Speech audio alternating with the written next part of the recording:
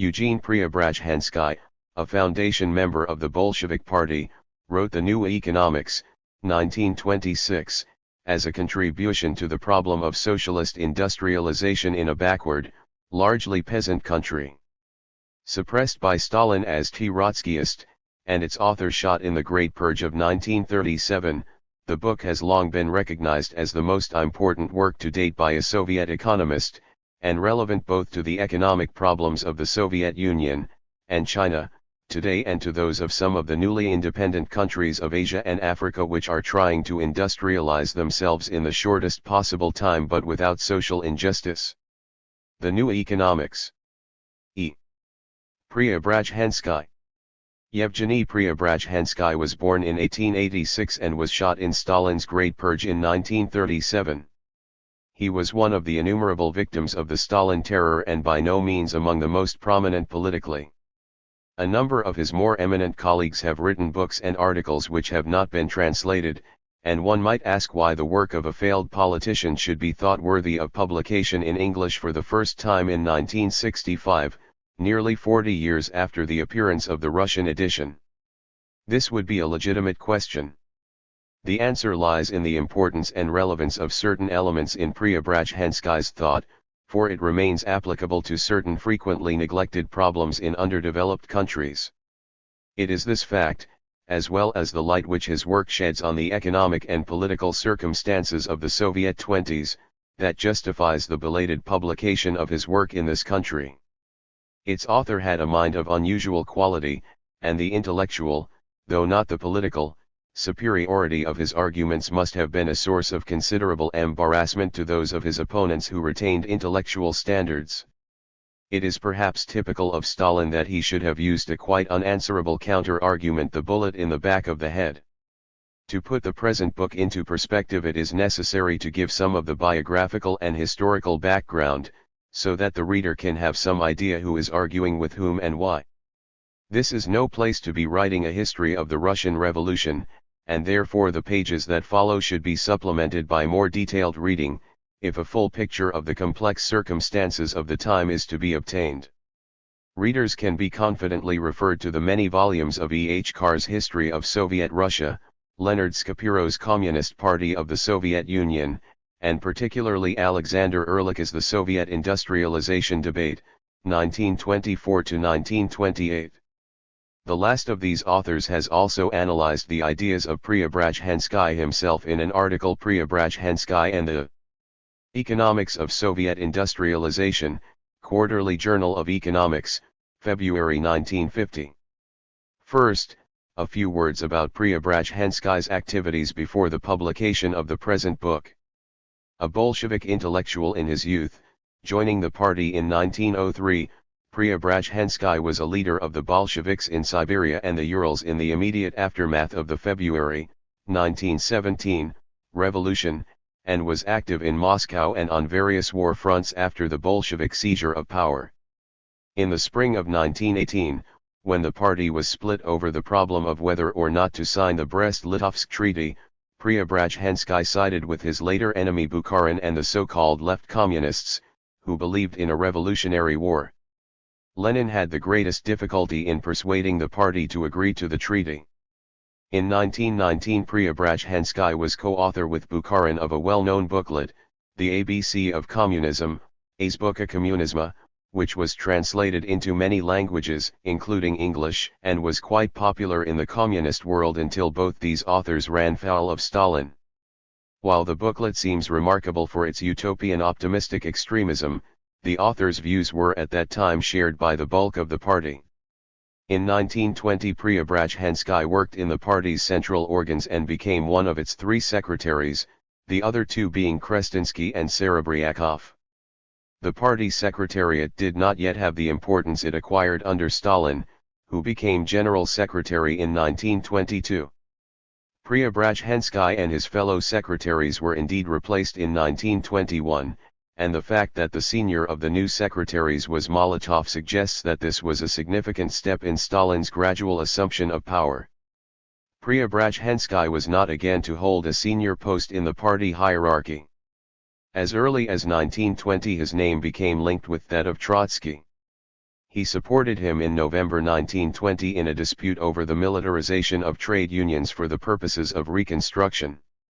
In due course Prebrazhensky became the leading theoretician of the Trotskyite opposition, while his former partner Bukharin turned from the extreme left to extreme caution and became the principal ideologist of the right during the 20s.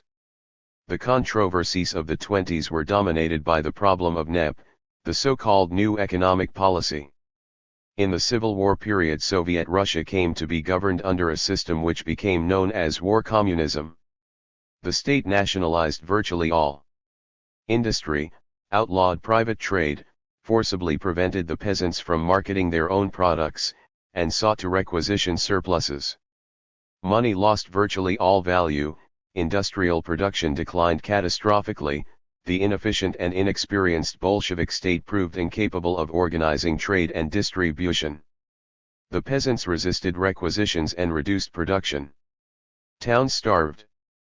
Part of the chaos and confusion was due to the Civil War, but the system of war communism * contributed greatly to bringing economic life to a standstill.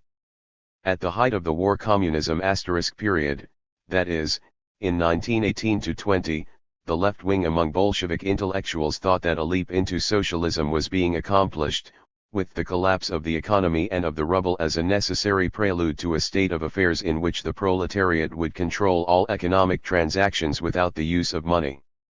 At this time both Bukharin and Prebrazhensky held such beliefs, and even Lenin was affected by them.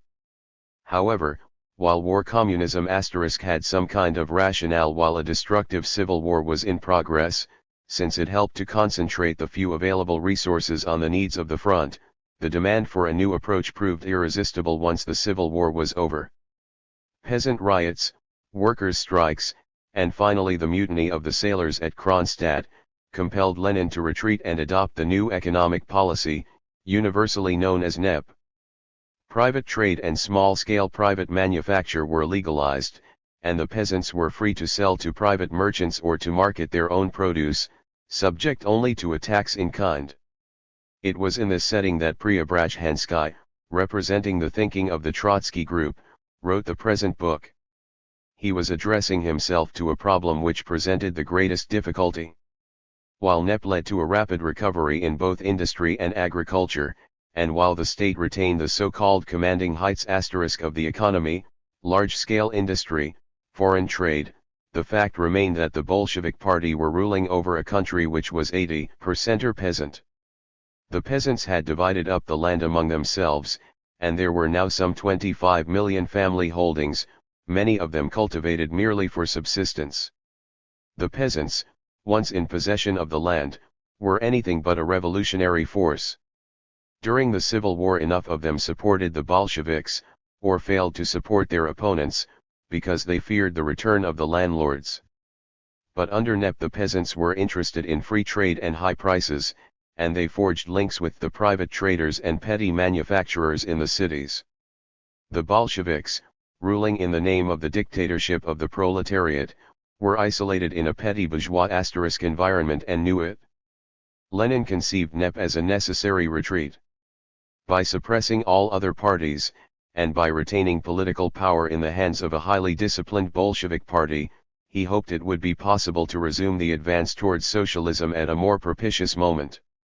In his last year of active life Lenin spoke of a prolonged pause while the peasants were gradually weaned from their individualism by cooperation. Before he could elaborate his ideas he fell mortally ill, and was already unable to take effective part in political life for over a year before his death in January 1924.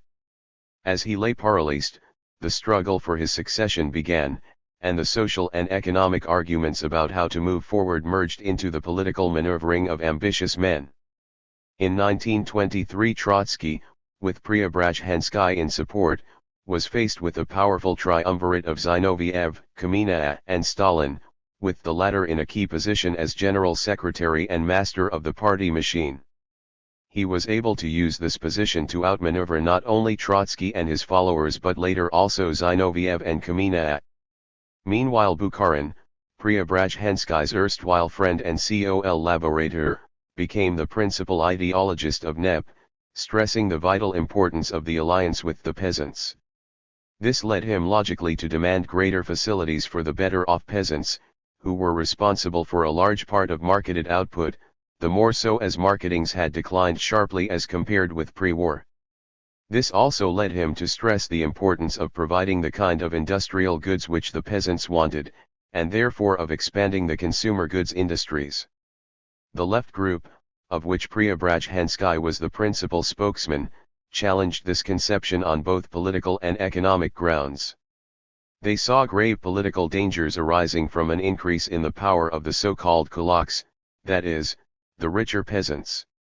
These were regarded as a deadly danger to the Soviet regime, as they might come gradually to control the villages and, through their grip on food supplies, to challenge the authority of the state. The group remembered Lenin's words that, in such circumstances, a capitalist is born every minute. As they saw it, a change in the balance of social and economic power was vital, and this would be achieved by pressing ahead with rapid industrialization. The period in which it was possible comparatively cheaply to reactivate damaged or unused factories was coming to a close. Heavy additional investment would be needed. But how, in the conditions of NEP, could rapid industrialization be financed? It is to this question, and to the relationship between the private sector and socialized industry, that Prebrazhensky applies himself. The essential arguments of the new economics first saw the light of day in lectures, then in articles published in Vestnik Komunistiskiskoy Akademii in 1924. The actual book appeared in 1926. The author and his arguments were soon at the center of furious controversy. It was obvious, argued Prebrazhensky, that the relatively small and weak socialist sector could not possibly bear the whole burden of investment. Resources must be obtained from private enterprise, that is, in the main from the peasants, since these constituted about 4/5 of the population. To achieve this, prices charged by the state for the products of KS industry should be such as would compel peasant purchasers to contribute to investment in the socialized sector. This form of non-equivalent exchange would be a necessary substitute, in Soviet conditions, for what Marx had described as primitive capitalist accumulation. Of course, argued Prebrazhensky, the Soviet state could not indulge in capitalist forms of exploitation, colonialism, robbery, and so on.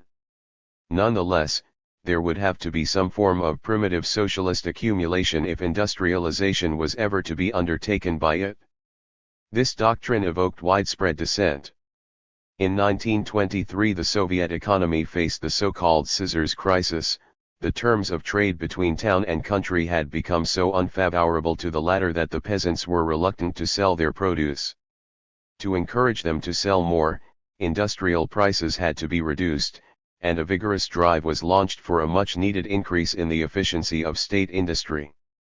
Those who, like Bukharin, took NEP seriously and wished to avoid a clash with the peasantry, strongly objected to the practical consequences of Prebrazhensky's case. They accused him of favoring the exploitation of the peasants, of advocating a kind of internal colonialism, and therefore of threatening the economic and political stability of the Soviet state. Stalin at this stage sided with Bukharin, though he carefully avoided committing himself too far to the latter's pro-peasant formulations. In the subsequent polemics Prebrazhensky denied that he had advocated the impoverishment of the peasants, and argued that his aims would be realized even if peasant incomes continued to rise, provided that industrial costs were reduced and agricultural productivity increased. In other words, a high rate of growth of current output would make possible a substantial increase in investment without any diminution in current consumption. He claimed to be merely stating the economically obvious when he asserted that large-scale industrialization in a peasant country would have to be largely paid for by the peasants. He charged Bukharin with playing politics. Stalin and Bukharin were far from denying the need for industrialization. They declared themselves for socialism in one country, that is, they believed, or said they believed, that it would ultimately be possible to build a socialist industrial state in Soviet Russia, without the support of revolutions in developed Western countries. However, they argued for caution, for slow tempos, because it was essential to avoid the breakup of the alliance between workers and peasants upon which Soviet rule was supposed to rest. Bukharin in particular would only go as fast as the peasants would let him, and spoke of riding into socialism on a peasant nag. Paradoxically, it was Trotsky and his supporters who denied the possibility of achieving socialism in one country, even while advocating rapid industrialization and accusing Stalin of dragging his feet. This laid the Trotskyist group open to a double charge, endangering the Soviet state by antagonizing the peasants, and showing a defeatist lack of faith in the ability of the Soviet people to build socialism. After 1923, when the prospect of a European revolution receded, this was a particularly potent argument. Trotsky and Prebrazhensky could indeed point to a whole number of quotations from Lenin, which showed him to be expecting revolution to break out in advanced countries, and to be skeptical about the chances of building socialism in Russia in isolation. However, the doctrinal impurity of the socialism in one country concept was not the material point. The communists were in power. They were internationally isolated. Revolution in the West had failed. What was now to be done? It was an ideological necessity to rally the party in a struggle for socialism, though under Stalin the outcome perhaps resembled Asiatic despotism more than socialism. In fact, of course, Trotsky and his friends did advocate the rapid build-up of socialist industry. However, to deny the possibility of socialism in one country seemed tantamount to admitting that Bolshevism was in a cul-de-sac, an admission unlikely to be popular with the ruling party or its supporters. Stalin and Bukharin were able to utilize this effectively in their struggle against Trotskyism. There was in fact a real contradiction in the Trotsky-Prebrazhensky attitude. They believed in rapid industrialization, feared the rich peasant, and urged the imposition on the peasants of a price structure which would permit the state to accumulate and which would be unpopular. Yet they did not face the measures of coercion that would be required if this policy were to be put into effect. Peasants who do not obtain the prices to which they believe themselves to be entitled have powerful means of redress, so long as they retain control of the land and produce. Yet the Trotskyist opposition did not advocate forcible collectivization or expropriation. It is perhaps because THCY felt that their policy led into a blind alley that they denied the possibility of socialism in one country, no doubt imagining that the flow of capital goods from the advanced countries of Western Europe, following a socialist revolution, could alone save the situation. The new economics was intended as a blow at the Stalin-Bukharin view and played a major part in the Soviet industrialization debate, as may be seen by reference to Alexander Ehrlich's book. It was also intended to be the first part of a major work, which was never completed. The last published article that could be said to reflect Prebrazhensky's own thinking, and probably express some of the ideas which would have been developed in his unpublished magnum opus, was Economic Equilibrium in the System of the USSR, in Vestnik Kommunistiskiskoy Akademii No. 22, 1927. Prebrazhensky there took further and deeper his analysis of the contradictions involved in trying to build socialism in the USSR under conditions of isolation. But after this no more opportunities existed for its author's analytical talents. Even the most abstractly theoretical formulation of a non-Stalinist view was barely conceivable in print after 1928. The fate of Prebrazhensky was bound up with Trotsky's. Although the left opposition was joined in 1926 by Zinoviev and Kamina, Stalin defeated them with ease. In 1927 Prebrazhensky, together with many other Trotskyists, was expelled from the party and was exiled for a time. No sooner had he dealt with the left opposition than Stalin changed his policy and opened an attack on the peasants. In the early months of 1928 he used police methods to requisition grain. On this issue he split with Bukharin, who continued to advocate the retention of NEP and opposed measures that antagonized the peasants.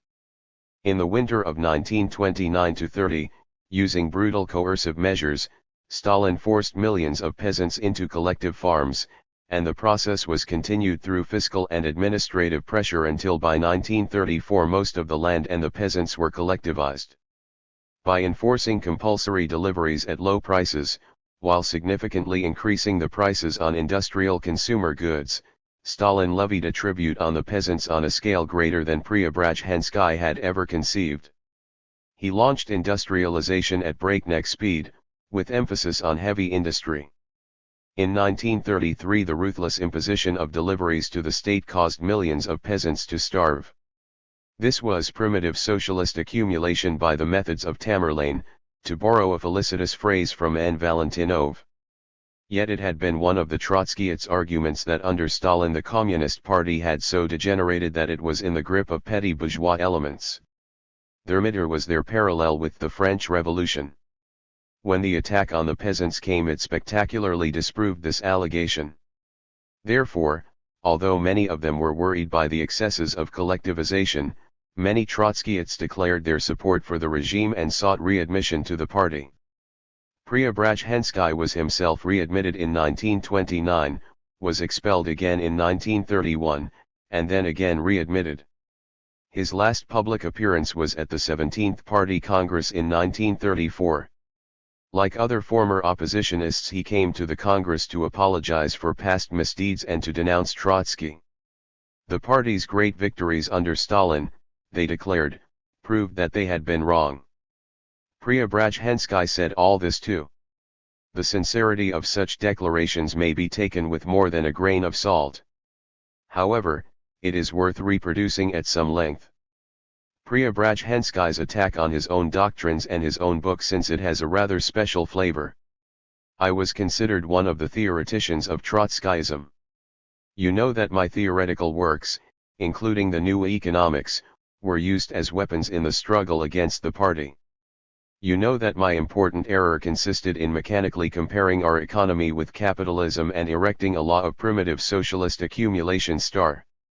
I brought into this theoretical construction the lack of faith in the peasantry and contempt for the peasants which were characteristic of Trotskyism. I thought that by exploiting the peasants, by concentrating the resources of the peasant economy in the hands of the state, it would be possible to build industry and develop industrialization. This is a crude analogy with primitive capitalist accumulation. I parted company with Leninism. Events wholly disproved what I had asserted, and Lenin's forecasts were later triumphantly made into reality under Stalin's leadership. Collectivization, that is the essential point. Did I foresee collectivization? I did not. As you know, neither Marx nor Engels, who wrote a great deal about the problems of socialism in the village, visualized just how village life would be revolutionized. You know that Engels tended to the view that it would be a rather long evolutionary process. What was needed was Stalin's remarkable farsightedness, his great courage in facing the problems, the greatest hardness in applying policies. In the atmosphere of 1934, Prebrazhensky could not openly defend his views. Yet, reading between the lines, what he seemed to be saying was that primitive socialist accumulation had been ruthlessly imposed by collectivization, not that his earlier doctrines had been proved false by events. All his listeners were perfectly well aware that industrialization was being made possible by exploiting the peasants, by concentrating the resources of the peasant economy in the hands of the state. Of course nobody could say so, since the compulsory myth was one of happy peasants enjoying a good life in collective farms. In fact, Prebrazhensky went close to challenging this myth when he said, "Sometimes we ourselves do not appreciate the magnitude of these victories. They will be appreciated by the next generation." Yet Prebrazhensky may have been partly sincere in his view that Stalin's collectivization represented a way out of the problem of the 20s, which the left opposition might have been insufficiently ruthless to take even if they had been in power. Of course, he, as did Trotsky, favored collective as against individual. Agriculture, it was the imposition of the collective solution by violence which was Stalin's special contribution. Shortly after the 17th Congress we reached the period of the Great Purge. For reasons which cannot be discussed here, Stalin decided to kill all oppositionists, past, present, and potential. Those who had earlier been prominent in public disagreements with Stalin were brought to public trial and pleaded guilty to treason, wrecking, and so on. It was known that Prebrazhensky should have been among them. A few of the old oppositionists stood firm and refused to confess, and these were not tried in public. Among those few was Prebrazhensky. In view of the pressures to which he must have been subject, we must suppose him to have been a brave man. It is known that he was shot in I-937. Prebrazhensky wrote in Marxian terminology for a public accustomed to argument in such terms. His opening chapter is heavily spiced with jargon, but readers are urged to have patience and not to give up at this point. For those unfamiliar with Marxian economics, a brief glossary is given at the end of this introduction. It also includes a few terms in common use in the 20s that may not now be understood. Finally, what is Prebrazhensky's importance in economic thought? He identified a species of economic law or regularity. A left-wing revolution which overthrows the landlords and capitalists, and divides the land among the peasants, creates for itself a very awkward problem. In many developing countries the peasants are technically backward and are accustomed to a subsistence economy. Much of the production for the market tends to be concentrated in the hands of big estates or of the rich peasant class. By breaking up the estates, the revolutionaries may achieve greater social fairness, but at the cost of reducing off-farm sales. Yet these same revolutionaries generally advocate rapid industrialization. This would require more, not less, off-farm sales, both to feed the growing towns and for export. The problem of agricultural surpluses is also linked with the financial problem of tapping the savings which make industrial investment possible. The landlord class are efficient in pumping resources out of their villages, though these are often used for unproductive purposes. The revolutionary state, faced with a multitude of small peasants, must somehow persuade them to contribute by produce and by abstinence to industrialization. But this raises political problems of the first magnitude. No doubt in the long run the peasants can be persuaded to produce more for the market, but in the short run their needs are few and simple and, following on democratic land reform, they tend to eat better, whilst skillfully resisting efforts to tax them. The reader of Prebrazhensky is confronted by this problem, which is important in a number of developing countries today, but which is strangely neglected even by the more imaginative analysts of the economics of underdevelopment. Glossary. Chervonets. Name given to the stabilized asterisk currency unit in 1923, after the virtual collapse of the currency had discredited the name of ruble star. However, the ruble returned a few years later.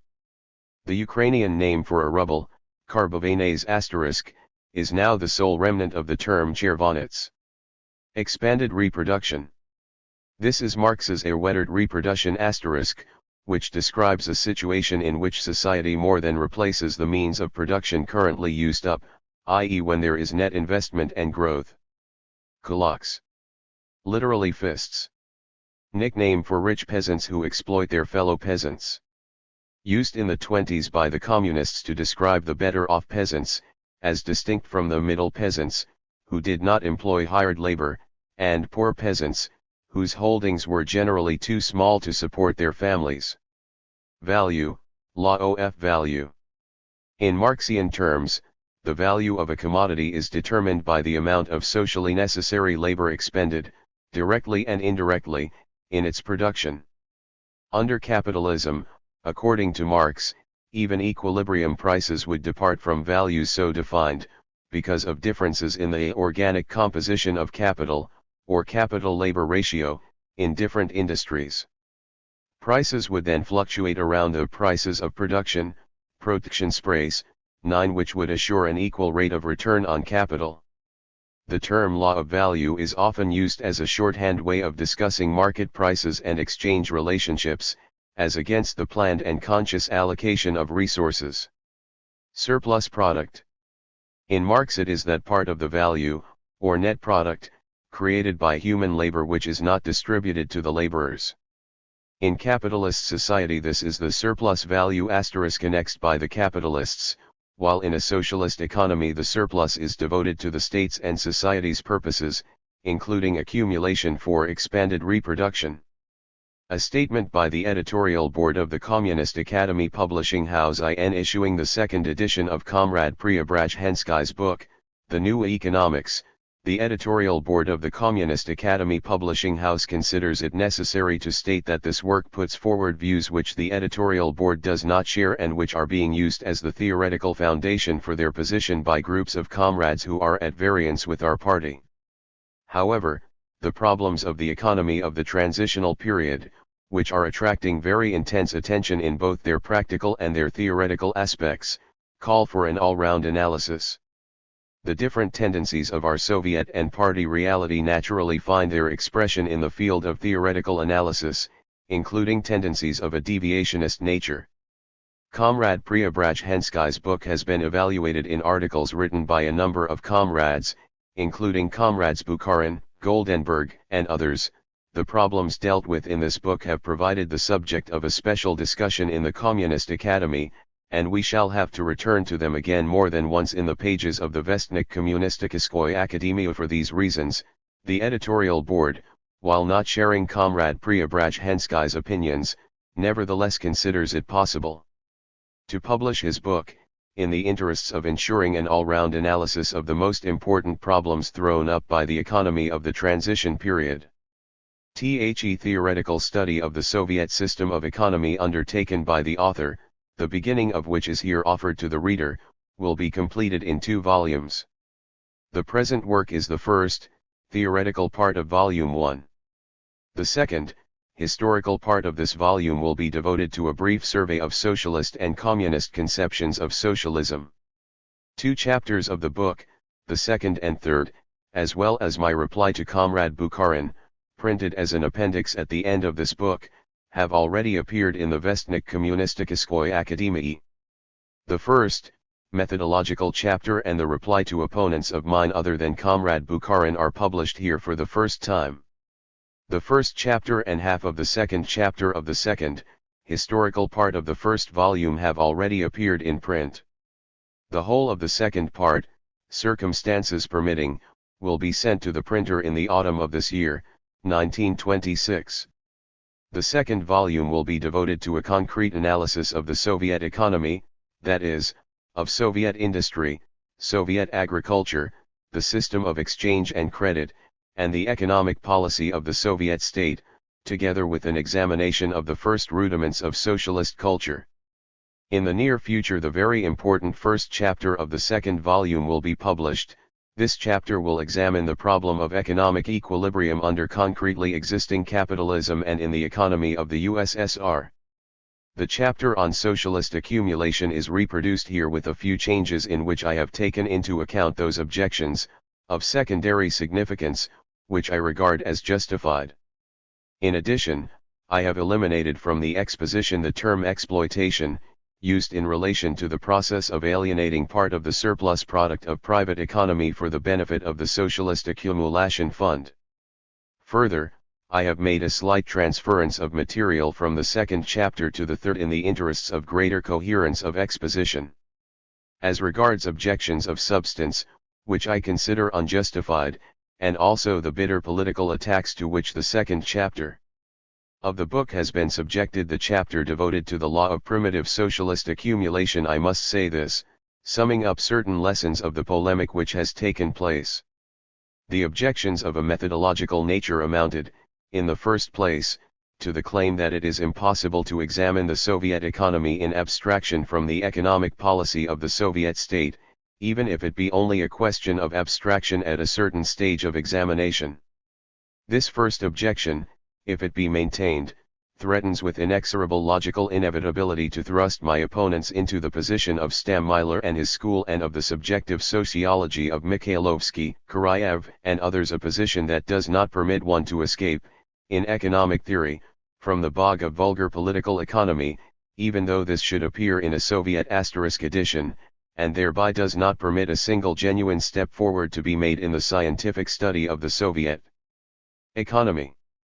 The second methodological objection has been directed against the proposition developed in this book that economic equilibrium in the Soviet economy is established on the basis of conflict between two antagonistic laws, the law of value and the law of primitive socialist accumulation, which means denial that there is a single regulator of the whole system. Point 1. Those objecting to this presentation of the problem have been obliged, in the first place, to reveal their own naturalistic, non-historical conception of the law of value, in which the way in which economic processes are regulated under commodity production is confused with the regulatory role of labor expenditure in social economy in general, the role, that is, which this expenditure has played and will play in any system of social production.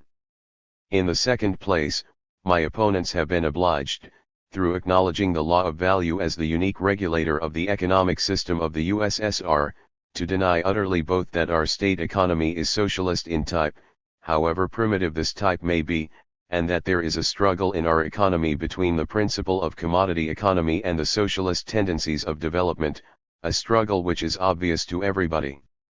Thus my opponents have been forced to come close to the Menshevik conception of our economy as an historically belated shoot of capitalist economy. The fundamental objection to the law of primitive socialist accumulation which I have formulated, and which is now more fully substantiated in this book, amounts to the following argument: yes, say my opponents, we have socialist accumulation, but there is no law of primitive socialist accumulation, nor has its existence been demonstrated even to the slightest extent. In short, the struggle between the principle of socialist planning and the market exists, but there is no struggle between the law of value and the law of primitive socialist accumulation. The whole profundity and unanswerableness of this objection is most easily grasped, without superfluous words, if it be put as it was put to me by one of my readers, in a private conversation. He said, "What's the point of talking about a law of socialist accumulation? The Soviet government will accumulate all it can, within the bounds of possibility." In such an interpretation, the law of socialist accumulation is reduced to a decree of the Council of People's Commissars on Socialist Accumulation. I am convinced that there is no difference of principle between the first argument and the second. To admit the existence of objective regularity in all the processes and tendencies of commodity economy, an objective regularity concentrated in the law of value, while denying objective regularity in the process of expanded socialist reproduction, as it develops in spite of and in conflict with the law of value, and with definite proportions, dictated from without, with compelling power, of accumulation by the Soviet state in each particular economic year, is to exclude the latter process from the field of operation of the law of causality, to undermine the basis of determinism, that is, the basis of all science in general. If things are not to get so tragic as that, my opponents must say frankly and honestly, there is a law here, but what it is we don't know. Such an answer, it is true, would not be much of a recommendation for my critics' understanding of the laws of development of the Soviet economy, but at any rate they would not be hindering other people from working at theoretical examination of these laws. One has to possess a certain body of knowledge before it can be raised to the level of theory. It is impossible to create a theory out of ignorance. It is not possible with limited or, if you prefer, unlimited complacency to elevate general phrases about the new economic policy, about the struggle between two principles, and so on, beyond the limits of the analysis of our economy which has been achieved in practice. It is impossible that the type of vulgar Soviet economist who is at present, with a few exceptions, the hero of the day in our economic press, both periodical and non-periodical, should be considered the normal type of Soviet, Marxist, Bolshevik economist in general. The next objection relates to non-equivalent exchange with private economy. I must frankly admit to the reader that to this day I do not precisely know where, in this objection, ideas of a political order, propagandist ideas and simple misunderstandings end, and where quite ordinary theoretical ignorance begins. Under capitalism, non-equivalent exchange between large-scale and small-scale production, in particular between capitalist industry and peasant agriculture, though forced to a certain extent to adjust itself in the price field to the value relations of large-scale capitalist agriculture, is, in the sphere of purely economic relations and causes, a simple expression of the higher productivity of labor in large-scale production as compared with small. In the Soviet Union, non-equivalent exchange is at present connected above all with the technical backwardness of our industry, the lower level of productivity which prevails in it as compared with the advanced capitalist countries, the higher cost of production of articles, and, finally, the historically and economically inevitable alienation, by means of price policy, of part of the surplus product of private economy for the benefit of the socialist accumulation fund. This means that as long as we have not caught up with capitalism nor completed the period of primitive socialist accumulation, we shall inevitably have non-equivalent exchange with the countryside, owing both to the causes which condition non-equivalent exchange in world economy and therefore under normal conditions determine the maximum prices of our agricultural products, and to causes specifically connected with the conditions of existence of the Soviet system of economy. When the latter causes have disappeared, the former will remain. This in the first place, but, in the second place, in so far as the development of large-scale and medium cooperative and socialist agriculture, and of the proportion of exchange of products between it and state industry, will dictate to non-cooperative agriculture, that is, for a long time, to the greater part of the countryside, non-equivalent exchange will to that extent not result from the undeveloped and backward state of socialist industry but, on the contrary, from the development of the cooperative socialist sector of agriculture and the growth of the productivity of labor in that sector.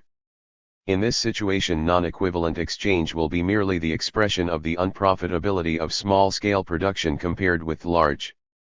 And, contrariwise, equivalent exchange, in these conditions, would only mean a tax on socialism for the benefit of small-scale production, a tax on machinery in favor of the three-field system, I the wooden plow, and economic Asiaticism. Is this what my opponents advocate? And what in general do they advocate, beyond impotent phrases in the spirit of a new Narodism? In conclusion, I should like to say a few words on the practical significance of serious theoretical study of the Soviet economy. The heads of capitalist enterprises, and also capitalist governments, can permit themselves the luxury of ignorance in the field of economic theory. The law of value fulfills, more surely than they or their managers, professors, and parliamentarians, the function of regulator of their economy and corrector of all their calculations.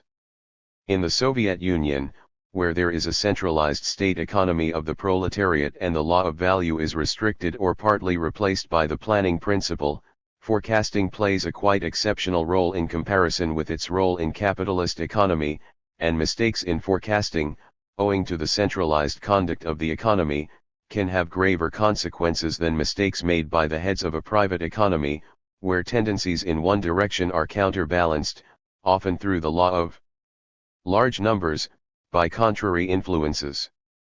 But if you are to direct and guide correctly, that means forecasting, and forecasting means illuminating with the searchlights of theoretical analysis that field of phenomena where those very causes are engendered of which we want to know the consequences beforehand. There, where the intuition of such a genius and such an economist of genius as Lenin was cannot now help us by way of personal influence, theory is the only true and most democratic means of furnishing all concerned with scientific foresight in the leadership of planning. This explains the genuinely productive role of a correct scientific theory of the Soviet economy. This also entails the fact, still insufficiently recognized among us, that the socialization of industry means by its very essence a transference of responsibility in economic leadership to science, to an extent quite unknown in capitalist economics. The growing role of the State Planning Commission is a direct index of this process. But the theory of Soviet economy can be created only as a result of collective work. And therefore the task of this book will to a considerable extent be achieved if this attempt stimulates other economists to concern themselves with the same subject, and if by our joint efforts we advance the work whose fulfillment is insistently demanded of us by the developing socialist economy of our country. The first edition of the first part of the New Economics was sold out in a few weeks. The author cannot, therefore, complain of inadequate attention to his work by the reading public. Even less can he complain of silence on the part of his numerous opponents. During a period of 2 or 3 months the book was subjected to attack not less than 10 times by a whole range of critics. Some very weak vessels among them will be dealt with in the appendix. The most learned of them, Comrade Bukharin, I propose to answer in this foreword. In his articles published as feuilletons in NOS 148,150 and 153 of Pravda and entitled A Contribution to the Question of Economic Regularity in the Transition Period, Comrade Bukharin attempts a systematic criticism of the basic propositions of this book, and in doing so sets out here and there in positive form his own point of view on certain matters which he has clarified for himself. Generally speaking, I should have preferred a different division of labor between us, namely, that Comrade Bukharin should have first set out positively his point of view on the laws of development of the Soviet economy, leaving me merely to criticize what I regard as incorrect in his constructions. This would have been more in accord with his theoretical status. But if there is no other way, if Comrade Bukharin can now expound his point of view only in polemics with other people, leaving to them the risk of setting forth and solving new problems, then there is nothing to be done about it, and one must lay hold of whatever is offered. Comrade Bukharin's feuilletons are not finished yet. But since it is not known when they will be finished, and meanwhile the ideas expressed in them, polemical thrusts and simply false interpretations of my work, have enjoyed wide circulation among the reading public, I consider that I have the right to reply to his critique even though it is not yet completed. My reply is not conclusive. It will be continued when Bukharin's critique is continued. Comrade Bukharin begins his critique with ironical remarks about the professorial airs * which he has observed in my work, and recalls that we were properly ticked off by Lenin * for this sort of erudition *. I must say that I, while entertaining no personal inclination to putting on airs, have fought and will continue to fight, like any other Marxist, in support of the Marxist championship of economic science against the conjunctural approach to our economy, regardless of whether such a struggle against vulgar economics is regarded by other people as modest or not. The charge of intellectual arrogance against Marx and Marxists is an old one. We have always been utterly indifferent to it. As regards Lenin's dislike of erudition, Comrade Bukharin's quotation marks clearly show what kind of erudition is meant. Lenin did not like pseudo-erudition. To every new and serious piece of research he gave the greatest attention, regardless of the form in which it was set forth. Lenin's modesty as a theoretician, which we should all imitate, is irrelevant to our fight against vulgar economics.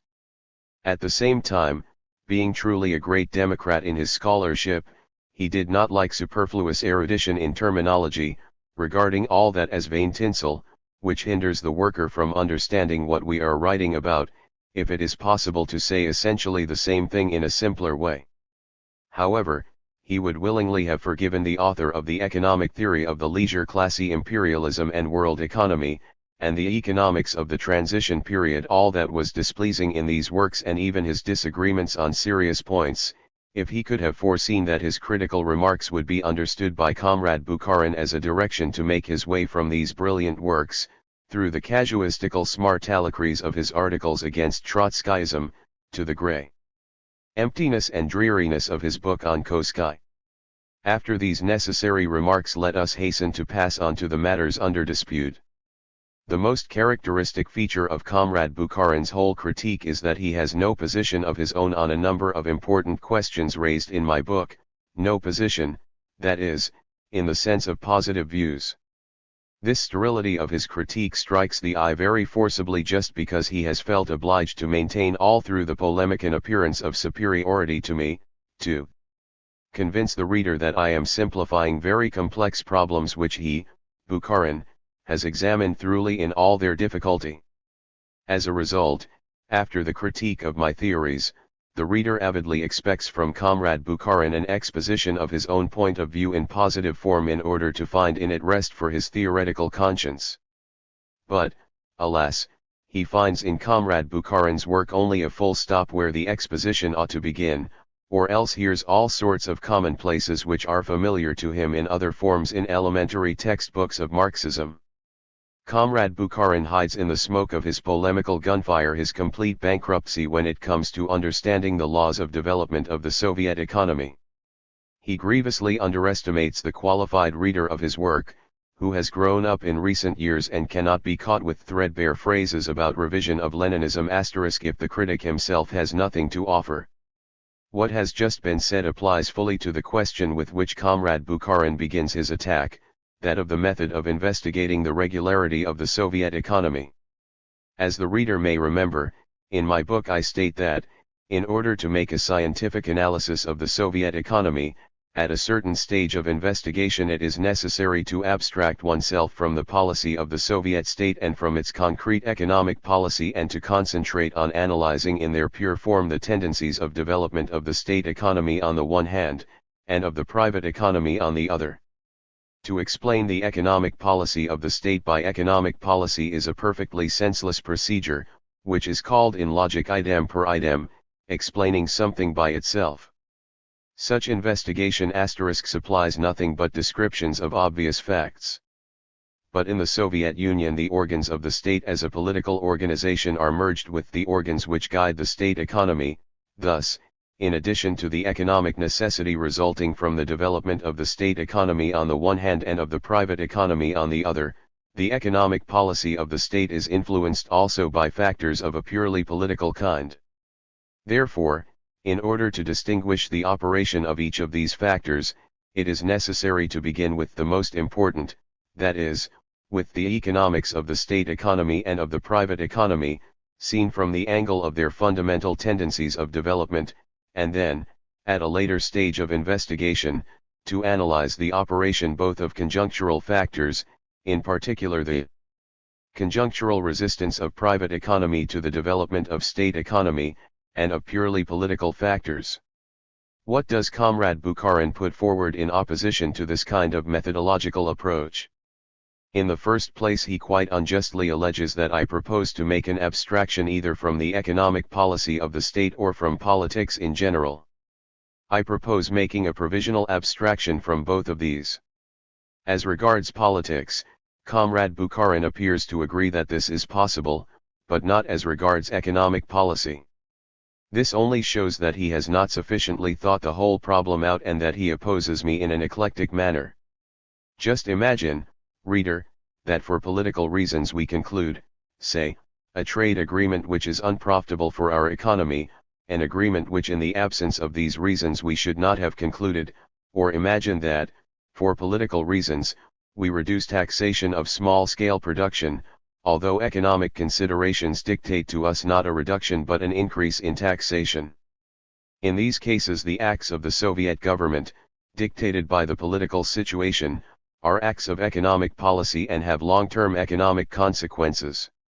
How is it possible in such cases to make an abstraction from politics without making an abstraction from that part of economic policy into which pure politics passes over? The norms of pure politics are transformed into norms of economic policy. If Comrade Bukharin agrees that it is possible to make an abstraction from politics, he is thereby forced to recognize that it is possible to make an abstraction also from economic policy and the constituent parts of it. But if a claw is caught, the whole bird is lost. This logical inconsistency of Comrade Bukharin's appears in full clarity if we examine his first arguments against my methodological approach. On the one hand he writes, "Let us, indeed, pose this question, in what is the growth of the rational principle at the expense of the irrational expressed?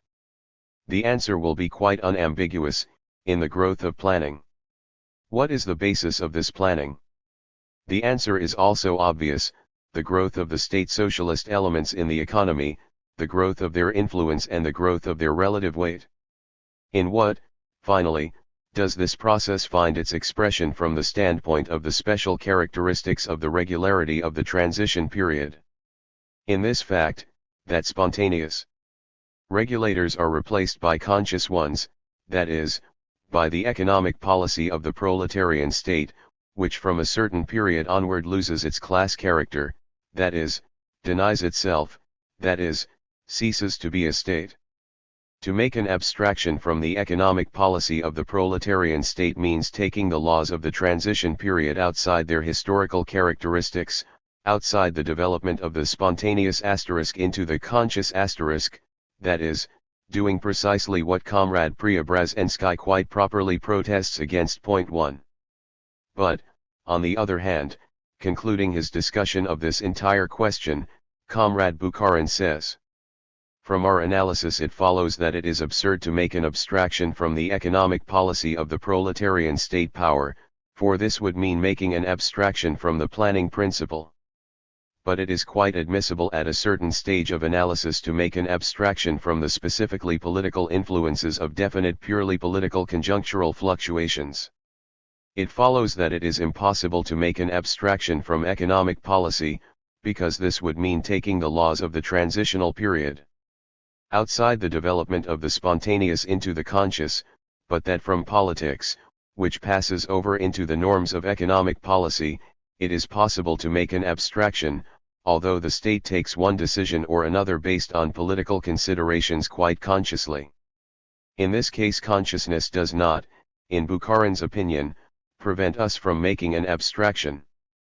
This miserable confusion in one and the same article, in respect of a fundamental methodological question, shows with complete clarity that either my critic himself attributes no serious significance to his first argument or else that he has taken fright at the logical conclusions to be drawn from it, which, as we shall see below, inevitably lead to the withdrawal, after the socialist revolution, of a whole field of social phenomena from the sphere of historical materialist investigation.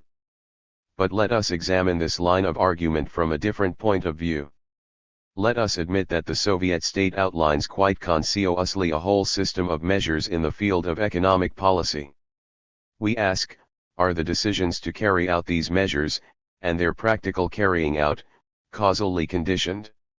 My critic answers this question in the affirmative, regards the opposite view as cheap idealism and does not consider it worthwhile to spend any length of time on this quite clear question. But if the consciously adopted economic policy of the state is causally conditioned, the question now arises, by what is it conditioned and how is this conditionality most easily and correctly to be discovered? Is it not possible for us here, so as not to abandon the basis of Marxism, to distinguish in this economic policy the influence of purely political factors from that of economic factors, and then, among the latter, the influence on the state economy of other economic forms? My opponent agrees that we can distinguish politics from economics at a certain stage of investigation. Here the conscious character of the economic policy adopted by the Soviet state does not prevent us from making an abstraction from the purely political influences which affect economic activity. We ask why this conscious character of policy does not allow us to distinguish the influence of non-socialist forms of production on the development of the state economy of the proletariat. Comrade Bukharin has brought forward nothing to show that it is impossible and, we say with confidence, he will never bring forward anything to this effect, because the whole of this argument of his has been made up out of nothing. He has also not adduced, and will not adduce, a single concrete example of the impossibility of making the abstraction which we are discussing. We, however, can bring forward as many concrete examples as are needed to show that the method of analyzing the regularity of the Soviet economy which we recommend is both perfectly practicable and extremely fruitful. Let us analyze, for instance, the economic policy of the Soviet state on the central problem of constructing and putting into effect a general economic plan for a particular year. Let us assume that a certain level of wages, certain quantities of exchange with private economy, certain quantities of accumulation, and the need to observe certain proportions in the distribution of productive forces between branches, taken all together, make possible the development of state production by a maximum of 25%. This is the optimum of expanded socialist reproduction and the normative target of the state's economic activity in the year concerned. But, owing to political considerations, the state is obliged, let us say, to reduce the taxation of small production in the country by 150 million rubles, which reduces the level of accumulation. This reduction in accumulation reduces the possibility of developing industry, let us say, by 3%. Let us suppose that this is the total deduction which politics makes from the optimum of development of the state economy. But in economics too there are deductions, due to the private economy. It turns out, let us say, that, because they prefer to wait for an improvement in prices, the peasants put 200 million poods of grain too little on the market, grain which was counted on as a fund for exports. As a result, our exports are less than they might have been, and imports fall short of the expected level by the corresponding amount of 250 million rubles, as a result of which we have a reduction in our acquisition of machinery, cotton, wool, rubber, and c. In consequence of this opposition from the peasants' one plan asterisk, the state economy is contracted, let us say, by another 5%.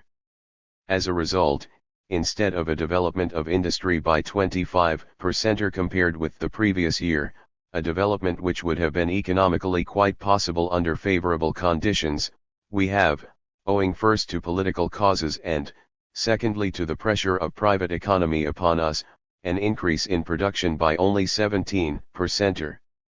All this can be taken into account from the start, when the plan is being worked out, or it can come to light when the maximum development plan is being put into effect.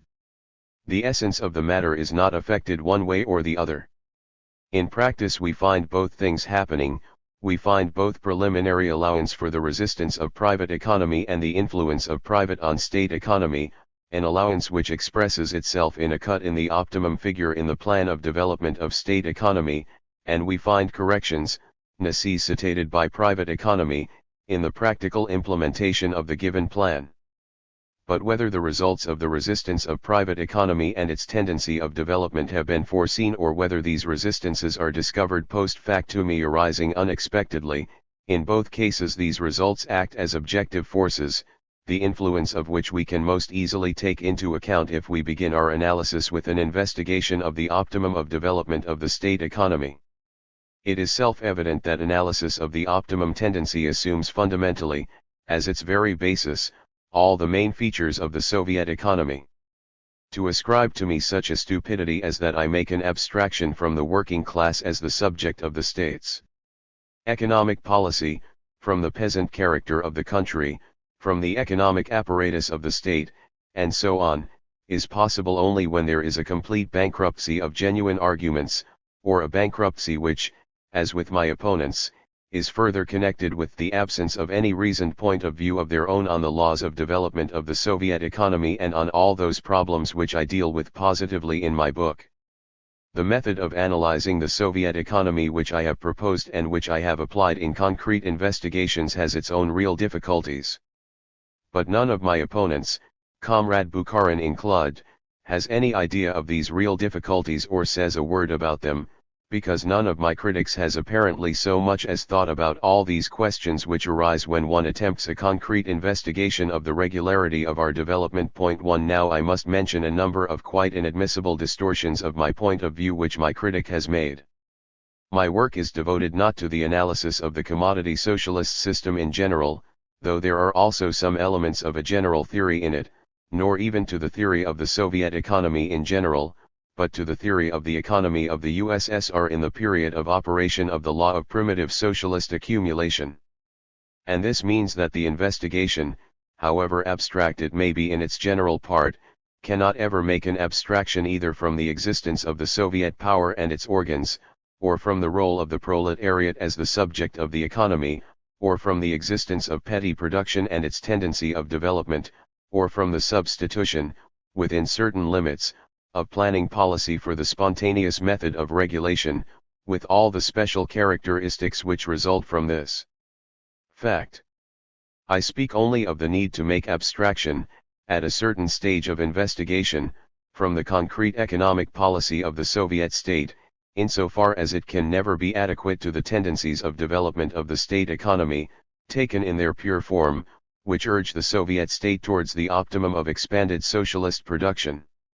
And this abstraction from what is the resultant of various factors, made in order to explain this resultant, Comrade Bukharin misrepresents as abstraction from the structural characteristics and organizational forms of the entire system.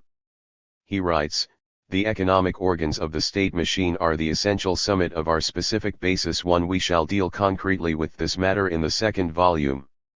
To make abstraction from them means to make abstraction from the fundamental characteristic of the new economics. The reader will perceive what a sleight of hand my theoretically impoverished critic attempts here. I speak of the concrete economic policy of the Soviet state, from which it is necessary to make abstraction at a certain stage of investigation, in order to explain it, and Comrade Bukharin accuses me of making abstraction from the foundations of the system itself. Everyone appreciates that the economic policy carried out by the system, and the system itself, are two quite different things. The system remains, with all its structural characteristics and all the basic lines of development of its distinctive tendencies, while policy can change, and does in fact, where arithmetical magnitudes are concerned, change every year in certain respects. Thus, Comrade Bukharin has ascribed to me an absurdity and has undertaken in the sweat of his brow to refute this absurdity. It is quite obvious that when people carry out such operations in the course of polemics, it is not at all because they have a surplus of new ideas in their heads. The sum total of Comrade Bukharin's objections consists of three elements: I, repeating certain general truths about the sloughing by social laws of their historical skin, and so on, that is, general truths which in the present case have nothing to do with the matter under discussion, and which, by being placed near completely jejune objections, are intended, apparently, to lend an appearance of solidity to the latter. A wild flower has found itself in the same bunch with the carnation. 2. Statements of the kind just mentioned.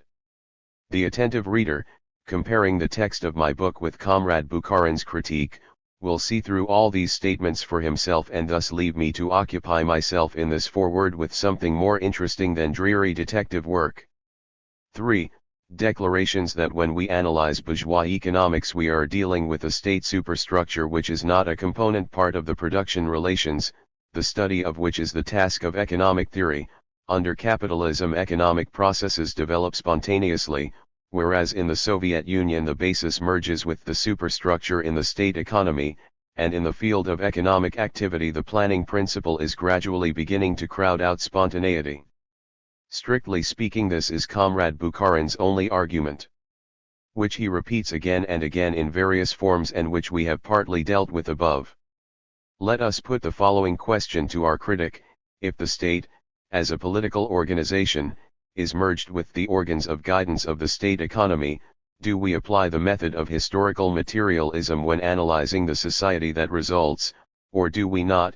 If Comrade Bukharin says no, this means that the sociological theory of Stammeiler 1 is false only in relation to bourgeois society but is true when applied to the socialist state and its economy. In the event, I also suggest to Comrade Bukharin that he compare his position with the viewpoint of Lukács on the theory of historical materialism as a conception which has significance only for class society and which, consequently, begins to lose its significance in and for the transition period. If the theory of historical materialism is applicable also to socialist society and its economy, and the merging of political organization with economic organization necessitates only some variation in the way the method is applied, about which I have said something in my book, then Comrade Bukharin has no difference of opinion with me.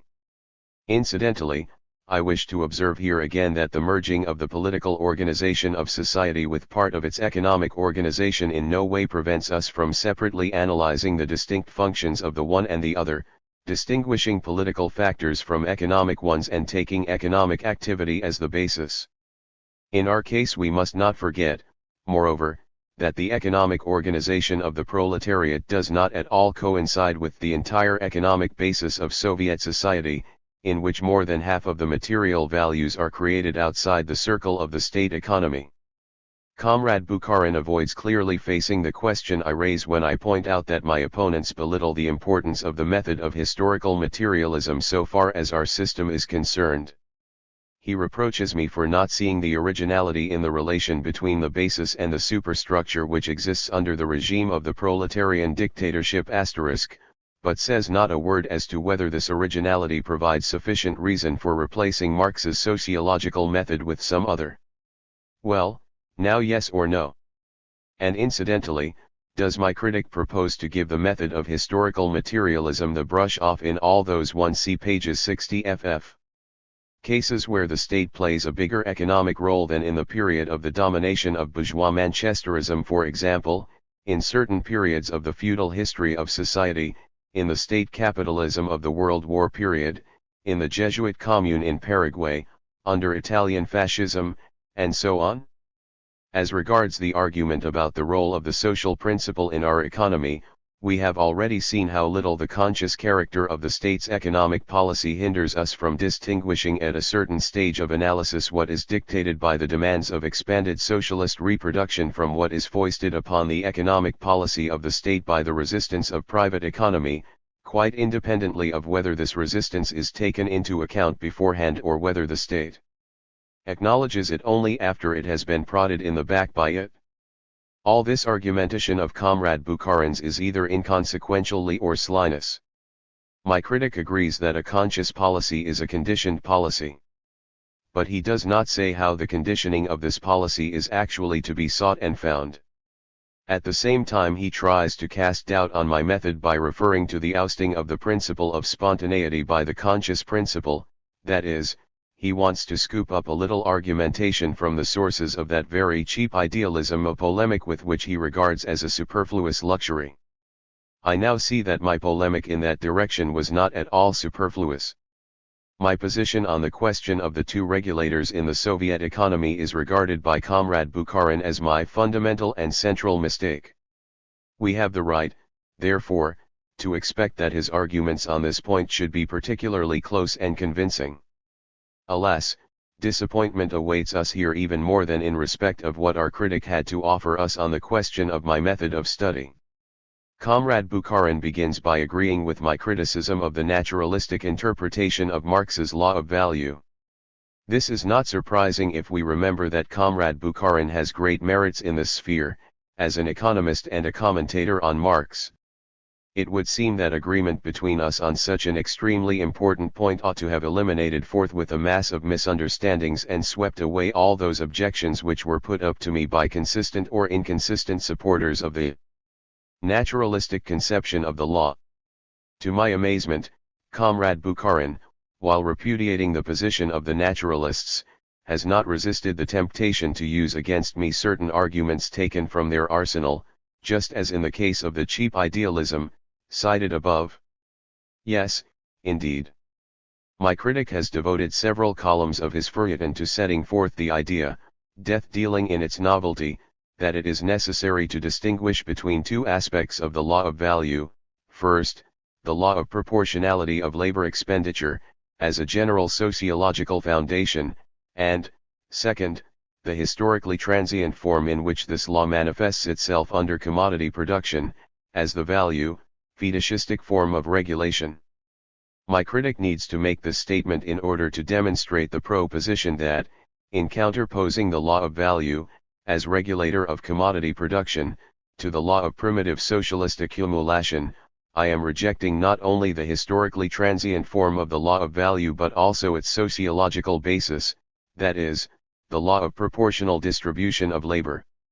In my work, it appears, the proletarian planning principle is a principle of struggle not against the value aspect of the law of proportional labor expenditure but against this law, so to speak, in its material essence. I shall show below what a muddle is to be found in the material essence of Bukharin's objection, and how he himself walks all round and about this material essence without ever putting forward anything positive of his own.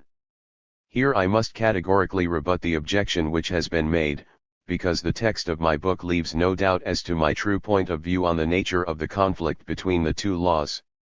Knowing my opponents well and foreseeing precisely the objection which they have here put to me, I included a special reservation in my book to the effect that in counterposing the law of primitive socialist accumulation to the law of value I have in mind the historically transient aspect of the latter, connected with commodity production, and not the law of labor expenditure.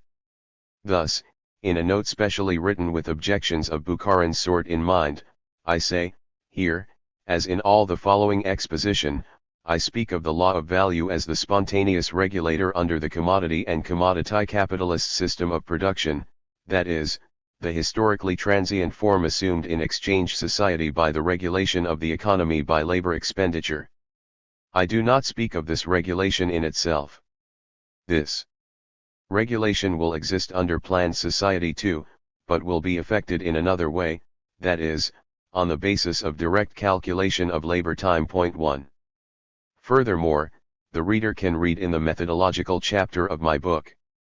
The second thing to be rejected is, of course, the confusion between proportionality in the economy, which is objectively necessary for every system of social production with division of labor, and the historically transient method of achieving this proportionality on the basis of the law of value.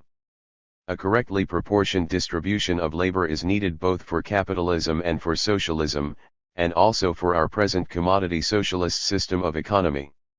Are we to suppose, then, that the proportions we need are dictated by the law of value as regulator, and can only be found through it, since the law of value is historically and, if you like, materially and physically linked with and inseparable from commodity production, as production in which private property in the instruments of production is predominant? Why can we not say that we find the necessary proportions in the main by our methods?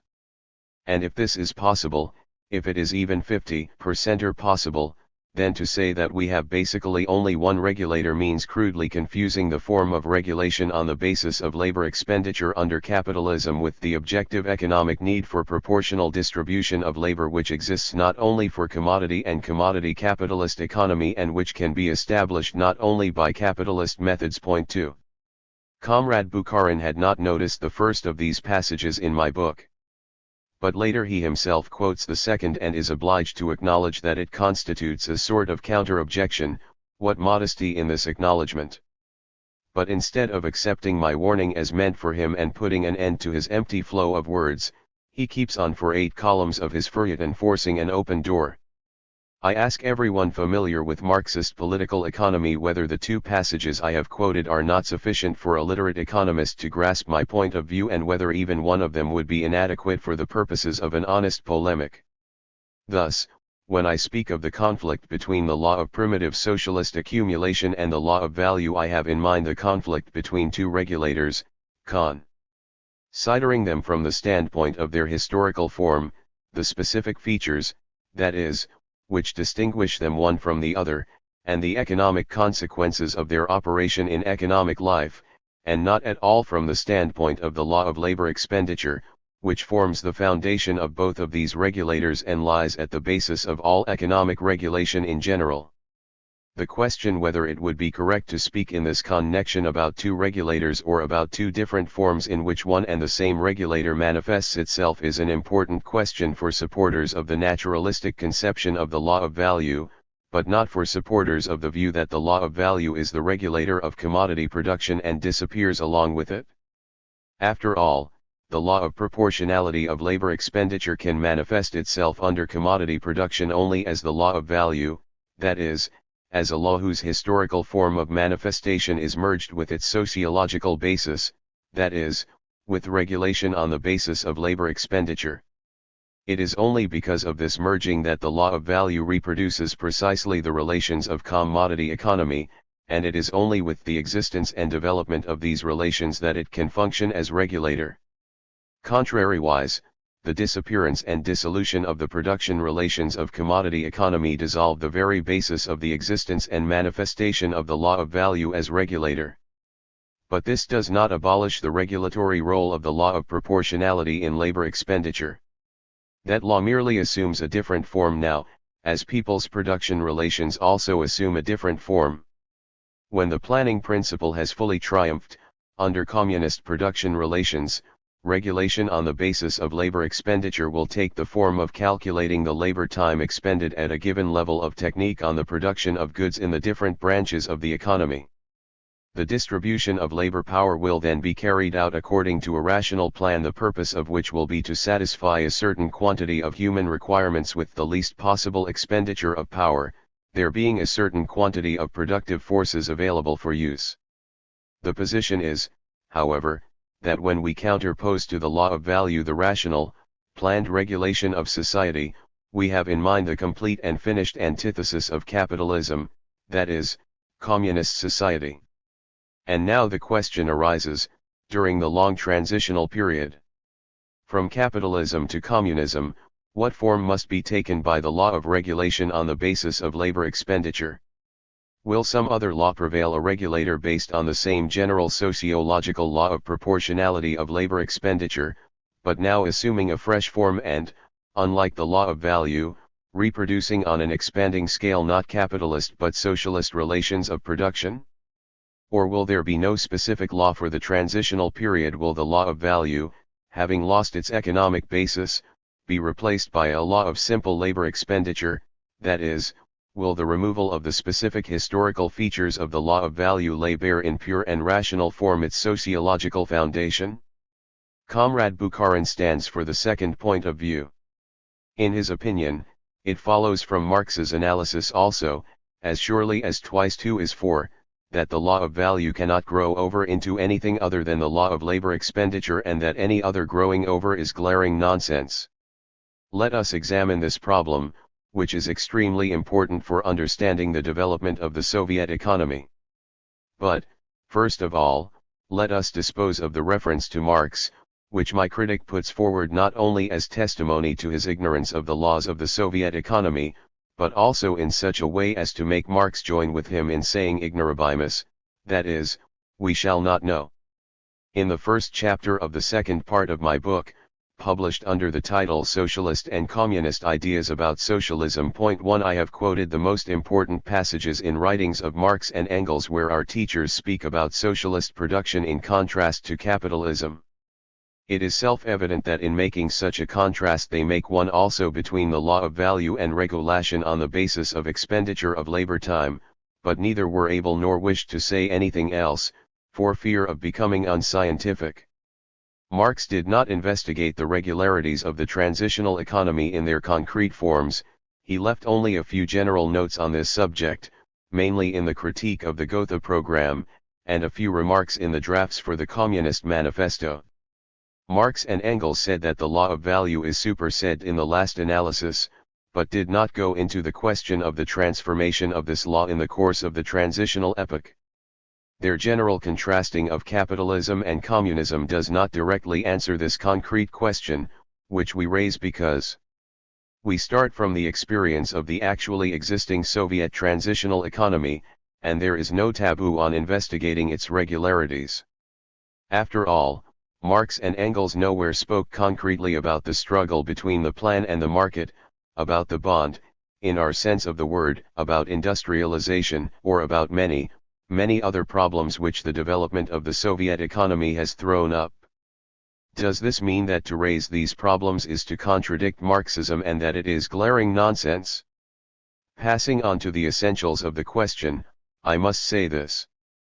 The law of proportionality in labor expenditure can prevail in its pure form only in a society where class struggle has been wholly and completely ended, where the distribution of the labor force of a non-class society is carried out as a direct task of environmental control, and the struggle of man with nature is not complicated and mediated by any survivals of struggle between groups of people connected with survivals of private enterprise. It is quite obvious that in the transitional epoch the law of regulation by labor time cannot manifest itself in its classical form, because the transitional period will be full of the struggle between socialist production and commodity production or its survivals, and this means that the distribution of people and instruments of production cannot be fully rationalized and subordinated to the single task of satisfying society's requirements. Mixed up with this task is the still uncompleted task of reconstructing the social structure itself so as to put it on a non-class foundation. What form can be assumed by the law of distribution of productive forces on the basis of labor expenditure in the transitional economy? If that question envisages an economy with a mixed structure, in which the socialist sector has succeeded in developing all its inherent economic advantages over private enterprise, and is ousting the latter both automatically and steadily, as in its day the capitalist factory ousted handicraft, then I can say nothing reliable or with any scientific basis about the regularities of this period, since the object of study does not exist. We can set up only hypotheses. Perhaps the law of proportional distribution of labor will assume here the form of a law of socialist accumulation in some very much more concrete expression than can be characterized by this excessively general term. But the situation is quite different with the Soviet system of economy at the present stage of its development. We know the Soviet economy, it is an historical fact, and we can to some extent discern its laws of development in their specific peculiarity. This consists above all in the fact that the socialist sector of our economy has not yet developed all its advantages over capitalism but still rests upon a backward technical basis quite inadequate to the level of its social structure, which is historically more progressive than the most advanced contemporary capitalism. This sector still has to master the first steps of socialism. It has to assemble, in very difficult conditions and in a very dangerous international situation, the basic elements for production necessary to beat capitalism economically, that is, by a more rapid development of its productive forces. During this period, our state economy being as it is, the law of labor expenditure must inevitably take the form of the law of primitive socialist accumulation, and inherent in this form is a collision and uninterrupted conflict with the law of value. From this standpoint, the law of primitive socialist accumulation is the law of overcoming our socialist backwardness, and is operative only in that period of development when our state economy has not achieved technical and economic predominance over capitalism. That the law of primitive socialist accumulation is a regulator of economic life operating simultaneously and in conflict with the law of value, as the regulator of another system of social production, can be shown by the entire history of our industry, of the state economy in general, and of our foreign trade in particular. As I do not wish to set forth here, in this connection, a series of conclusions from the second, concrete volume of my book, I will merely observe that we have every reason to regard the law of primitive socialist accumulation as the specific form in which the law of labor expenditure manifests itself in our economy. What underlies the distribution of productive forces under capitalism, that is to say, on the basis of the law of value? This distribution of labor under the operation of the law of value ensures on the one hand the satisfaction, on the basis of an economy of commodity production, of a definite level of demands by the given society, and on the other hand it reproduces production relations of the capitalist type, the regulator of which is the law of value. The distribution of labor in our state economy also has an objective purpose: on the one hand, the satisfaction of social demands on the basis of production relationships of the collective type, and, on the other hand, reproduction on an expanded scale of this type of production relations. Reproduction on an expanded scale of these relations demands above all the accumulation of the material resources for this reproduction. This is a question of self-preservation for the system. It is this second task that conditions a different distribution of labor from that which is formed under the free working of the law of value. As a result, the distribution of labor which we have in our system of state economy cannot in any way be compared with that which would have taken shape if the system had been constructed solely for the satisfaction of the demands of workers in collective production, that is, if the cycle of transformation of the entire economy had been completed. On the other hand, it cannot be compared with the distribution which is dictated by the law of value in world economy. It is on this distinctiveness from both, this lack of correspondence, that the very existence of the law of primitive socialist accumulation as the regulator of our system of state economy, in antagonism to the law of value, depends. Let us take a concrete example, one of an infinite number of possible examples, and show how this regulator works. In a given year our total exports include, let us say, agricultural products to the value of 400 millions, and we import machinery and raw materials for industry to this value which, with a few adjustments for imports, at the same time, of agricultural machinery, seed, and so on, corresponds to what actually happens. Our planned imports and the nature of our place in the world division of labor are subject to the law of primitive socialist accumulation. This will at once be clear if we imagine ourselves for a moment included in the world division of labor on the basis of law of value. In that case, out of the 400 millions raised by exports, after deducting payments and purchases inside the country, the peasantry would buy the very much cheaper foreign goods, with a very much wider variety of choice, and our industry would not have either foreign exchange to purchase materials and machinery with, or the rural market for its own products. When we import, say, for 100 millions worth of peasant exports, 100 millions worth of machinery, the domestic production of which would cost 200 millions, we are accumulating basic capital for the state economy, on the basis of the law of primitive socialist accumulation, partly at the expense of petty production. If we import raw material, the additional production of which at home would cost twice as much, or which is not produced at all in our country, we replace a part of our circulating capital, simply through the working of this same law. This law, to conclude, by obliging us to secure our internal market for ourselves on the basis of struggle against the law of value, enables us to depreciate old basic capital, now technically obsolete, and to replace it gradually with technically better capital, that is, we are enabled to give our economy a new technical basis, or, in other words, to advance along the road towards overcoming our economic weakness as compared with capitalism. If we consider the distribution of labor in the state economy in all other spheres, and also to some degree the distribution of labor between state and private economy, then we see the following all along the line: the law of proportionality of labor expenditure operates in our country too, but the existence of collective production in the sector of state economy obliges it to reproduce collective production relations on an expanded scale, as a result of which the form in which it appears is the law of primitive socialist accumulation. Through the operation of this law, the state economy today supports and develops enterprises which under the operation of the law of value would be closed down. Through the operation of this law we have proportions in exchange with private economy which could not exist if the law of value operated, given the higher capitalist technique. All this taken together is a result of our economic backwardness as compared with capitalism, and of our socialist isolation. The law which concentrates in itself all the tendencies towards overcoming this backwardness is the law of primitive socialist accumulation. Under its regulation we distribute our productive forces otherwise than would be the case under capitalism. Comrade Bukharin cannot but recognize the correctness of this statement. But he does not agree that this difference results from the law which I have formulated. From what other law, then? Comrade Bukharin has an answer to this. There is no such thing as your law of primitive socialist accumulation, there is only a regeneration, a replacement of the law of value by the planning principle. In other words, whereas I answered a quite concrete question, arising from facts which call out to be generalized, by formulating a quite concrete law which explains the basic facts of our economy, Comrade Bukharin talks his way out of the problem with a general phrase about the growing over of the law of value into the law of labor expenditure.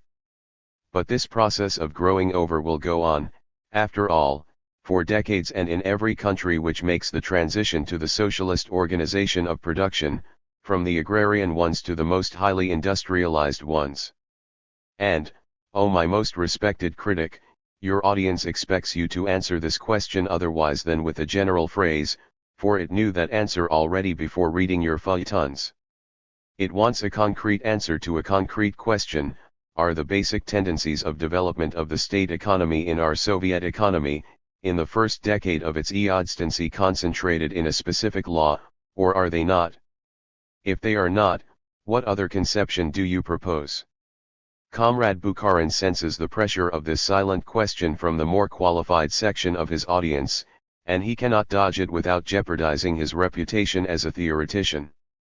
But his attempts to squeeze out a concrete answer bring him to utter bankruptcy. While the first part of his second feuilleton was devoted to setting forth long-known truths about the law of value, the second is given over to this process of squeezing and twisting around the answer to the question. My opponent cannot avoid the question why one and the same regulator, that is, the law of proportional distribution of labor, should give such very different results under different socio-economic formations. He writes in number 153 of Pravda. We ask ourselves, however, How is it possible that a regulator which is identical in its material essence should produce very varying phenomena in the field of economic relations? Do we in fact have, in different social structures, identical proportions between the different branches of production? Is the dynamic of these proportions and relations the same? Finally, what is the meaning of the enormous difference in the rate of development? Take the development of feudal society and the frenzied race run by capitalism. Or compare the rate of development of the primitive commune with the tempo of development under socialism. How is all this related to the essentially identical regulator, the law of labor expenditure? It appears that such questions as these vaguely hover before Comrade Prebrazhensky, too. He wants our development to be faster than under capitalism. This is a perfectly legitimate desire. And since we need, it seems to Comrade Prebrazhensky, a more rapid rate of industrialization than before, a more rapid rate of accumulation, so obviously we need another law.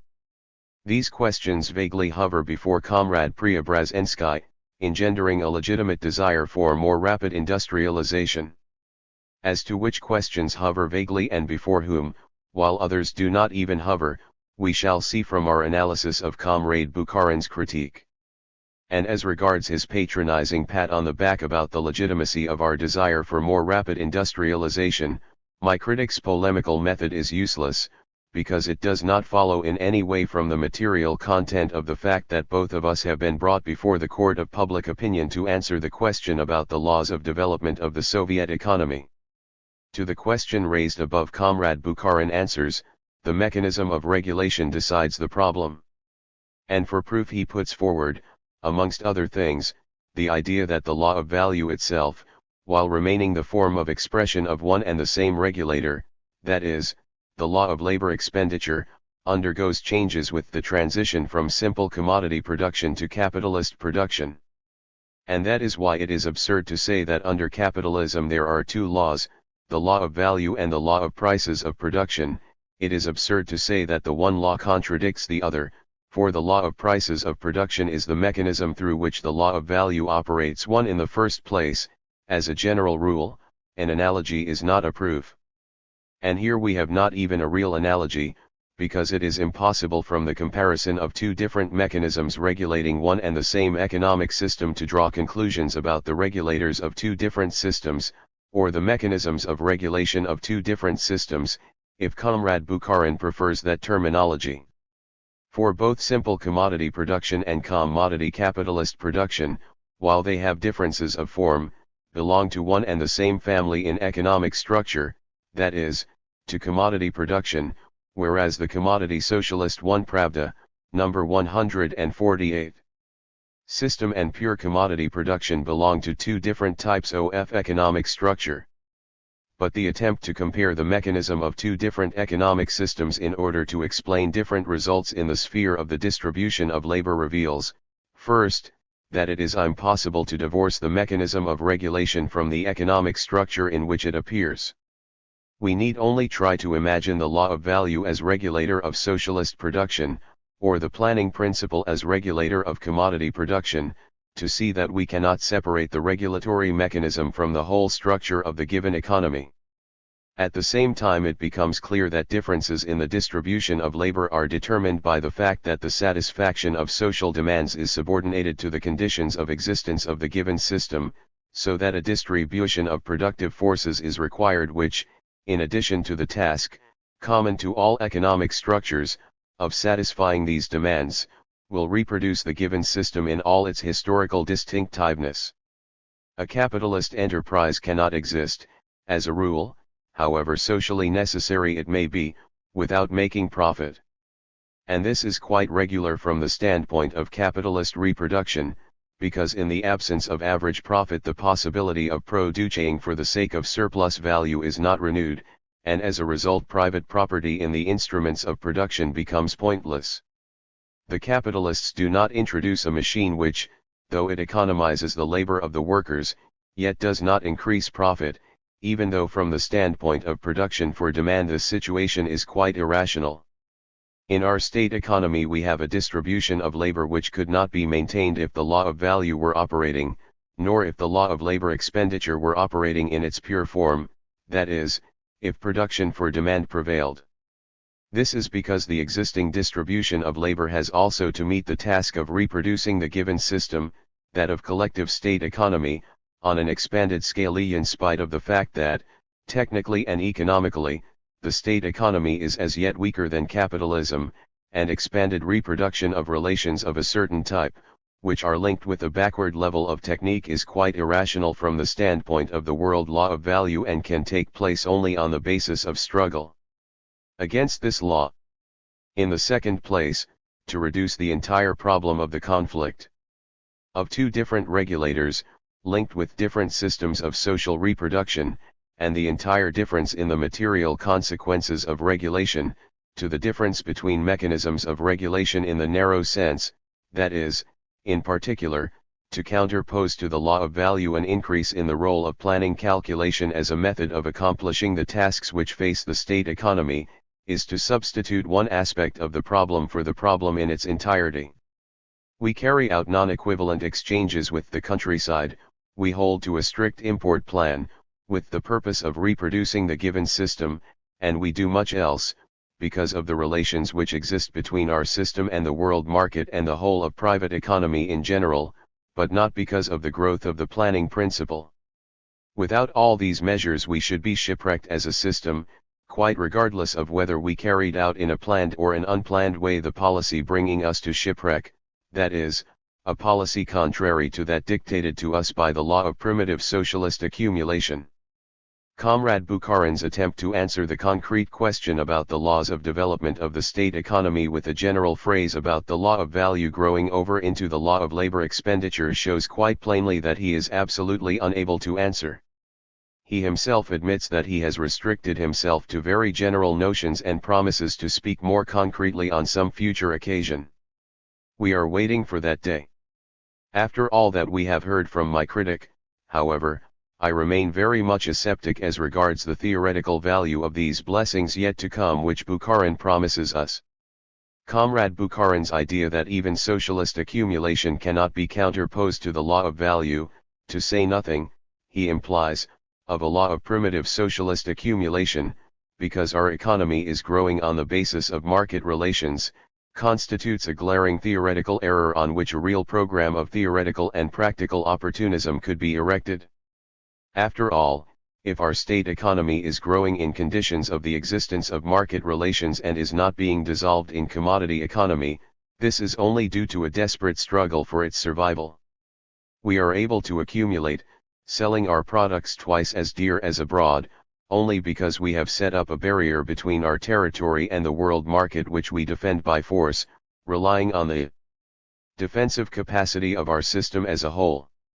We fight for survival within the framework of market relations, but we change their content on the basis of the struggle.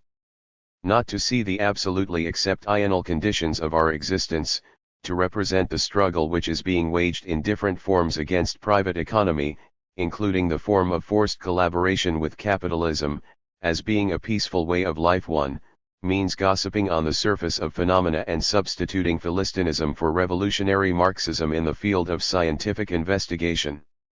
In order to finish with this subject, I quote from Comrade Bukharin's second feuilleton a passage which shows the carelessness with which he has written his whole refutation of my book and that he has not managed to read to the end of what was written at the beginning of it. Here is the passage: the process of growing over of the law of value into the law of labor expenditure is expressed in the fact that, in the procedure of the plan, prices in their semi-fictitious function, that is, no longer determined from the standpoint of the barometric fluctuations of the market, are formed quite differently from how they would be formed spontaneously. One asks, what spontaneous regulation is meant here?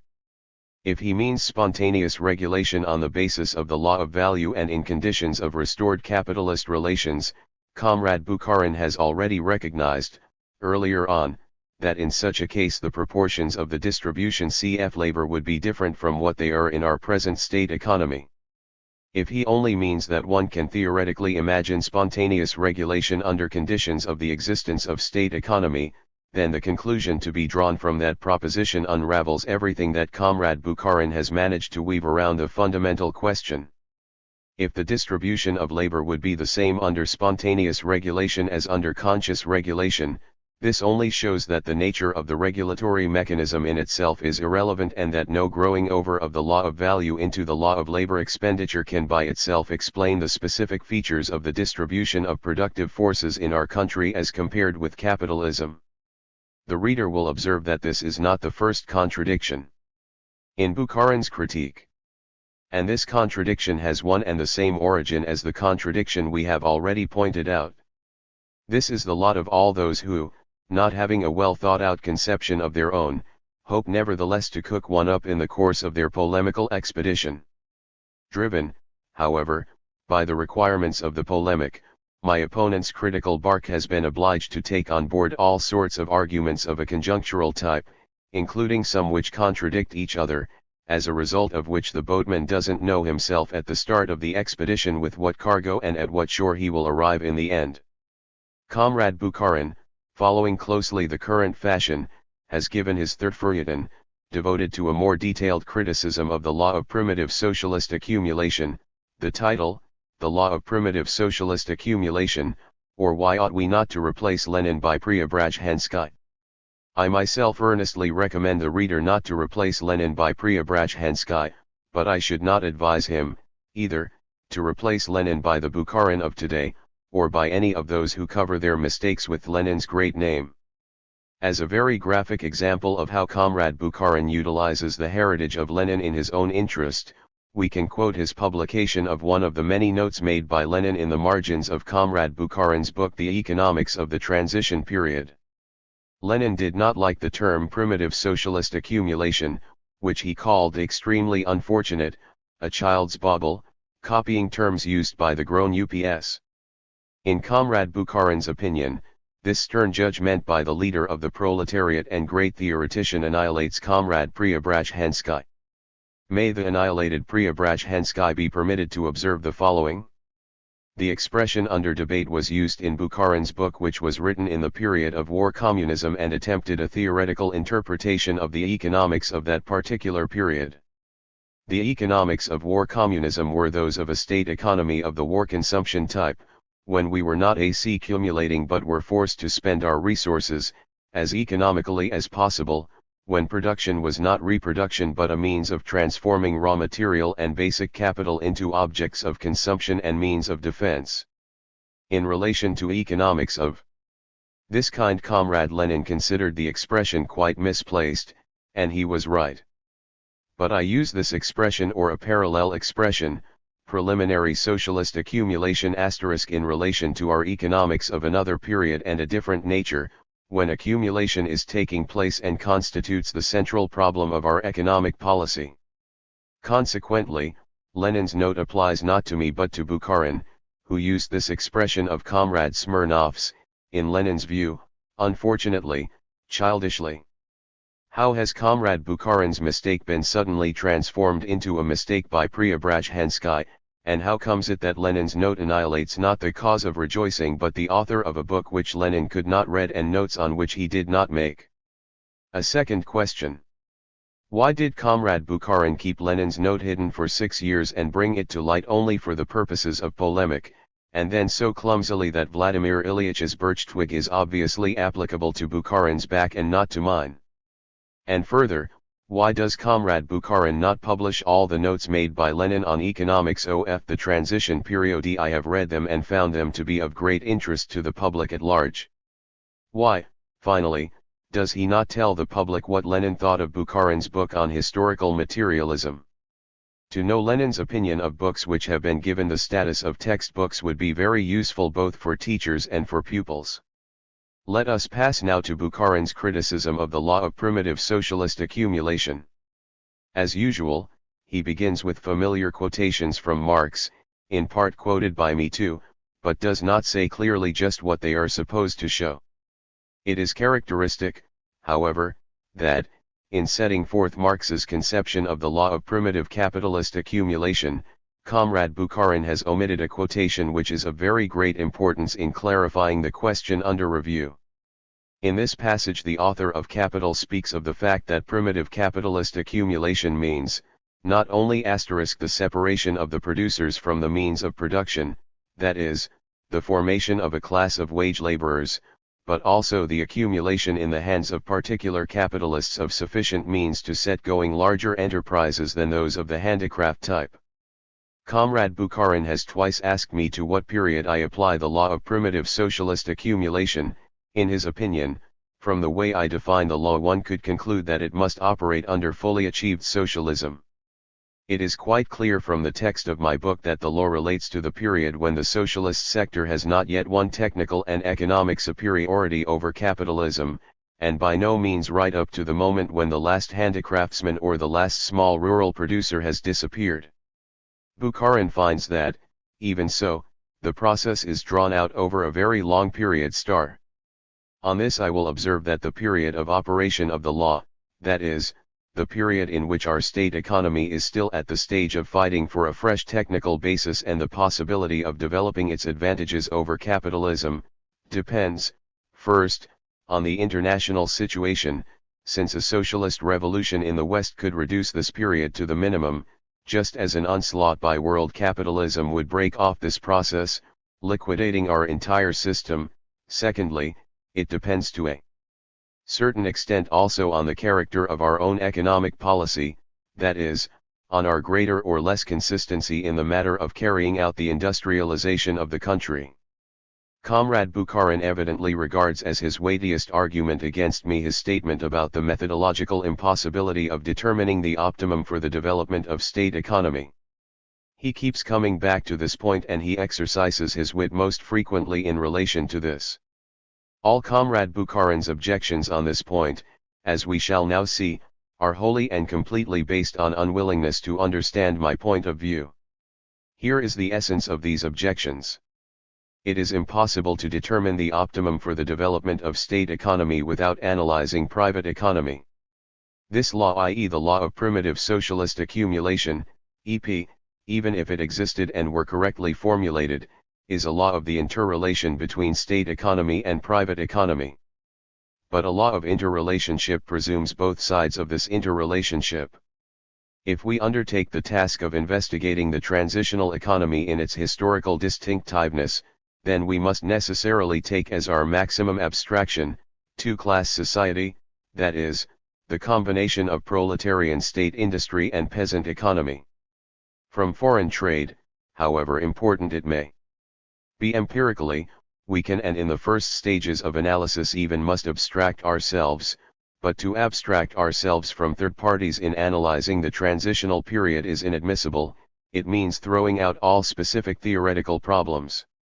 Comrade Prebrazhensky sees the contradictions but does not see the unity of the national economy, he sees the struggle but he does not see the collaboration. Point 1.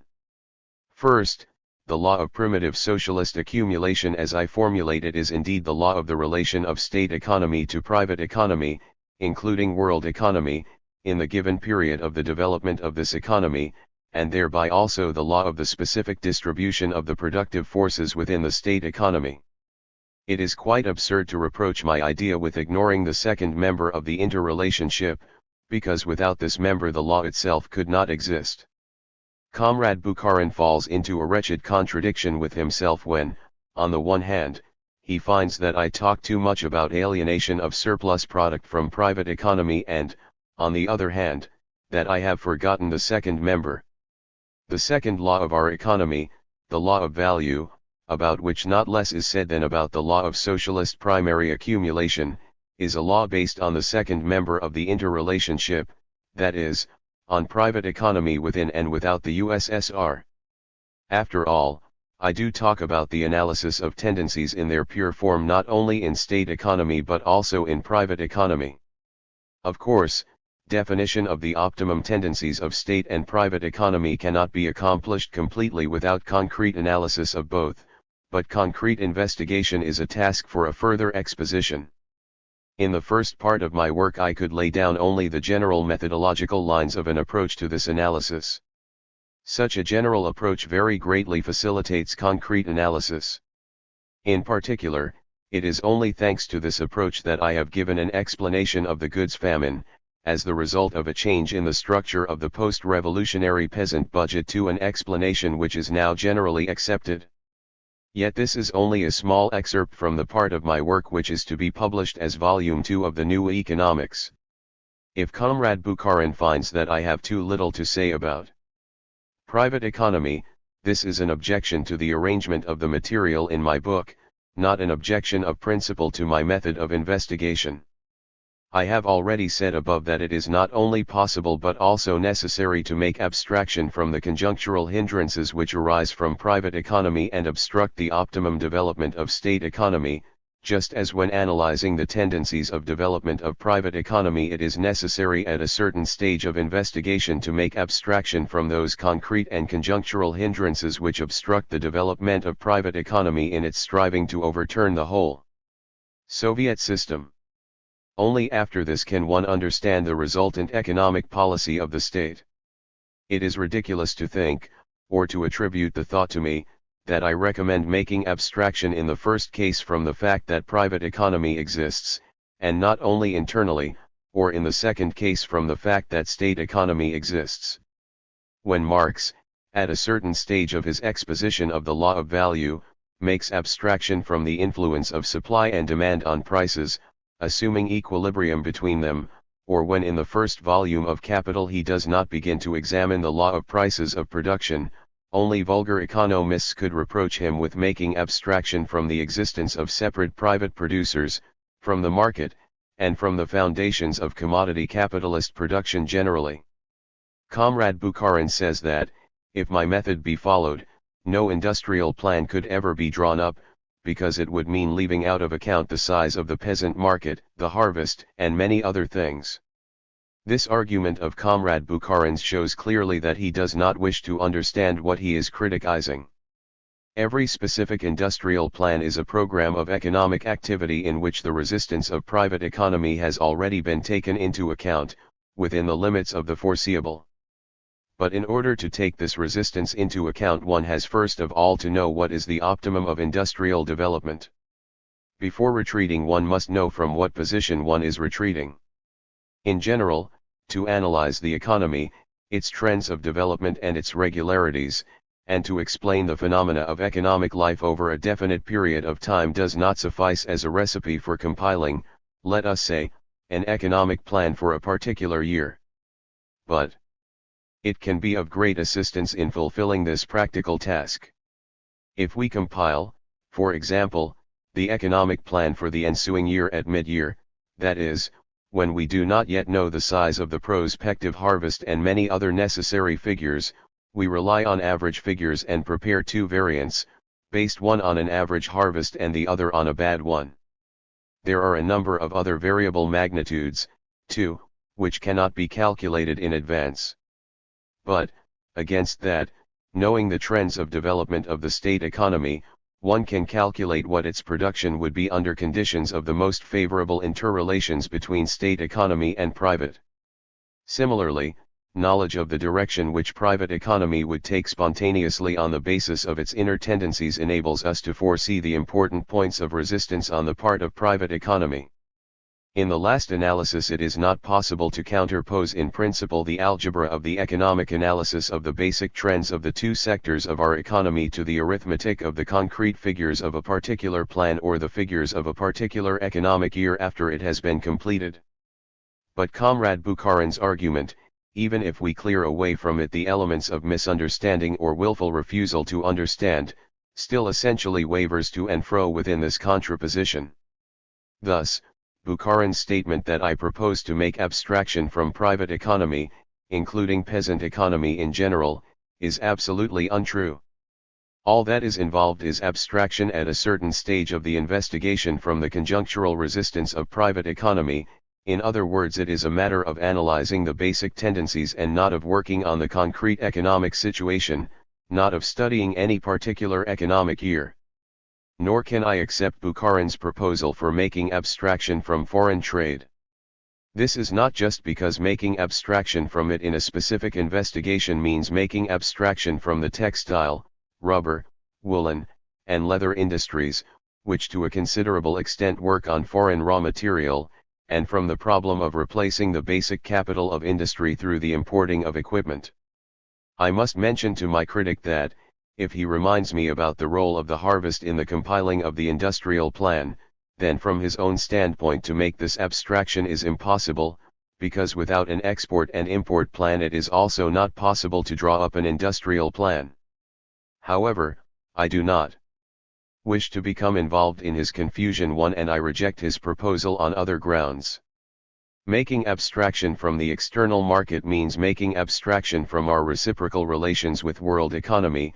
It means making abstraction from our quite exceptional value relations with it, from non-equivalent exchange, from the monopoly of foreign trade, from our almost prohibitive customs duties, the constraints on which all our industrial development literally depends in the period of preliminary socialist accumulation. This would also mean making abstraction from the basic conditions of our existence, which I myself do not do, in spite of the accusations made against me, and which I do not recommend other researchers to do. My critic further reproaches me with talking only about the struggle between the two sectors of the economy and ignoring their collaboration and the unity of our entire economic system. This is a very important point in my disagreement with Comrade Bukharin and his rather numerous co-thinkers. I relate to this Comrade Bukharin's statement, already partly examined, that it is wrong to counterpose socialist accumulation to the law of value. Let us begin with this last point. Underlying Bukharin's statement is the elementary fact that our industry, realizing its products under the conditions of market exchange and receiving the bulk of its raw material also from the market, is in a position, with the given level of prices, to accumulate. That is fine. But underlying this elementary fact is another one, also elementary, and much more alarming for us, namely that the current prices of our products are on the average twice as high as the prices of the same goods abroad. We accumulate with these prices only because we struggle against the world law of value, by forcibly tying our internal market to our technically backward industry while selling the exported products of peasant economy at the prices prevailing on the world market, and by subordinating our import program to the task of accumulating basic capital and replenishing stocks of circulating capital. It follows that we accumulate not on the basis of or parallel with the operation of the law of value, but on the basis of a desperate struggle against it, which, in the social field means a growth in class contradictions with the exporting groups in the countryside, that is, mainly with its well-to-do strata. This contradiction will increase as industry lags behind agriculture, and will be smoothed out only to the extent that we successfully carry out the technical re-equipment of our industry and transport. Not to see behind our miserable domestic commodity exchange the huge and threatening shadow of the world market, not to see the thinness of the wall which separates this from the 100-million-headed mass of our peasant population, not to see the tenseness of the whole situation and the ceaseless struggle of one system against another, is in practice to lull the vigilance of one of the contending sides, that is, the working class, to keep it in the dark about the dangers which threaten it, and to weaken its will with Potemkin villages of childish optimism in this period when it needs to continue to wage the heroic struggle of October only now against the whole of world economy, on the economic front, under the slogan of industrializing the country.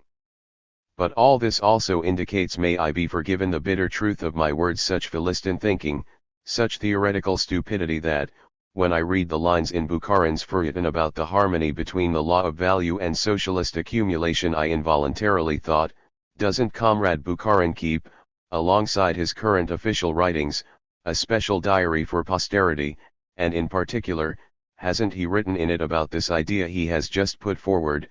All this is, of course, rubbish, but it was required for conjunctural reasons. In our economy there is, of course, a certain unity, a certain cooperation between the two sectors.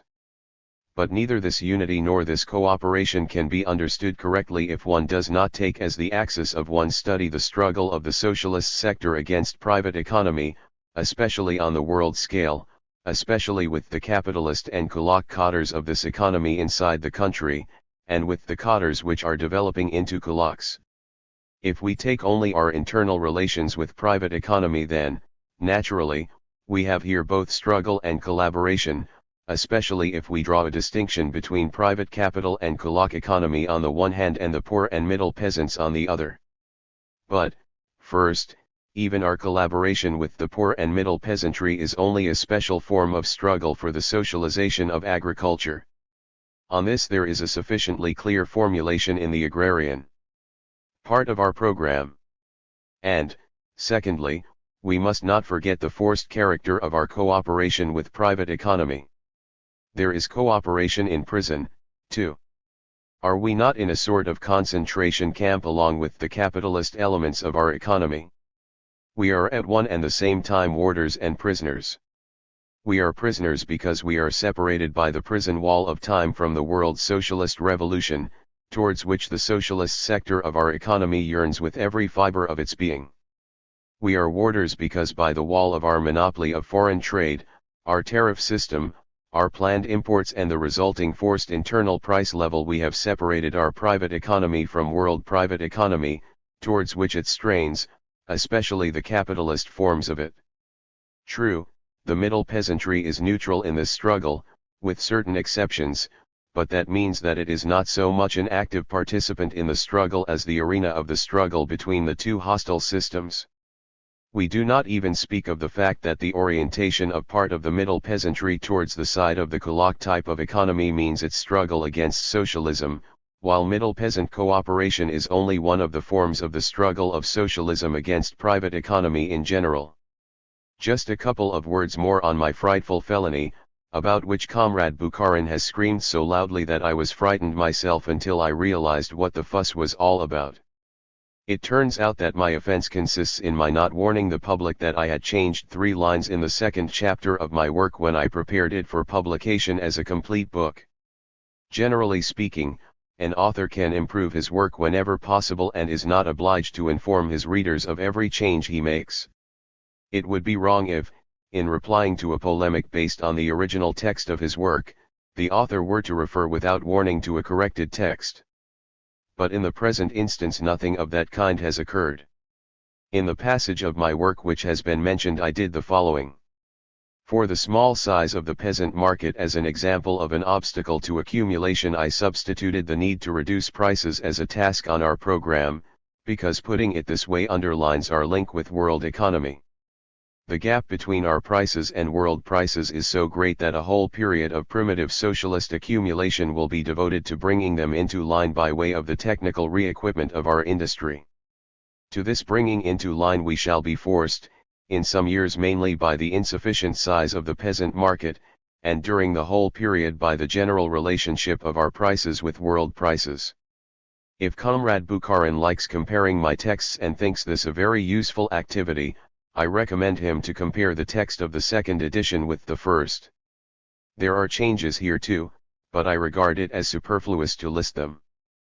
Practice is the highest court of appeal for deciding the truth or falsity of a particular theory or a particular theoretical argument.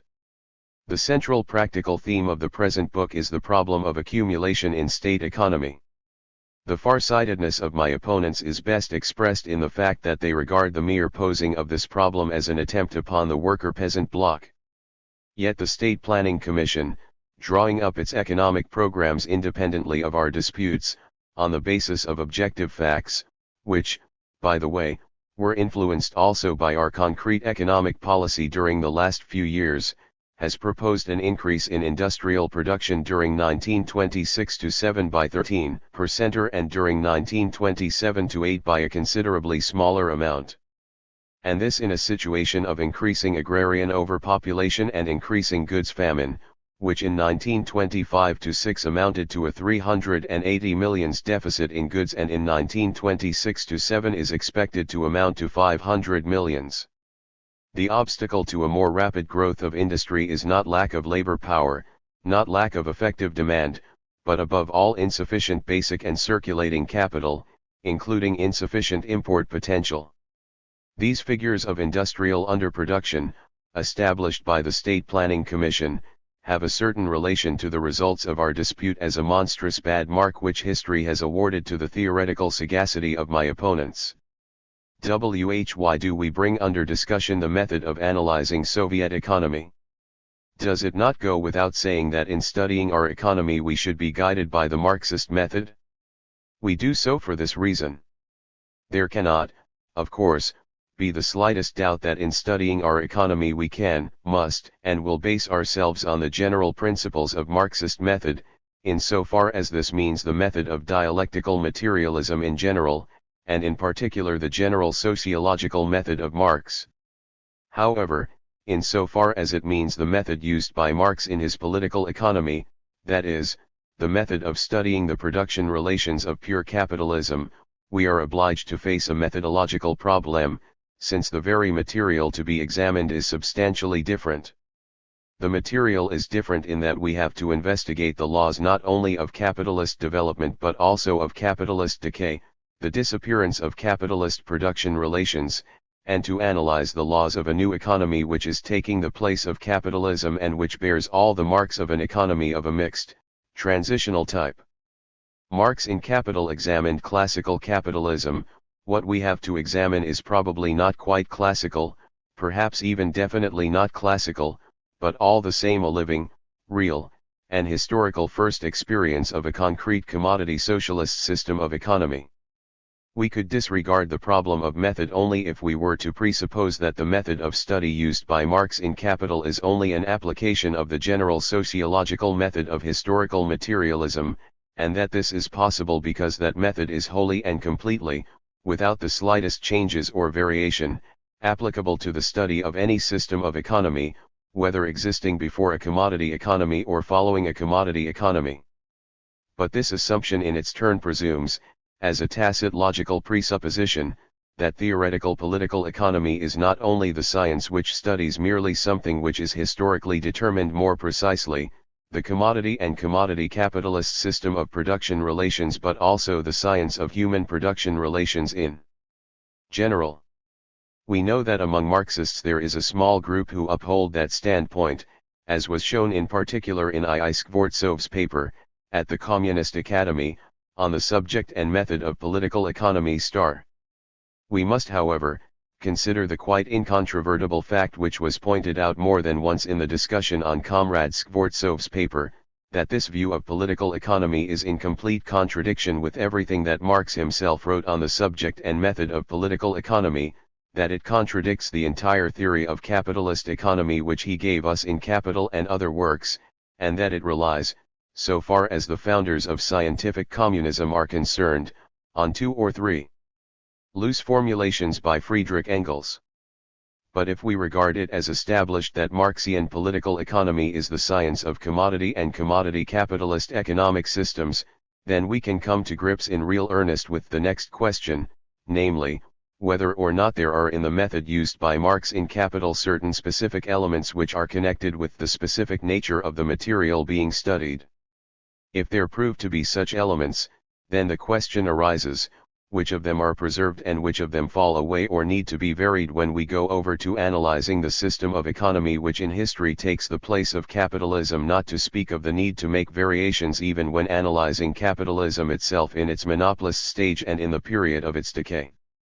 It is quite clear that we cannot answer the questions which we have just raised without saying a few words on the method of Marxian political economy in the aspect which concerns us. After this methodological excursion we shall more easily understand the problem of the method to be followed in theoretically analyzing the Soviet economy. The method of Marxian political economy. In order to understand the method used by Marx in Capital we have at our disposal, on the one hand, a series of direct statements by Marx about method, scattered through his works, and, on the other, some specific pieces of research where the use of this method is shown in practice. When touching on the question of method, Marx more than once tried to show how the application of the method of materialist 44. Dialectics differs according to the specific material to be studied. He pointed out that, for example, the study of natural phenomena in those cases when it is not possible to observe the phenomena in a pure form can be carried out by mounting experiments which permit such observation. However, in the analysis of economic forms neither microscopes nor chemical reagents are of use. The force of abstraction must replace both. Preface to Capital. Here Marx makes the first great distinction within the material to be studied by the dialectical method, that is, the distinction between nature and human society. In relation to social processes, which cannot be repeated or reproduced artificially, he considered it necessary to substitute, for the results which could in some spheres be obtained by experimentation, the force of abstraction. Essentially, the method of historical materialism is to a high degree an abstract method of investigation, because, in the indivisible complex of a social organism, in which direct relations in the process of production are very closely interwoven with what it is customary in Marxist terminology to call the superstructure, the Marxist begins his analysis with the center from which all changes and all movement begin, namely, economics, separating this by the force of abstraction at a certain stage of his investigation from all the rest. But the difference between the ways in which the method is used does not end there.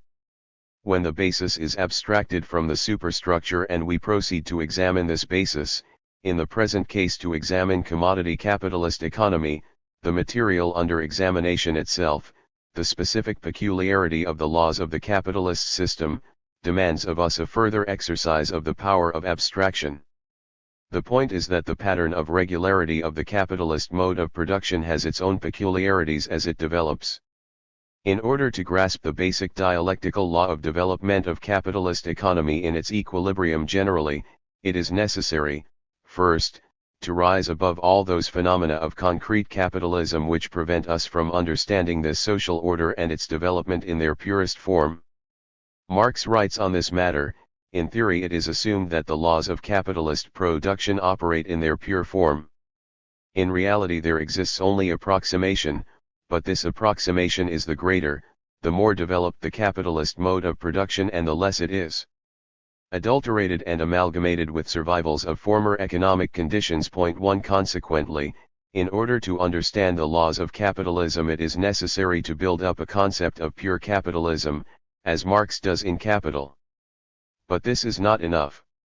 So far there is, in respect of the use of abstraction, no great difference between Marx's general sociological method and the method of his political economy. The difference begins when the analysis of this pure capitalism has revealed peculiarities of this economic structure which call for an abstract analytical method adequate to deal with them. Capitalism is an economic system which on the one hand is an indivisible, integral organism with reciprocal connection and mutual dependence between all its parts, but which on the other hand is an unorganized system in which equilibrium is achieved purely by spontaneity, and at the same time, and also because of all this, relations between people are treated as things reified, materialized. The essence of things does not correspond to the form in which they appear. The immanent laws of development and equilibrium of the system assert themselves through a mass of accidents and contrary tendencies, and can be grasped only on the basis of profound critical, and at the same time abstract, analysis of the basic law of the system and the forms in which it manifests itself, that is, through the establishment of the law of value, the law of the self-regulation of the capitalist mechanism. The purer we imagine capitalism to be, the more distinctly do we see all the immanent laws of its development and equilibrium, and the more obvious to us, also, is the specific nature of the very type of regularity or conformity to law of the capitalist economy, the concrete meaning of the word law itself as applied to this social form. Under capitalist production, the general law acts as the prevailing tendency only in a very complicate and approximate manner, as a never ascertainable average of ceaseless fluctuations. It is very important to notice that Marx is not speaking here of the complication and approximation in the working of a law applying to a concrete capitalism, where all this can be caused by the distorting influences of other economic forms, such as survivals of feudalism. No, Marx is speaking of pure capitalism, of capitalism in general, for analyzing which a second degree of abstraction is needed. One can think of capitalism at the stage when it has embraced the whole of world economy, and in the sphere of production there are only two classes, the capitalists and the workers, and at the same time understand its laws in the spirit of vulgar economics, that is, by offering in the guise of science mere superficial description, complete with the reified relations of commodity production. It is precisely the analysis of pure capitalism that reveals also in the purest form that specific feature of regularity in commodity economy which is inherent only in an unorganized yet at the same time indivisible and coherent economic complex. And from this follows the methodological approach appropriate to the study of an economy of this type. Only by the method of abstract analytical dialectics, and only by proceeding from the concept of the law of value, can one find one's way amid all these complications which present so extremely confused a picture to the investigator. In relation to economic forms where the law of value is not yet operating, and also in relation to the form where it will no longer operate, that second degree of abstraction and that complication of methodological procedures which are typical of Marxian political economy, typical of capital, are not needed. To clarify this idea, let us take an example. The law of deviation of price from value, which is only the form in which the law of value manifests itself, is inherent in the capitalist system as such. It results from the entire structure of capitalism and its particular method of achieving equilibrium in the whole system of production, exchange, and distribution. This, i.e., the quantitative incongruity between price and magnitude of value, EP, is no defect, but on the contrary, admirably adapts the price form to a mode of production whose inherent laws impose themselves only as the mean of apparently lawless irregularities that compensate one another. *1 In these circumstances it is only thanks to the discovery of the law of value as the central law of the commodity capitalist system that one succeeds in grasping through apparently lawless regularities *, the regularity of the system as a whole and its working. And then in logically deducing from the operation of the law of value all the categories of political economy, as scientific descriptions of those real production relations of capitalism which take shape spontaneously on the basis of the operation of this law in real life. It becomes fully comprehensible also why the whole of this construction appears when expounded to be an a priori construction, though Marx himself arrived at it by way of critically working over an enormous amount of factual material. Only through combining the study of concrete facts with abstract analysis did he succeed in building his theory of abstract capitalism, in which real capitalism, freed from everything accidental and untypical of this economic form, lives and moves, illumined with all the colors of the rainbow, and in its turn the entire construction throws back a shaft of amazingly bright light upon capitalist relations in the real world. Political economy and social technology. Political economy is the science which reveals the laws of development and equilibrium, and, in part, the laws of decay of the commodity and commodity capitalist mode of production, as a planless, unorganized mode of production. The antithesis of commodity production, which succeeds it in history, is the planned socialist economy. And as, in the sphere of economic reality, the commodity of the capitalist mode of production is replaced in planned economy by the product, value by the measurement of labor time, the market, in its capacity as the sphere in which the law of value manifests itself, by the bookkeeping of planned economy, surplus value by surplus product, so in the sphere of science political economy gives place to social technology, that is, the science of socially organized production.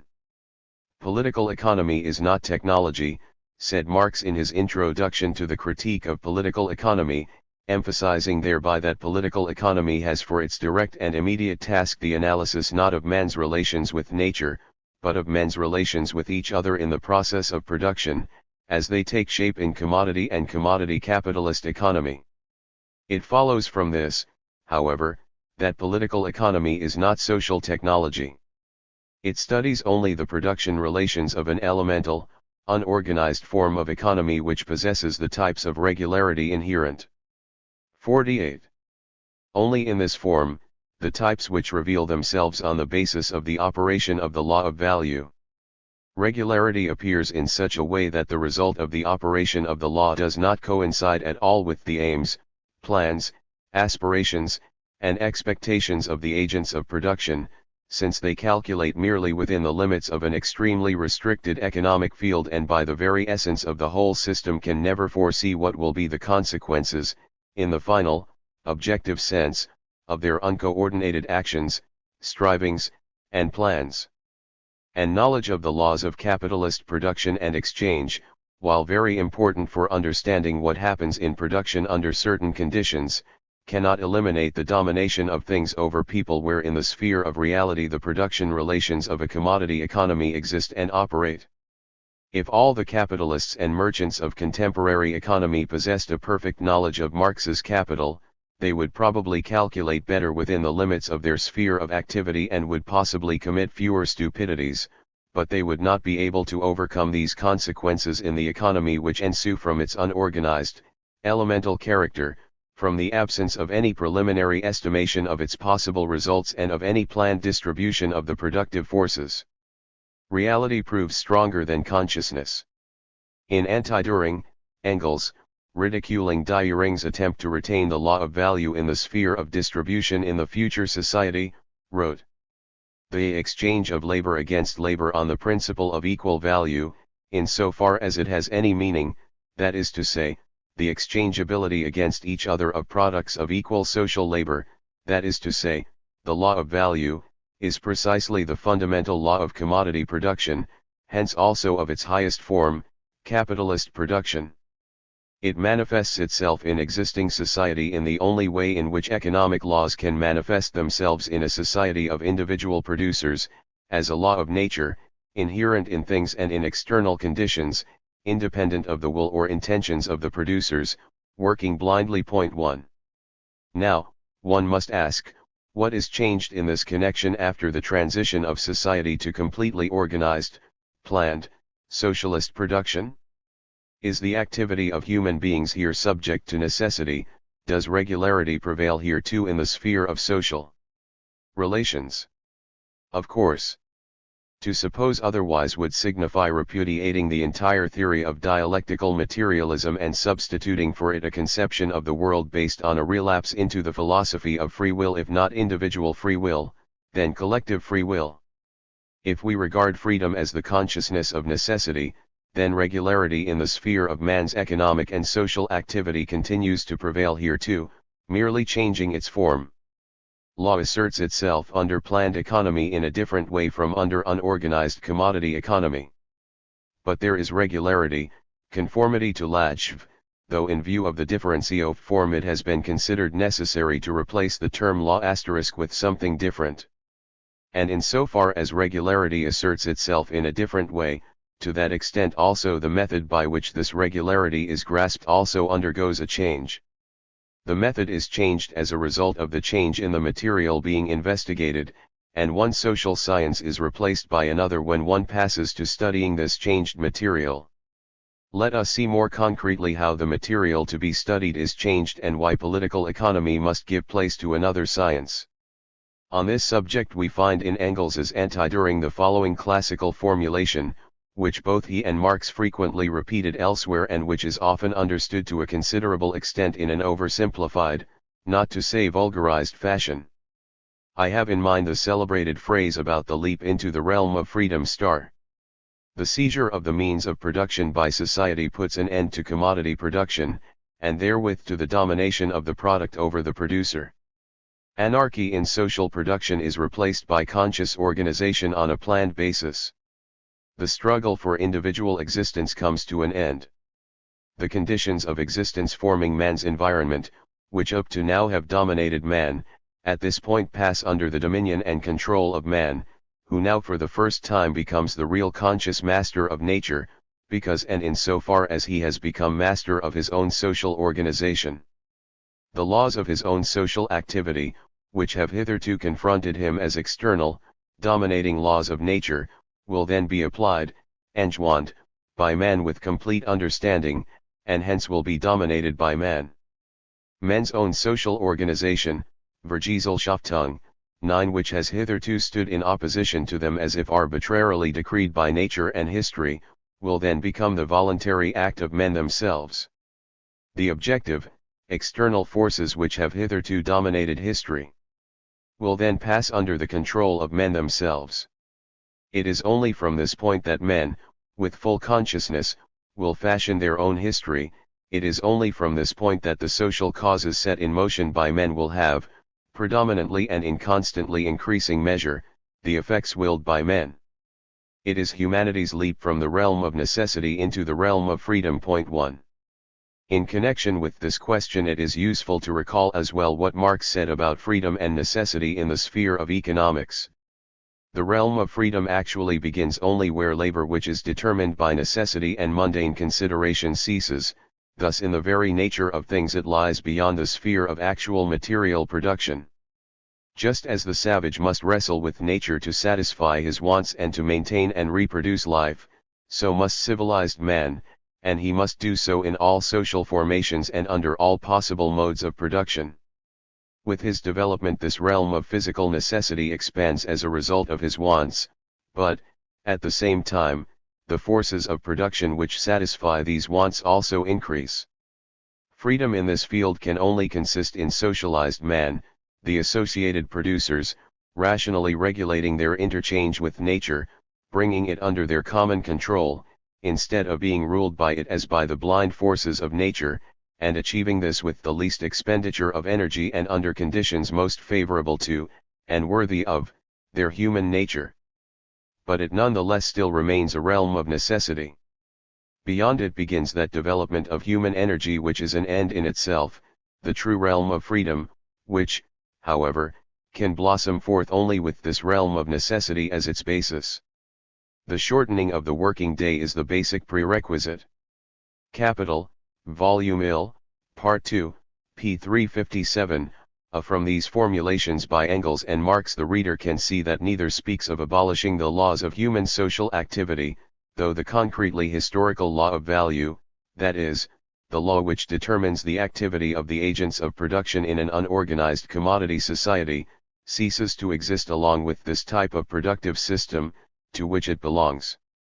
And Marx in addition makes the extremely important observation that under socialism the growth in wants must bring an increased growth of necessity, that is, in this case, growth of the economic necessity of satisfying these wants.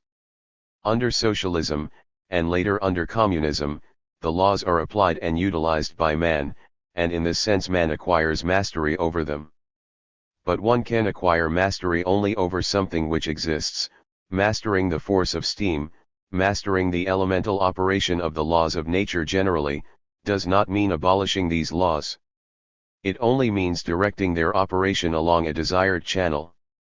Though it is obvious that to acquire mastery over the laws of one's own social activity means at the same time very significantly to change the way in which these laws manifest themselves.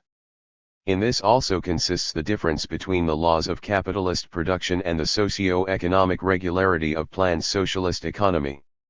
Determinism prevails here too, but the forms of conditionality, of causality, are different. Let us clarify this by means of a very simple and typical example, where the structural difference between capitalism and socialism stands out very sharply, together with the difference in the forms of regularity which results therefrom. Let us suppose that in a certain capitalist country there is underproduction of leather footwear in comparison with the existing effective demand for this commodity on the market. First, the disproportion is revealed post factum after the increased demand has come into existence. It could not happen otherwise where there is no social organization of production, no estimation of the dimensions of production and of effective demand. True, capitalist society has worked out its palliative methods of estimating future demand, but they only mitigate the inevitable fluctuations without being able to eliminate them, insofar as the system of distribution of productive forces remains a system of commodity economy. Point 1. The increased demand causes an increase in the prices of footwear and consequently leads to an unforeseen redistribution of the national income, involving surprises which are pleasant to some and unpleasant to others, different from what it would have been if there had been equilibrium between supply and demand. After this comes an increase of production in the existing enterprises of the leather industry, an influx of new capital, perhaps fresh construction.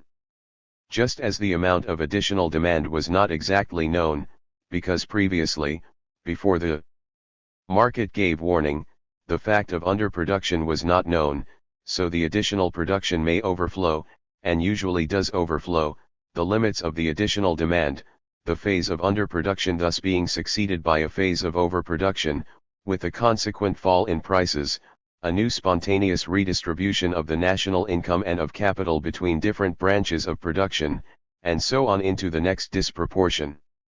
Any correspondence between supply and demand happens by accident, disproportion one way or the other is the rule. This is the way in which, through the operation of the law of value, the necessity of attaining equilibrium between production and effective demand asserts itself. The laws of man's social activity in the sphere of production confront the agents of production as forces external to themselves, blind, uncontrolled forces of nature. Just as, in order that equilibrium may be achieved in any system, a regulator is needed in the sphere of reality, a regulator specific to the given system alone, so also, in order to understand all this mechanism and the regularities peculiar to it, we need specific methodological procedures. Let us now see how regularity will assert itself in an analogous situation under planned economy. Let us assume that an increase in the demand for footwear takes place in socialist society. The statisticians of socialist production will have calculated it, substantially, beforehand, through the methods of calculating mass demand which will be worked out under this form of production. The growth in demand here, called forth by the growth of population and other causes which are subject to calculation, will be taken into account in the drawing up of a production program for the footwear industry, with all the consequences which follow from it for other branches of production. But the very fact of the growth of demand for leather footwear, insofar as it is not subjected to change through the conscious influence of society itself for the replacement of one type of shoe by another, or insofar as production itself does not consciously give rise to a new demand, is an objective fact. The regulating centers of economic life can adjust themselves to this objective fact, but cannot do away with it, cannot abolish it. And the adjustment of production to demand in this sphere calls for a number of necessary measures in the redistribution of the labor force in contiguous branches of production, including that of the raw material of leather, which 53. To the extent that it deals with material of animal origin, is more dependent than other branches on natural conditions. The difficulty can be partly overcome by the release of emergency reserves, which will always play a very big part under planned economy.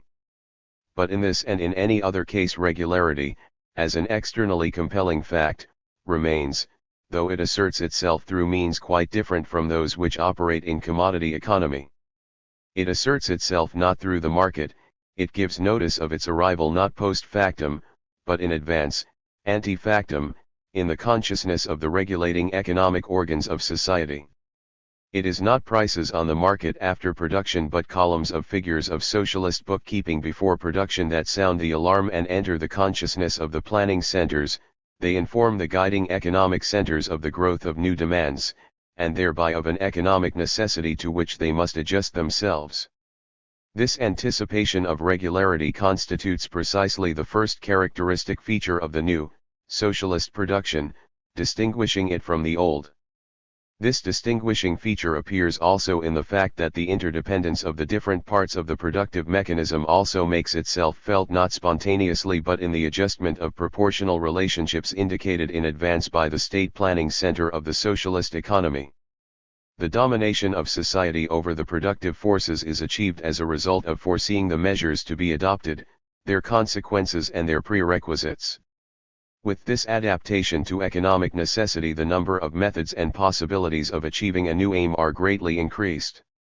Even with the same labor force and material resources as under capitalism, an enormous increase is here achieved in the possibilities of economic maneuvering, and one change alone in the quality of the economic structure makes possible an increase in the quantity of the results attainable.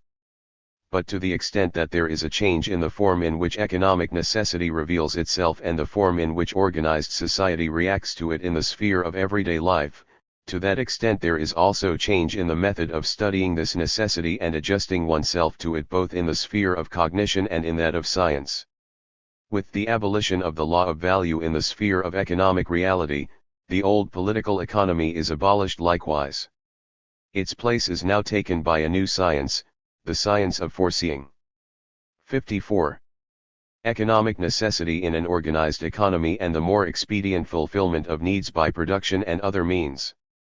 This is a quite different science.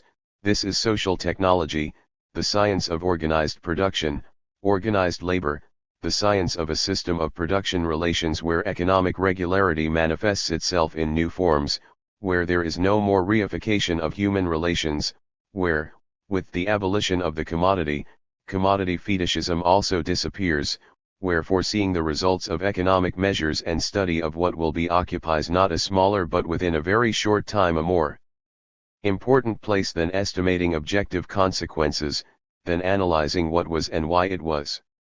This science is in a certain sense as distinct from political economy as the market of commodity economy is distinct from the future offices of the socialist regulatory organs, with their extremely complex and ramified nervous system of social foresight and planned guidance. It is a complex business to analyze an economic system in which both the planning principle within the limits imposed by the degree of organization attained in the economy and also the law of value, with its externally compelling power, are operating simultaneously. The especial difficulty of studying an economy of this kind is that neither form of production is present in its pure form. While the law of value, to the extent that it manifests itself in this system, is an old acquaintance of ours, which has been sufficiently studied as it is exemplified in classical capitalism and in relation to the system of simple commodity production, the planning principle is something unfamiliar, which first emerges onto the arena of history in our economy, and has so far revealed itself to us only to a limited extent. Nor is that all. Both the law of value and the planning principle, the basic tendencies of which assume in the Soviet economy the form of the law of primitive socialist accumulation, are operating within a single economic organism, and are counterposed one to the other as a result of the victory of the October Revolution. Consequently, neither law appears in its pure form. The proletarian state guides not only the state economy but also domestic and foreign policy, endeavoring to protect the system as it exists, to strengthen it, and to bring socialist principles to triumph in it. It encounters resistance from world capitalism without and from private economy within. As a consequence of its economic policy, the real results achieved in the economic sphere do not follow the optimum line of the law of primitive socialist accumulation but a line that results from a certain relation of forces between the socialist tendencies and the opposing influences which they encounter. It is quite obvious that under such conditions a simple description of what is and what has been will not be scientific in the true sense of that word. Marx said that if the form in which things appear and their actual essence were to coincide, no science would be necessary.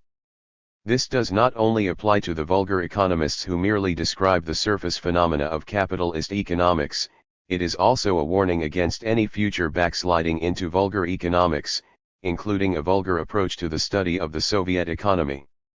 A description of what is the result of a struggle between two principles in our economy will not explain why one particular result emerges and not another, or give a prognosis for the future. Consequently, we have here too to resort to the abstract analytical method of study and to try to ascertain what the conflicting tendencies are, first of all in their pure form. The main difficulty does not lie in analyzing the law of value, nor even in those distortions and restrictions of its working which we constantly observe in our economy. For, first, we know here what is undergoing distortion and restriction. We can compare a photograph of the distorted law of value with the original. Furthermore, we have already acquired and studied some experience of the distortion of the law of value under monopoly capitalism, so that not all possible distortions of the working of this law are novelties and surprises for us. It is with the law of primitive socialist accumulation that the main difficulty lies in ascertaining the inherent tendencies of this law in their pure form and then explaining all the restrictions to which they are subjected as a result of the operation of the law of value. In the very attempt to analyze the law in its pure form and trace deviations from it, we encounter the following difficulties, some of which have been formulated as objections. First, is it possible in general to speak of a law applying to the process of primitive socialist accumulation? Is it not more correct to speak merely of 56. The planning principle and its operation? Secondly, is it possible and correct methodologically to analyze the working of the law in its pure form, allowing, at a particular stage of the investigation, abstraction to be made from the actual economic policy of the Soviet state, which is dictated by the entire aggregate of political circumstances? Thirdly and lastly, is it in general possible to proceed from the presupposition that two basic laws are in conflict in our economy? Which of them, then, is the single regulator of the economy? We have partly prepared the way for the answer to the first question in what we have said already. We can speak of a law of primitive socialist accumulation in a sense that we shall explain. In the general sociological meaning of the word, we mean by law a constancy of results when approximately the same causes are reproduced in approximately the same social situation. Absolute repetitions do not occur in nature, and still less in society. A law in the economic meaning of the word is a constancy of results following from the reproduction of a certain type of production relations. For example, the law of value begins to operate wherever the production relations of commodity and commodity capitalist economy appear. Let us now assume that the planning principle begins to operate in society. Does causality cease to operate here? Is regularity abolished in the sphere of production relations? We have already answered this question in the negative. The regularity is merely of a different kind. It makes its way into consciousness from the beginning. What is economically necessary is known beforehand, is taken into account in advance, and then leads to organized action in a certain direction. This is the only difference. Point 1. But when a new type of production relations is beginning to force a way for itself, its first task is to fight to exist and consolidate itself, which in our economy, under conditions of the growth of capitalist relations within and capitalist encirclement without, entails a constantly expanded reproduction of socialist relations, with a definite scale of expansion, objectively dictated to the Soviet state. This is a question of life and death for the whole system. But struggling for the reproduction of socialist relations means struggling to increase the means of production belonging to the proletarian state, means uniting around these means of production ever greater numbers of workers, means raising the productivity of labor throughout the system. And this also means struggling for expanded reproduction of the given system, struggling for the maximum primitive socialist accumulation. The whole aggregate of tendencies, both conscious and semi-conscious, directed towards the maximum development of primitive socialist accumulation, is also the economic necessity, the compelling law of existence and development of the whole system, the constant pressure of which on the consciousness of the producers collective of the state economy leads them again and again to repeat actions directed towards the attainment of the optimum accumulation in the given situation. The necessity for these actions is known, though not always distinctly. 1. This changes the form in which the law manifests itself, but does not abrogate it. If we were to have a poor understanding of the need to act and to act with increasing speed and energy in the spirit of accumulation, we should be urged forward by objective facts like the growth of the goods famine, the growth of private accumulation, the danger to the existence of our entire system constituted by the weakness of our industrial and war industrial base, and so on.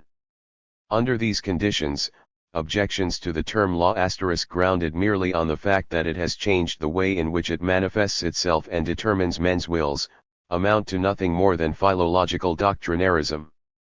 So, then, we can speak of the law of primitive socialist accumulation. But we not only can, we must speak of it if we want to advance scientific study of our economy and its peculiarities. The following counter-argument is often brought forward. Why talk about a law when it is merely a matter of the struggle between the socialist planning principle and the spontaneity of commodity economy? This is the objection of a man who obstinately refuses to take a bath, considering that he can quite well go without it. I agree that, for those who do not want to undertake scientific analysis of our economy and the current phase of development of the socialist principle in this economy, it is possible not to advance any further. But everyone who wants to advance will agree that the phrase about the struggle of the socialist planning principle against the spontaneity of commodity production tells us nothing about the distinctive characteristics, the specific features of the current period of this struggle. This phrase, in however many forms it may be offered us, remains a jejune formula if we do not give it a concrete content connected with the present period and the present socio-economic situation of the state economy.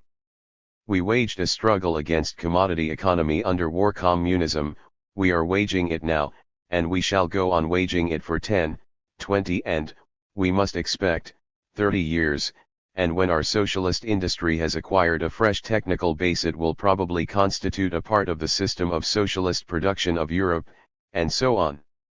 Is it possible that with regard to such different situations, such different technical and production relations, such different systems of ties between the organized economy and private economy, we should be satisfied with one and the same general phrase which will, of course, remain true for 20 or 40, 59 years, but just for that very reason will always be empty of content?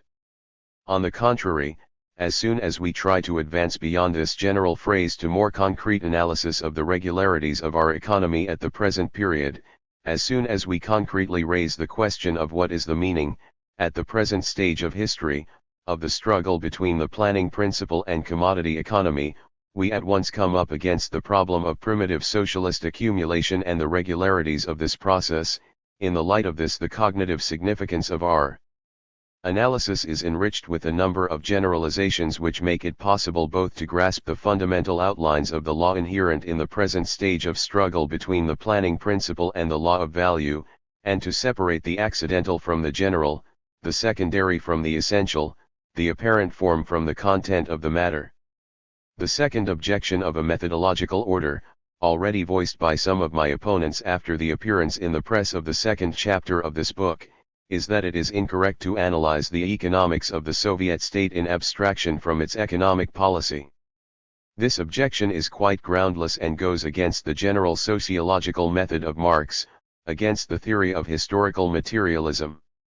It is not at all accidental that Marx preceded his first basic economic work, a contribution to the critique of political economy, with a preface in which he set forth his general sociological method.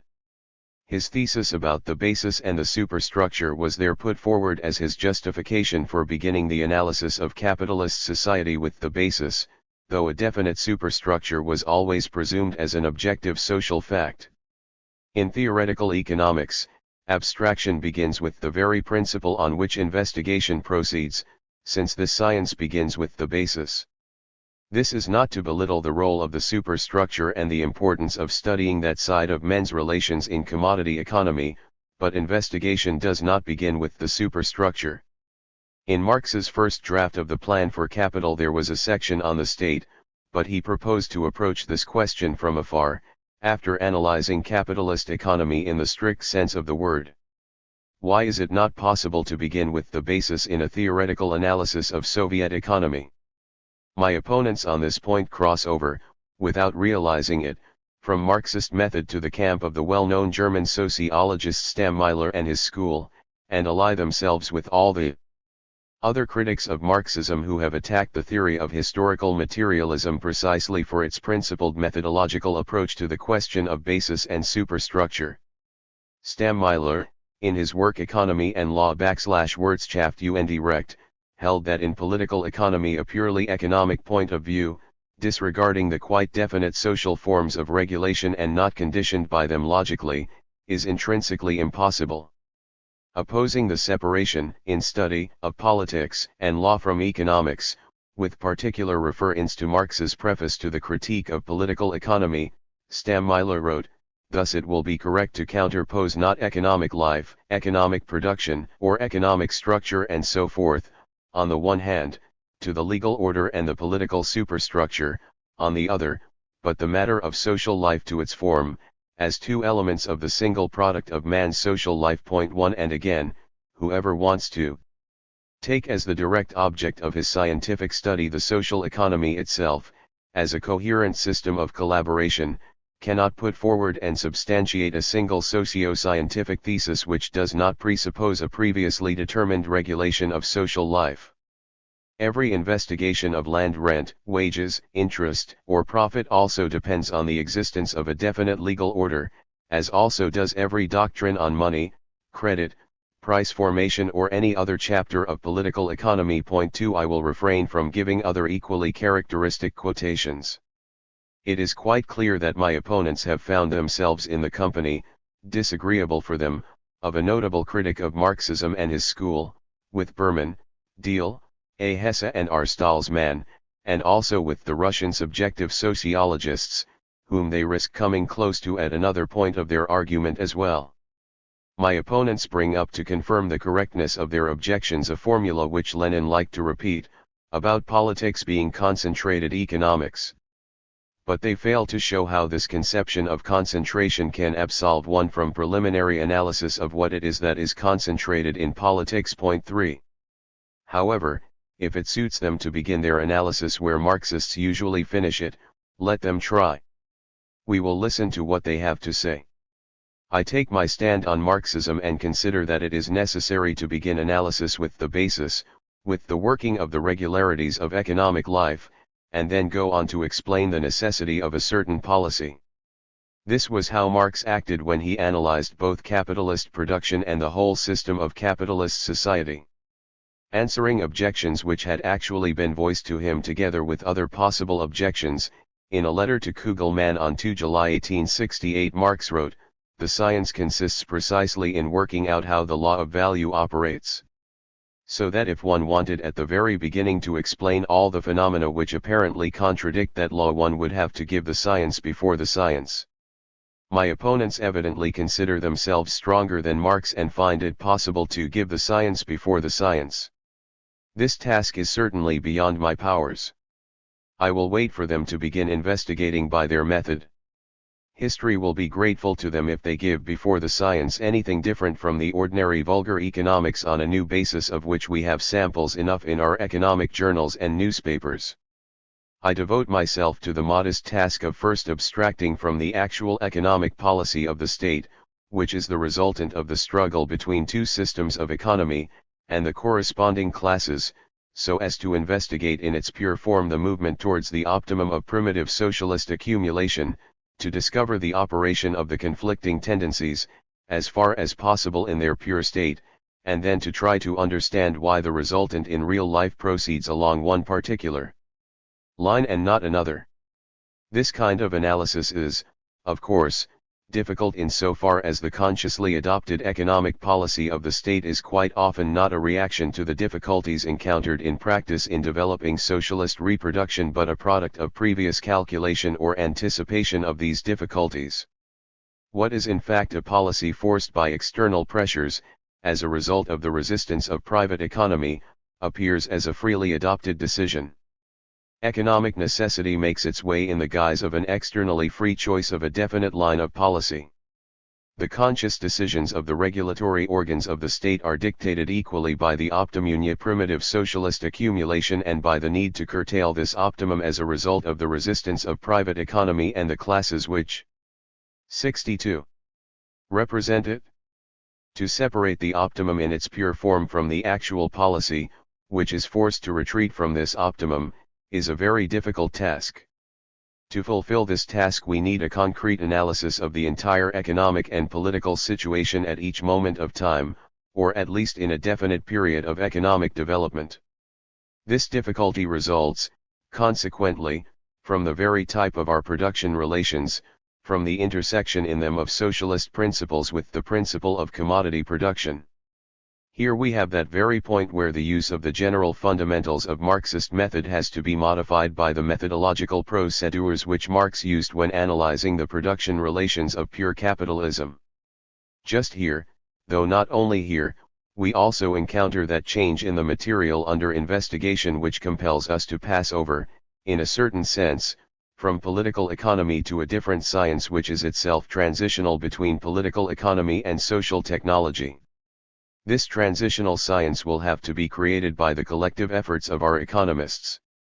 This science will have to study the question of how the regularities of economic life manifest themselves under a mixed commodity socialist system of economy, how the will of the participants in collective production is determined when this collective production is linked by 1,000 threads with private economy, and how relations are formed in private economy, whether developing as such or adapted to state economy in a situation where the law of value becomes increasingly restricted by the planning principle.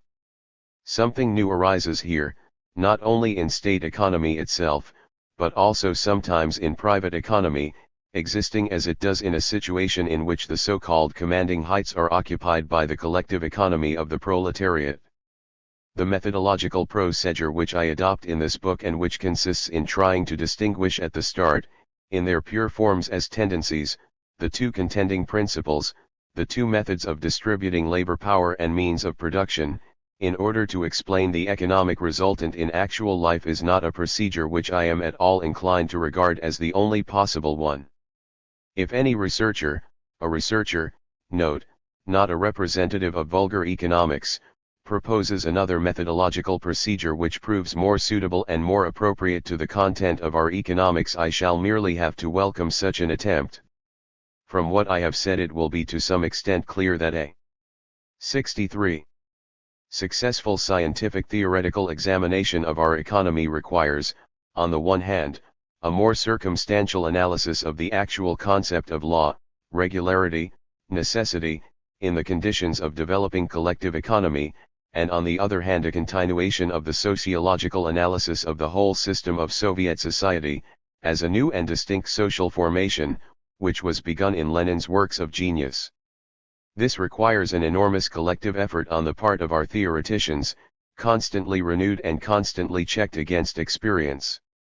I come, finally, to the third difficulty and the third objection, which arises on the basis of this difficulty. Does it not follow from the foregoing that in our economy, with its struggle between two principles, there is also the basis for two different regulators of the system as a whole? Can this be so, in general, and if so, what becomes of the definite unity of the entire system of economy, as a coherent economic organism? That two principles are contending in our system is a fact which nobody disputes except, of course, those who see our whole economy as merely one of the varieties of bourgeois capitalist economy. But if in the single economic organism we have a struggle between two principles, and it is through this struggle that the whole system moves forward, as is characteristic of the dialectical process of development generally, the question has to be posed in a different way: not can there be two regulators in such a situation, but can there not be two regulators?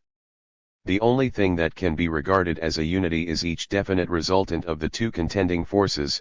This is what really decides at each moment the distribution of labor and means of production between the systems and the market form of the connection between them, above all changing its content in accordance with changes in the antagonistic poles of the economic whole. If each principle is fighting for supremacy in the whole system, it is thereby fighting for the type of regulation which is organically characteristic of the particular system of production relations, taken in its pure form. Let us make this clear by means of an example. Suppose that commodity capitalist relations were to prevail in our economy, which in politics would inevitably mean a liquidation of the dictatorship of the proletariat, and in the economic sphere free development for the capitalist commodity regulator of the economy, that is, the law of value. The distribution of social 64. Labor and means of production would then take shape as it always does when the law of value operates, that is, in the rearrangement that would best of all spontaneously reproduce capitalist commodity relations. With the abolition of the monopoly of foreign trade, some enterprises would be abolished and others expanded, the industrialization of the country as a whole would be reduced, and this entire process would spontaneously be subordinated to the task of reproducing capitalist relations within the country and in those capitalist countries which would be involved in all this bourgeois reconstruction of our economy. The present industry of the USSR and the pattern of its economy, in particular the distribution of productive forces between heavy and light industry, between town and country, would be substantially changed. It may be asked, is there inherent in our private economy and in the capitalist countries, earnestly striving, as their minimum program, for the abolition of the monopoly of foreign trade and socialist protectionism, a tendency, a pressure in that direction? Yes, of course there is. And if so, then there is inherent in them a striving towards their own type of regulation, which will force its way wherever it does not meet with resistance from the other sector of the economy. Now, about this other sector, the state economy. If it were to secure maximum opportunities for reconstructing the whole system as it would, above all if the proletarian revolution triumphed in Europe, then, of course, with the formation of socialist relations as the complete and unconditionally dominant type of relations in the whole economy, not only would the planning principle triumph as the method of organizing and guiding the economy, but the proportions and distribution of labor and means of production would be substantially different, both from what they are now and still more from what would result if the capitalist form triumphed and the law of value became the only regulator of the economy.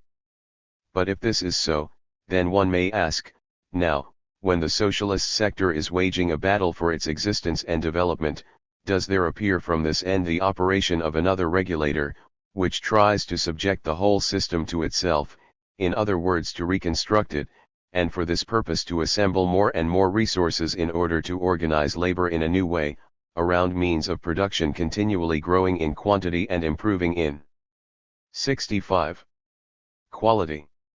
Yes, there certainly does. And now it is only necessary to ascertain more definitely how this law operates, what the whole of this process is concentrated in, and in what it finds its expression. Let us assume for a moment that at this point of time we have in our economic system, taken as a whole, not a process of expanded reproduction but a process of simple reproduction.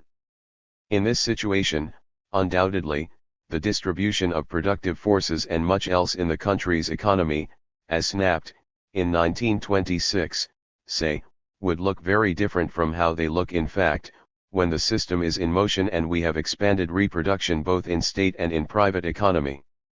But what would this difference consist in? We can partly answer this question by analogy with the distribution of productive forces under simple and expanded reproduction in capitalist economy. Those who have read the second volume of Capital know that Marx gives there, at the beginning, a diagram of the distribution of productive forces under simple reproduction and, later, a diagram showing their distribution under expanded reproduction. With the same total amount of capital in the whole economy, the proportions of distribution of C plus V plus S1 within each department, and between the two departments, are then quite different. They are, so to say, drawn up as for battle. In them we perceive the proportions of the dynamic of expanded reproduction. In our economy, with expanded reproduction in both state and private economy, the arrangement of productive forces, the proportions between the socialist sector and the private sector, and also the proportions between branches in the socialist sector, must differ not only from what they would be under simple reproduction, but also from the proportions of expanded capitalist reproduction at the given level of industrialization, and they are inevitably different each year as compared with the previous one. Each new year for state economy, if it is in a condition of development, means, 1. An absolute increase in production as compared with the previous year, 2. A relative increase as compared with the increase of private production, and 3. A different arrangement of forces within itself, evoked precisely by the proportionality of expanded socialist reproduction in the given year. But the law which regulates the whole of this process, the regrouping, the growth of socialist relations of production, and the transference of values from private economy is also the law of primitive socialist accumulation. In each year it dictates to us such a distribution of productive forces within the entire state economy as will anticipate their distribution also in the following year and to some degree for several years ahead. In the first place, the level of organization already attained by the state economy, however modest it may be in general and however much lower it may be than the already existing objective possibilities for such organization, and, in the second place, the very nature of our capital investments, especially new construction, demand in each year a regrouping of productive forces such as will partially anticipate the proportions in the economy of the succeeding years. Otherwise we in 1926 shall inevitably create a goods famine for 1930, as well as a breach in the equilibrium between our economy and world economy, and a debacle, to the advantage of private economy, in our import plans, which should be subordinated to the task of industrializing the country, and so on. What the State Planning Commission has already experienced in working out the 5-year plan is not an accident. Such a deepening of the work of planning is not only an achievement to our credit but also an urgent necessity which is dictated to the collective economy directly, as an externally compelling law. The October Revolution has a logic of its own on this battlefront.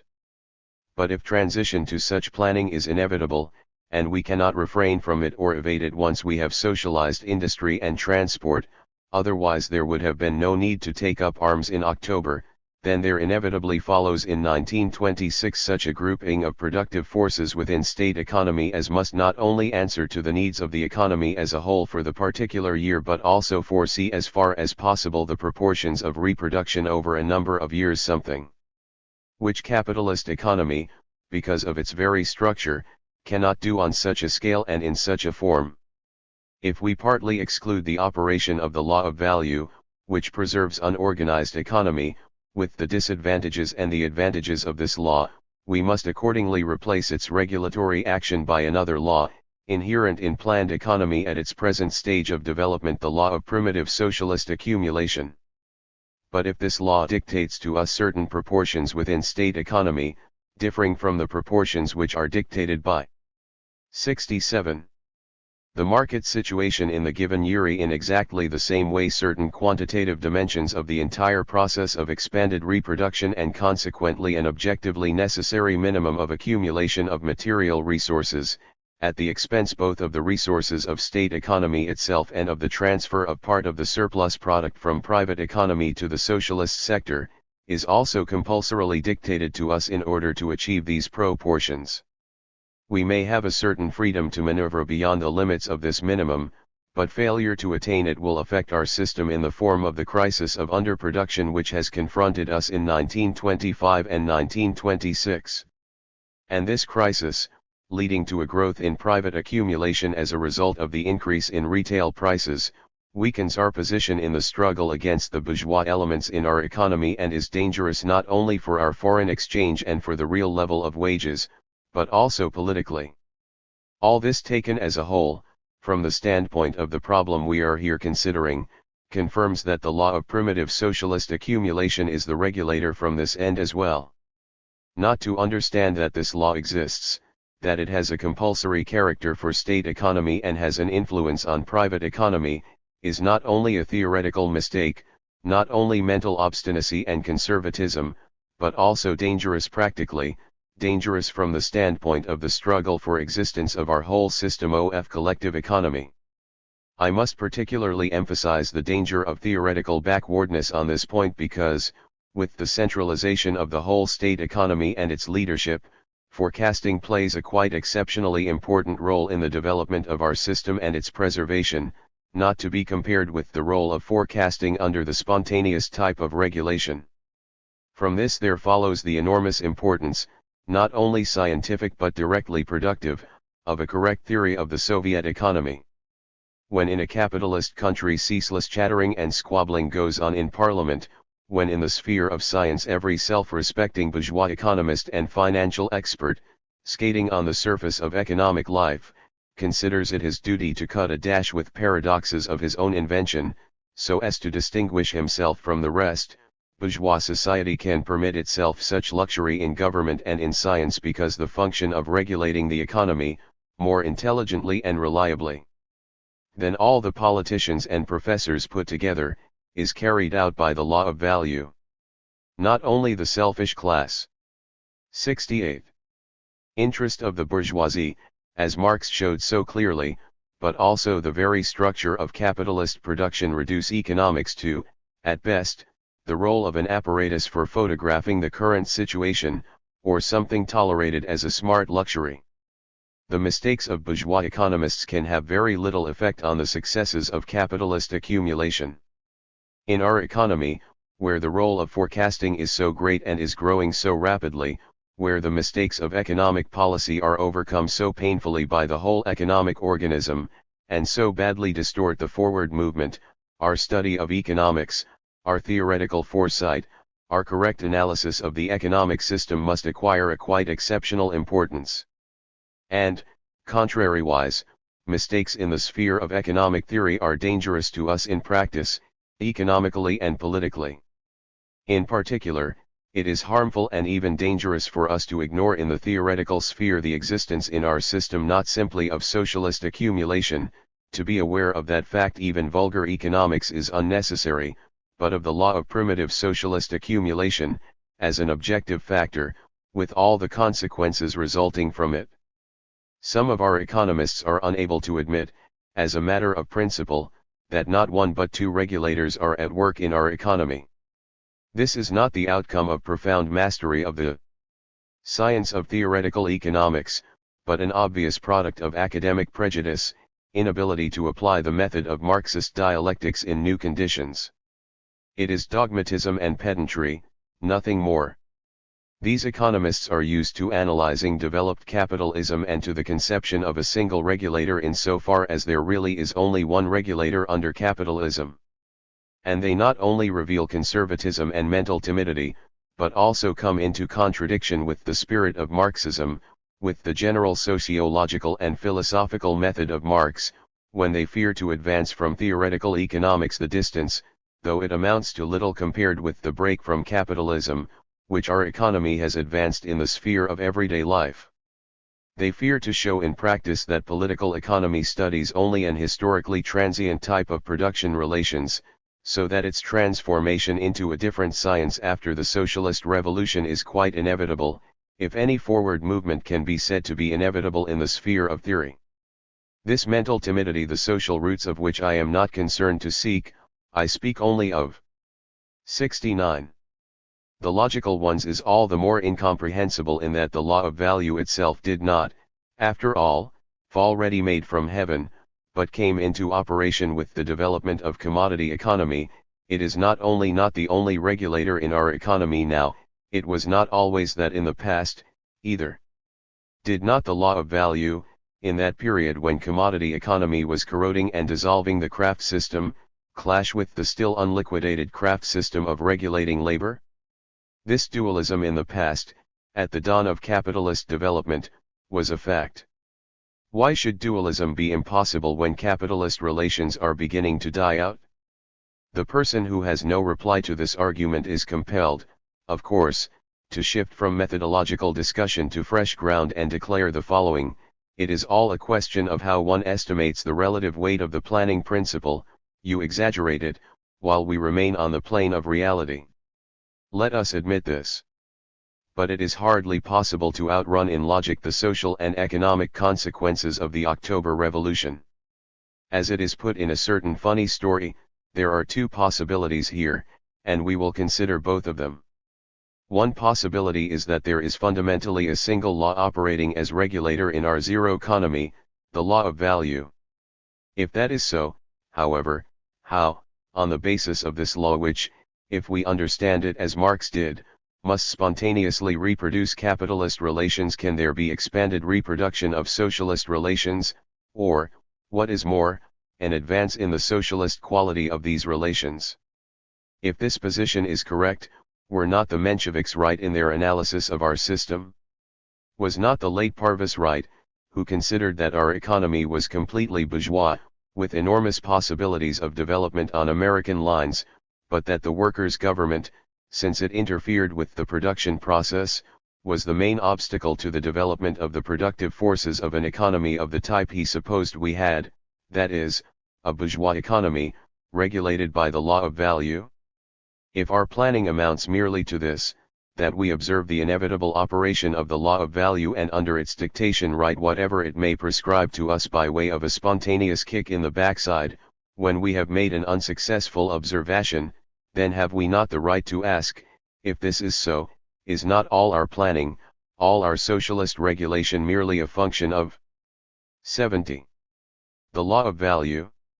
How then can we not reproduce on an expanded scale capitalist relations and that distribution of productive forces which answers to the task of capitalist reproduction, both in the proportions of the economy and in the relations of production? One thing or the other. Either these relations cannot remain for long in inner contradiction with their regulator, or the regulator in our economy is not this, or, more correctly, Not only this. I think that our economists with whom I am arguing on this point will decisively deny that they hold the point of view I have outlined, and will shrink from drawing such conclusions. But then there remains another possible way of putting the question, namely, that a struggle is going on in our economy between two principles, though the socialist principle is very weak, weaker than in this book I estimate it to be. Formally, everybody recognizes this fact of the struggle between two principles. But for a struggle, as we know, a minimum of two contestants is necessary. Dualism is already present. The struggle, if it is really going on, cannot but be a struggle between two different types of organization of labor, distributions of productive forces, methods of regulation. How can there not be present another regulator, antagonistic to the law of value? This is not impossible, either logically or in fact.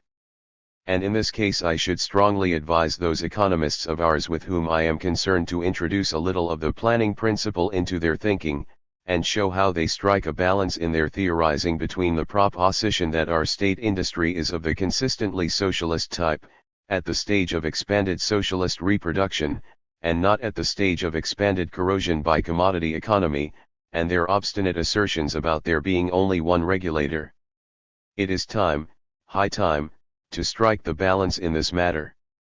One cannot get out of it with the phrase about the struggle of the socialist planning principle against the market. As we have shown above, in the period of war communism also there was a struggle between the planning principle and the spontaneity of commodity economy, and it will continue in some degree for 20 to 30 years. One asks, how is the current type of this struggle to be distinguished from what prevailed 7 years ago or from what will prevail in 25 years' time?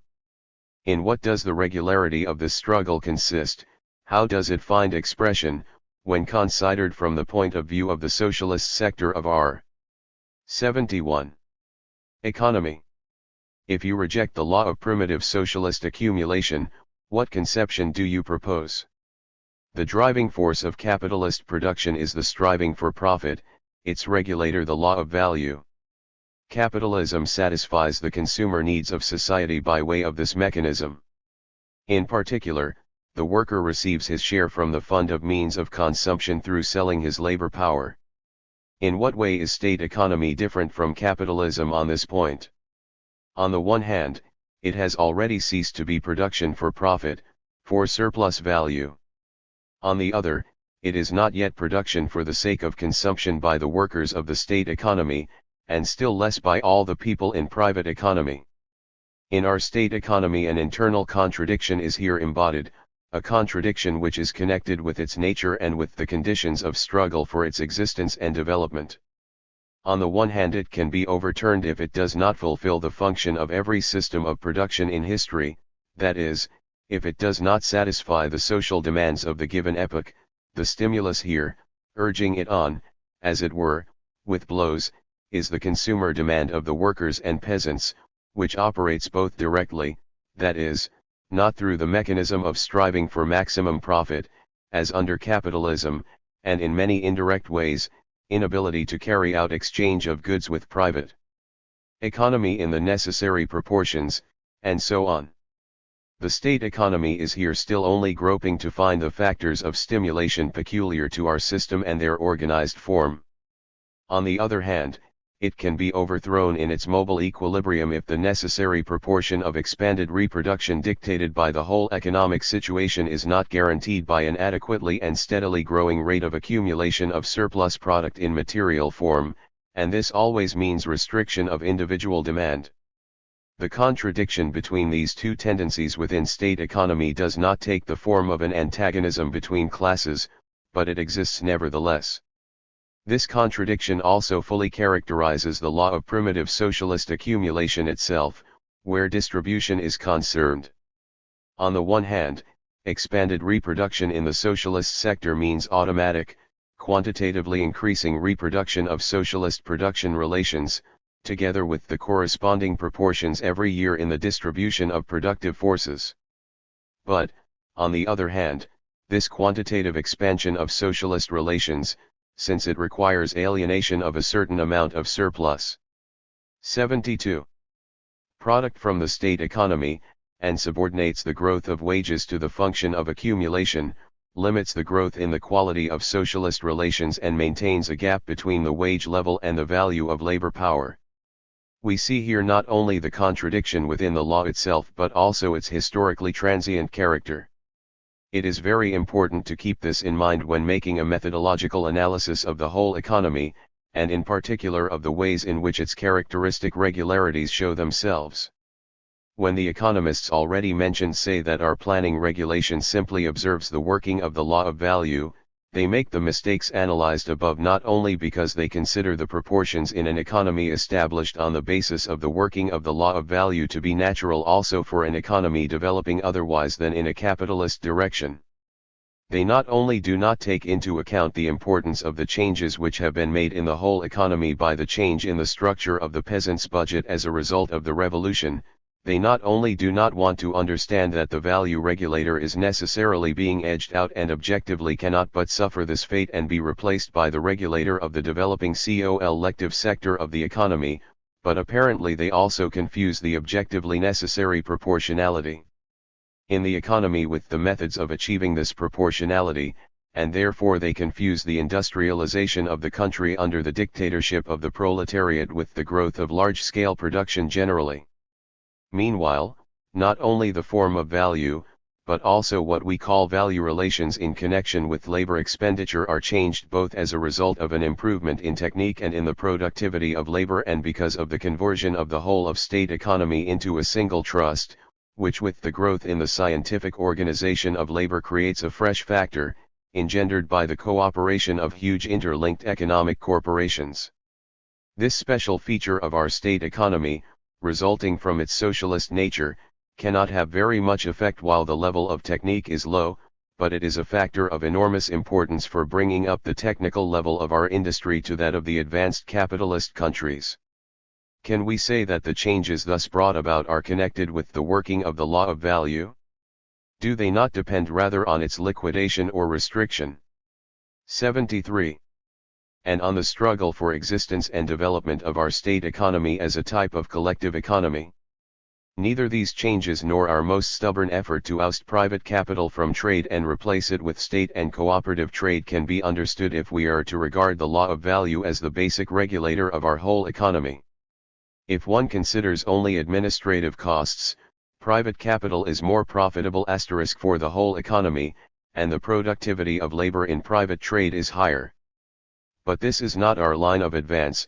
Despite the influence of the law of value, we are advancing along the line of another law, we are subordinating ourselves to the working of another regulator.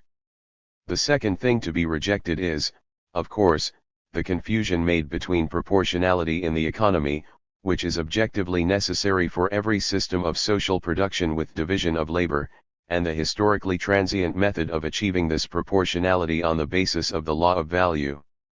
A correctly proportioned distribution of labor is necessary both for capitalism and for socialism, and also for our present commodity socialist system of economy. But even if it were to be shown, and I have explained the impossibility of this, that the distribution of productive forces which actually obtains here at present on the basis of struggle coincides by some miracle with the distribution which would obtain under the rule of capitalist relations on the basis of the working of the law of value, that is, that the proportions within collective production at the present stage of industrialization of the country coincide with capitalist proportions.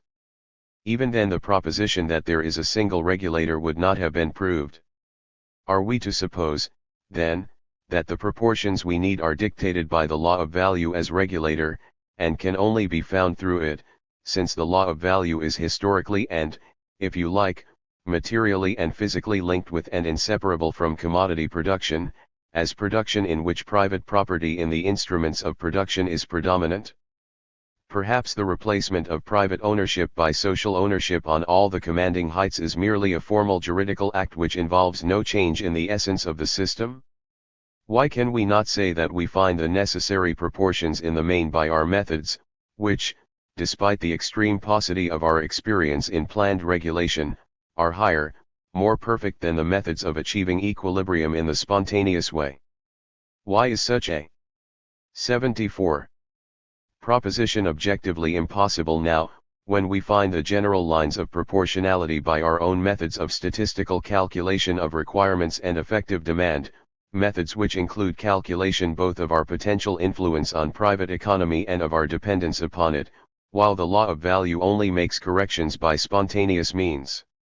And if this is possible, if it is even 50% possible, then to say that we have basically only one regulator means crudely confusing the form of regulation on the basis of labor expenditure under capitalism with the objective economic need for proportional distribution of labor which exists not only for commodity and commodity capitalist economy and which can be established not only by capitalist methods. Under the commodity socialist system just this very proportionality can be established only on the basis of struggle against the law of value. It will always be the resultant of a struggle, though the direction in which the law of value and the law of socialist accumulation act may sometimes coincide in particular cases in real life. It may be said, but, after all, since the commodity money form of relationship is predominant, does this not mean inevitably that there is only one regulator, one law of value? This objection is important, but it is in fact formal and to a large extent it skates over the surface of phenomena. If we take a brief glance at the general history of mankind, at the history of class struggle and the history of economic forms, whether a forward movement is made through antagonisms or by peacefully evolutionary means or by an alternation between the two, as a rule, always and everywhere a change in content precedes a change in the form of relations between men. It is just the same with the system of economy created by the October Revolution. Our state economy is linked up with private economy, and automatically the latter penetrates into the very midst of the relations of state economy itself. Private economy, being individual economy, cannot develop without exchange forms of relationship. It is sufficient to recall our experience with the confiscation of agricultural surpluses under war communism. State economy operating under the old form of exchange can advance remarkably far, changing the content of the social relations of production.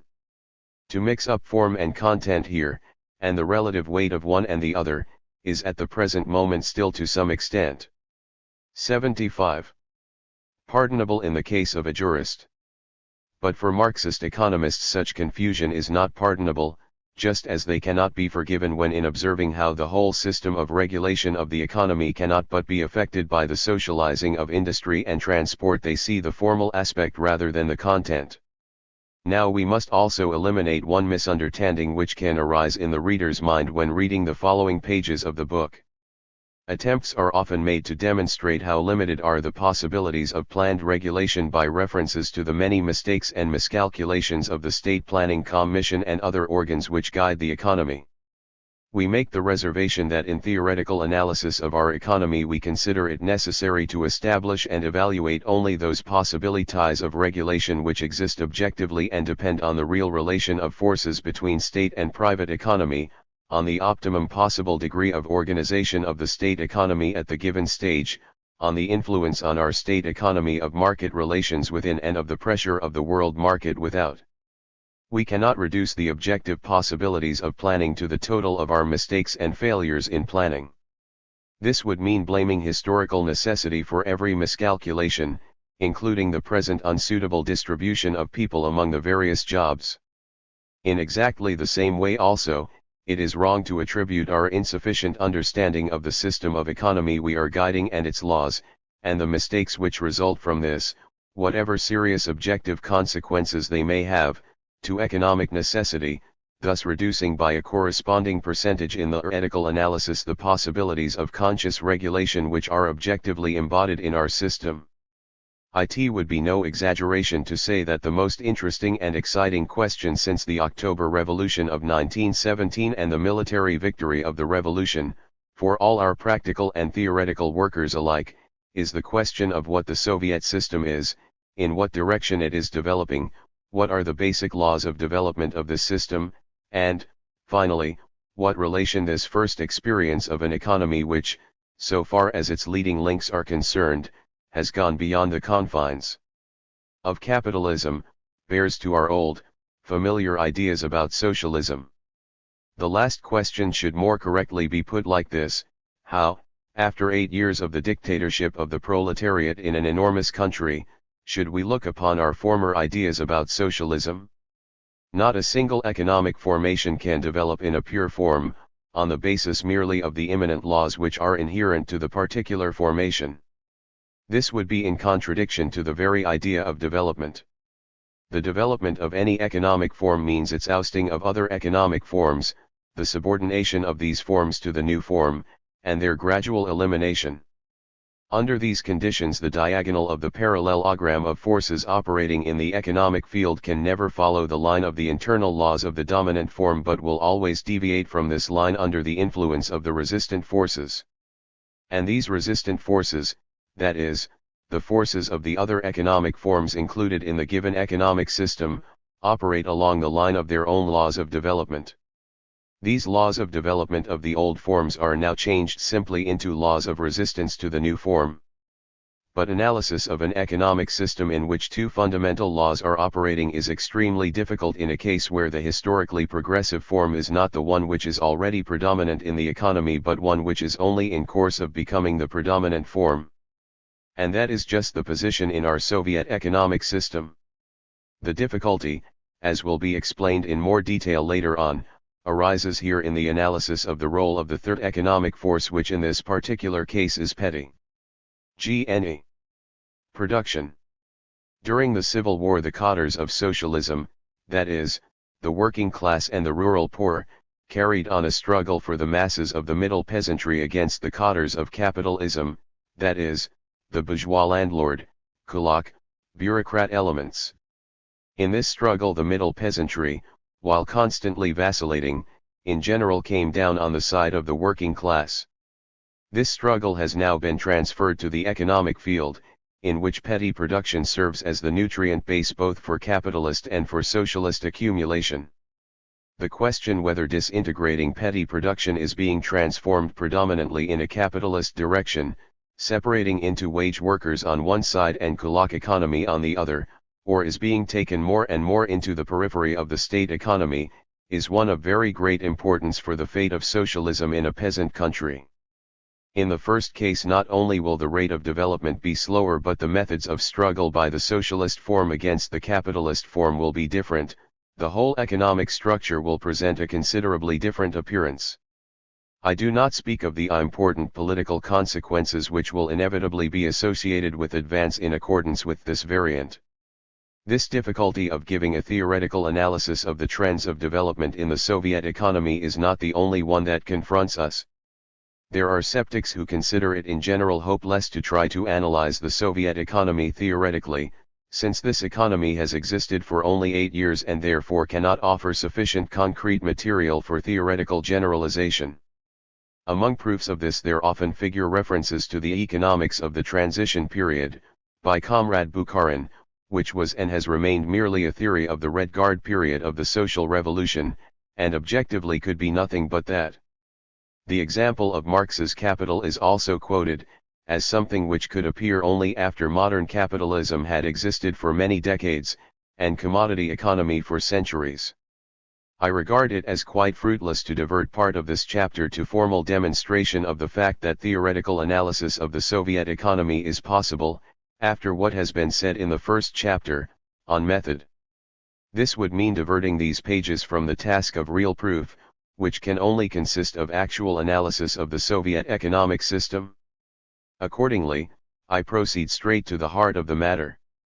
Primitive accumulation, capitalist and socialist. In order to understand the present phase of development of the Soviet economy, it is extremely helpful to carry out a systematic comparison between the first steps of socialism and the first steps of the capitalist mode of production.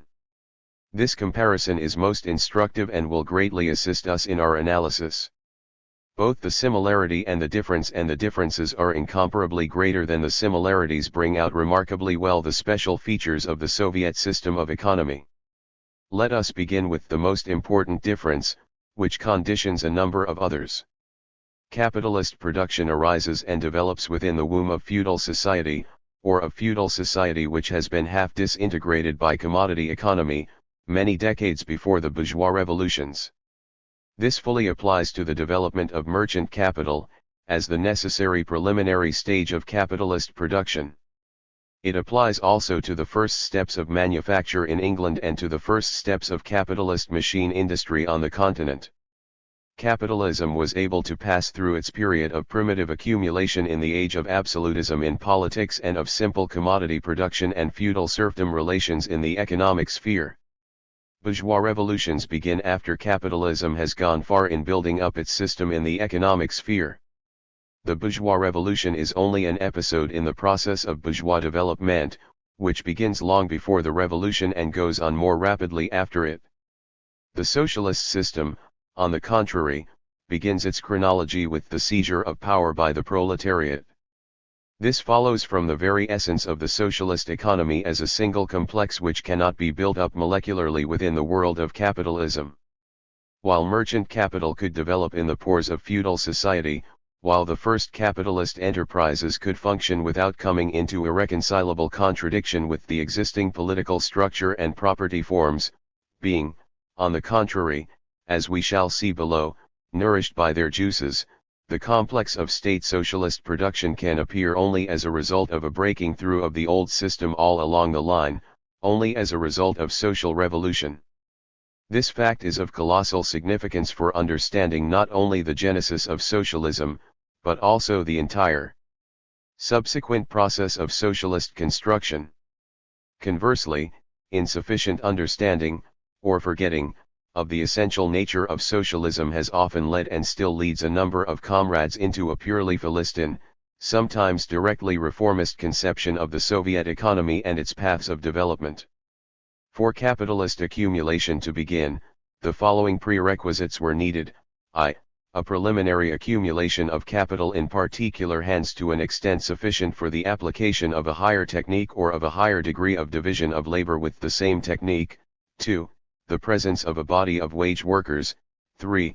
A sufficient development of the system of commodity economy in general to serve as the base for capitalist commodity production and accumulation. Regarding the first of these conditions, Marx says, the basis of the production of commodities can admit of production on a large scale in the capitalist form alone. A certain accumulation of capital in the hands of individual producers of commodities forms therefore the necessary preliminary of the specifically capitalist mode of production. We had, therefore, to assume that this occurs during the transition from handicraft to capitalistic industry. It may be called primitive accumulation because it is the historic basis instead of the historic result of specifically capitalist production. How it itself originates we need not here inquire as yet. It is enough that it forms the starting point. 1. The question arises of how matters stand in this connection with primitive socialist accumulation. Has socialism a prehistory? If so, when does it begin? As we have seen above, primitive capitalist accumulation could take place on the basis of feudalism, whereas socialist accumulation cannot take place on the basis of capitalism. Consequently, if socialism has a prehistory, this can begin only after the conquest of power by the proletariat. The nationalization of large-scale industry is also the first act of socialist accumulation, that is, the act which concentrates in the hands of the state the minimum resources needed for the organization of socialist leadership of industry. But it is just here that we come up against the other aspect of the question. In socializing large-scale production, the proletarian state by that very act changes from the start the system 1 capital, volume I, part 1, p. 640, Spanov's translation. English translation, Allen and Unwin, p. 638 *. 80. 8l. Of ownership of the means of production, it adapts the system of ownership to its future steps in the matter of socialist reconstruction of the whole economy. In other words, the working class acquires by revolution only that which capitalism already possessed in the shape of the institution of private property, without any revolution, on the basis of feudalism. 1. Primitive socialist accumulation, as a period of the creation of the material prerequisites for socialist production in the true sense of the word, could begin only with the seizure of power and nationalization. Capitalist accumulation is accumulation on the basis of production which is economically and technically different from craft production. Capitalist manufacture could show its superiority over the crafts only insofar as it proved itself economically superior to them, insofar as the system of division of labor which was applied in it, and other advantages of large-scale production over small, made it possible to make a product in the manufactory at less cost than under craft conditions. But the organization of manufacture, the construction of the building, the stores of raw material, the expenditure of circulating capital during the process of circulation, all in the absence of the modern system of supplying credit to industry, required the presence of substantial resources, created not in manufacture but before manufacture, created in petty production and plundered from the small producer by merchant capital. To an even greater extent was previously accumulated capital needed for large-scale machine industry to begin to function. Consequently, in order that capitalist production might be able to demonstrate its advantages over craft production, in the technical and economic sense, a period of prolonged exploitation of petty production was needed.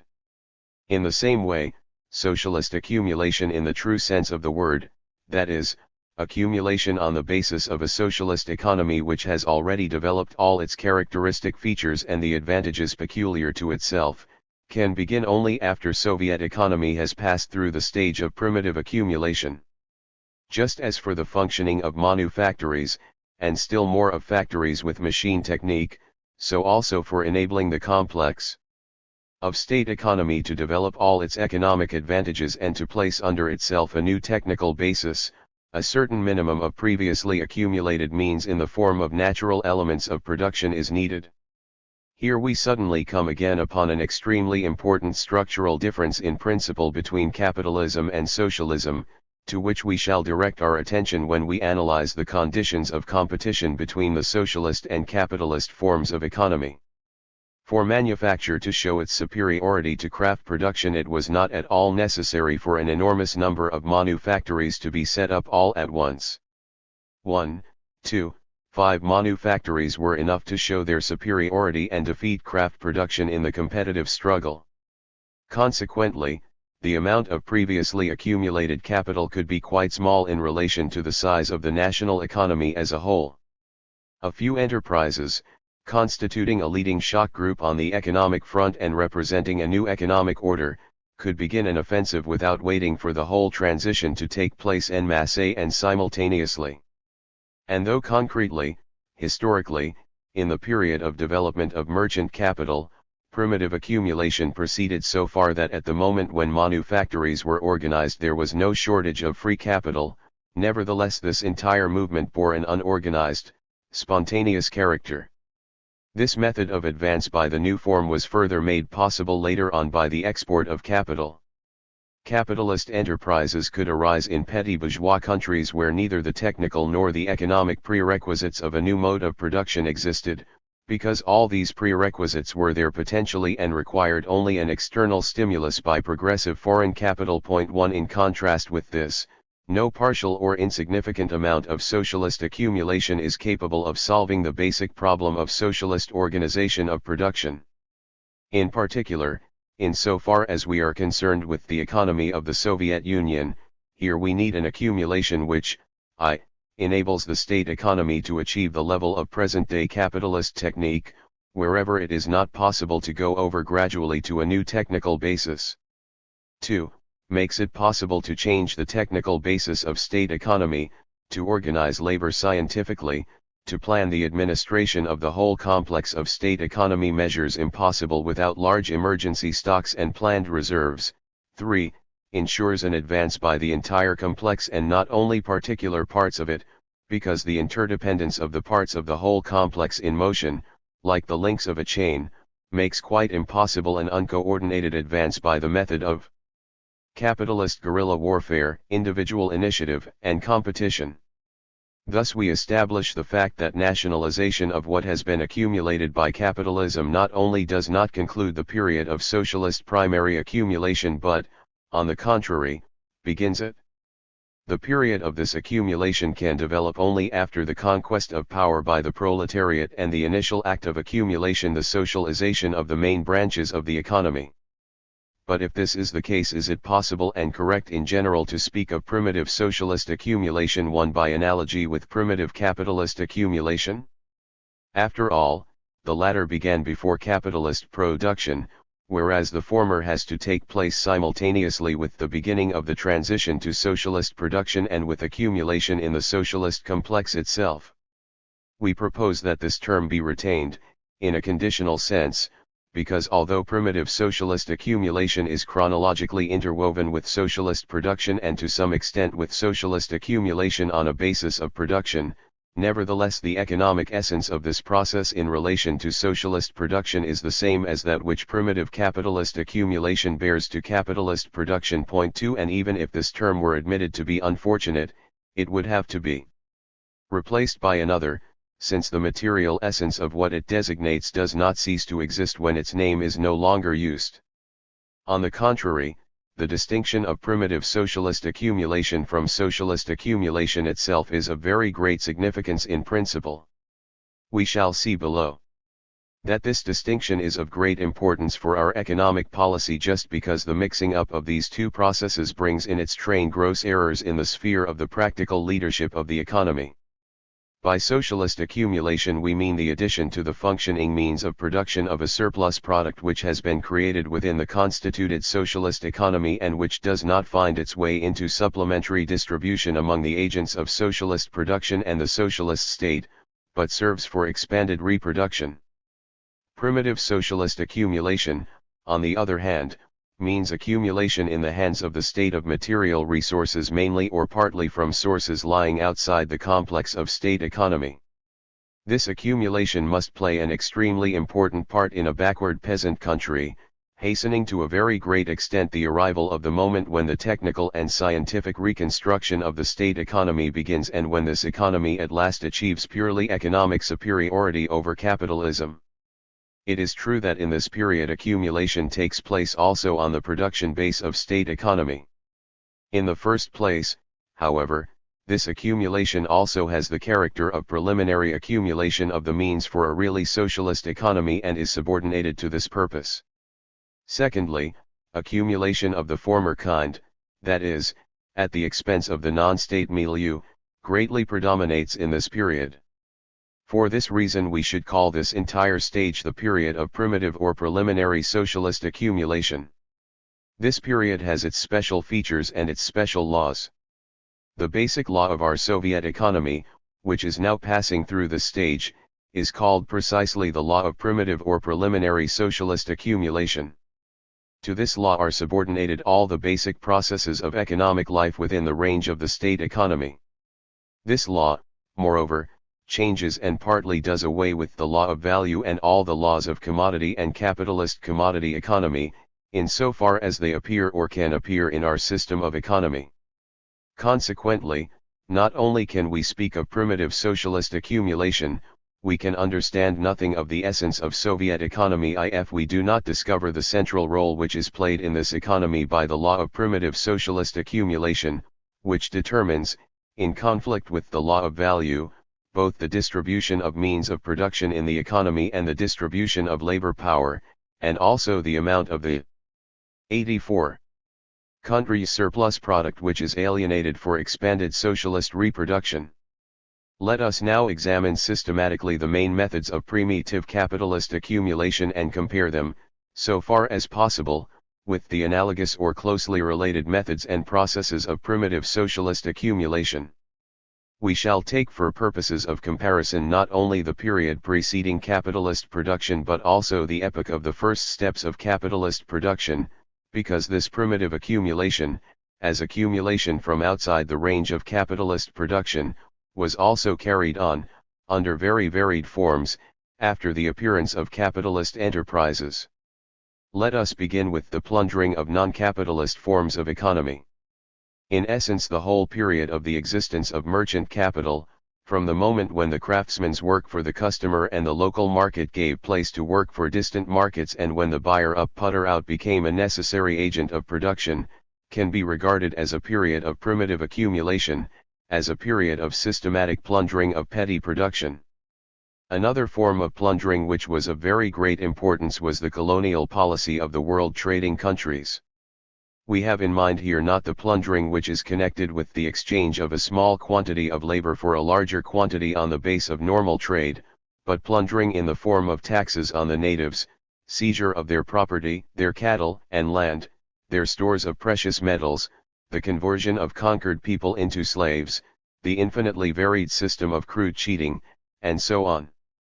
To this category also belong all methods of compulsion and plundering in relation to the peasant population of the metropolitan countries.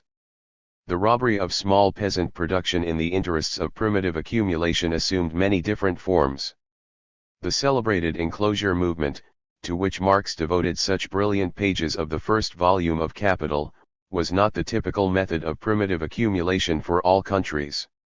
The most typical methods were, first, plundering of the serf peasants by their lords and sharing of the plunder with merchant capital, and, second, crushing taxation of the peasantry by the state and transformation of part of the means so obtained into capital. When the landlord's estate began to be transformed from a 85.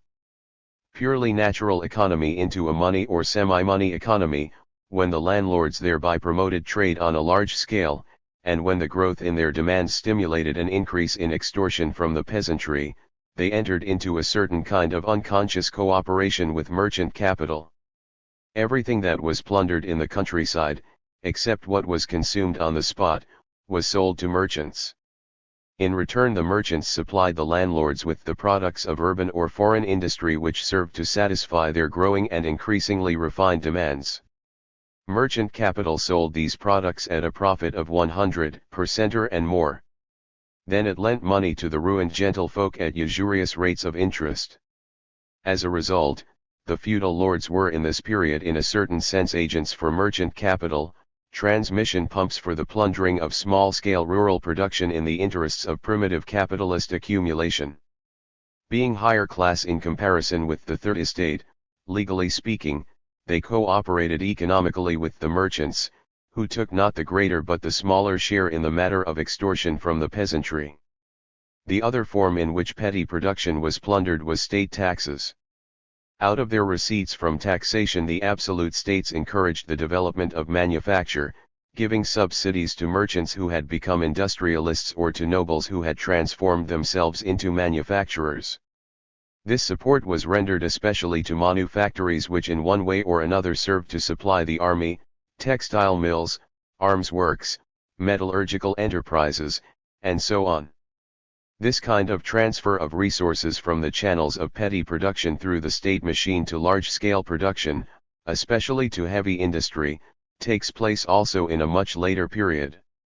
On the role of the state, and in particular on the role of state pressure in the period of primitive accumulation, Marx wrote: "These methods depend in part on brute force, example the colonial system. But they all employ the power of the state, the concentrated and organized force of society, to hasten, hothouse fashion, the process of transformation of the feudal mode of production into the capitalist mode, and to shorten the transition. Force is the midwife of every old society pregnant with a new one. It is itself an economic power one. This force played a very big role also in the formation of national states as arenas for the activity of merchant capital. The profound class analysis, full of concrete historical truth, to which M.N. Pokrovsky subjected the policy of the Muscovite Tsars, evokes a clear picture of this aspect of the period under consideration.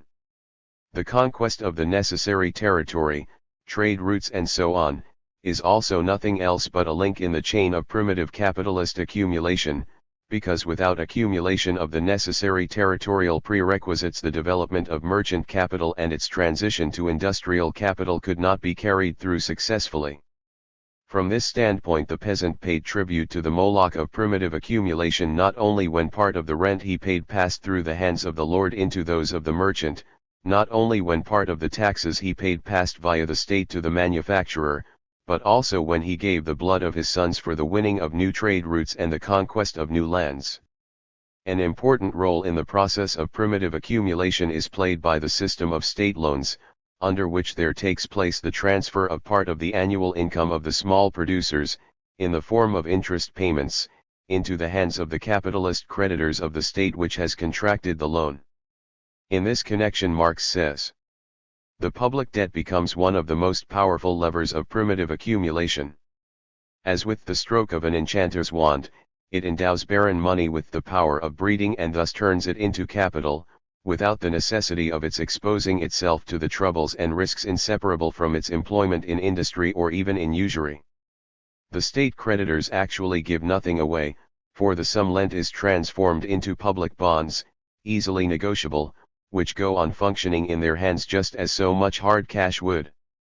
But further, apart from the class of lazy annuitants thus created, and from the improvised wealth of the financiers, middlemen between the government and the nation, as also apart from the tax farmers, merchants, and private manufacturers, to whom a good part of every national loan renders the service of a capital fallen from heaven, the national debt has given rise to joint stock companies, to dealings in negotiable effects of all kinds, and to agiotage, in a word to stock exchange gambling and the modem bankocracy. 1.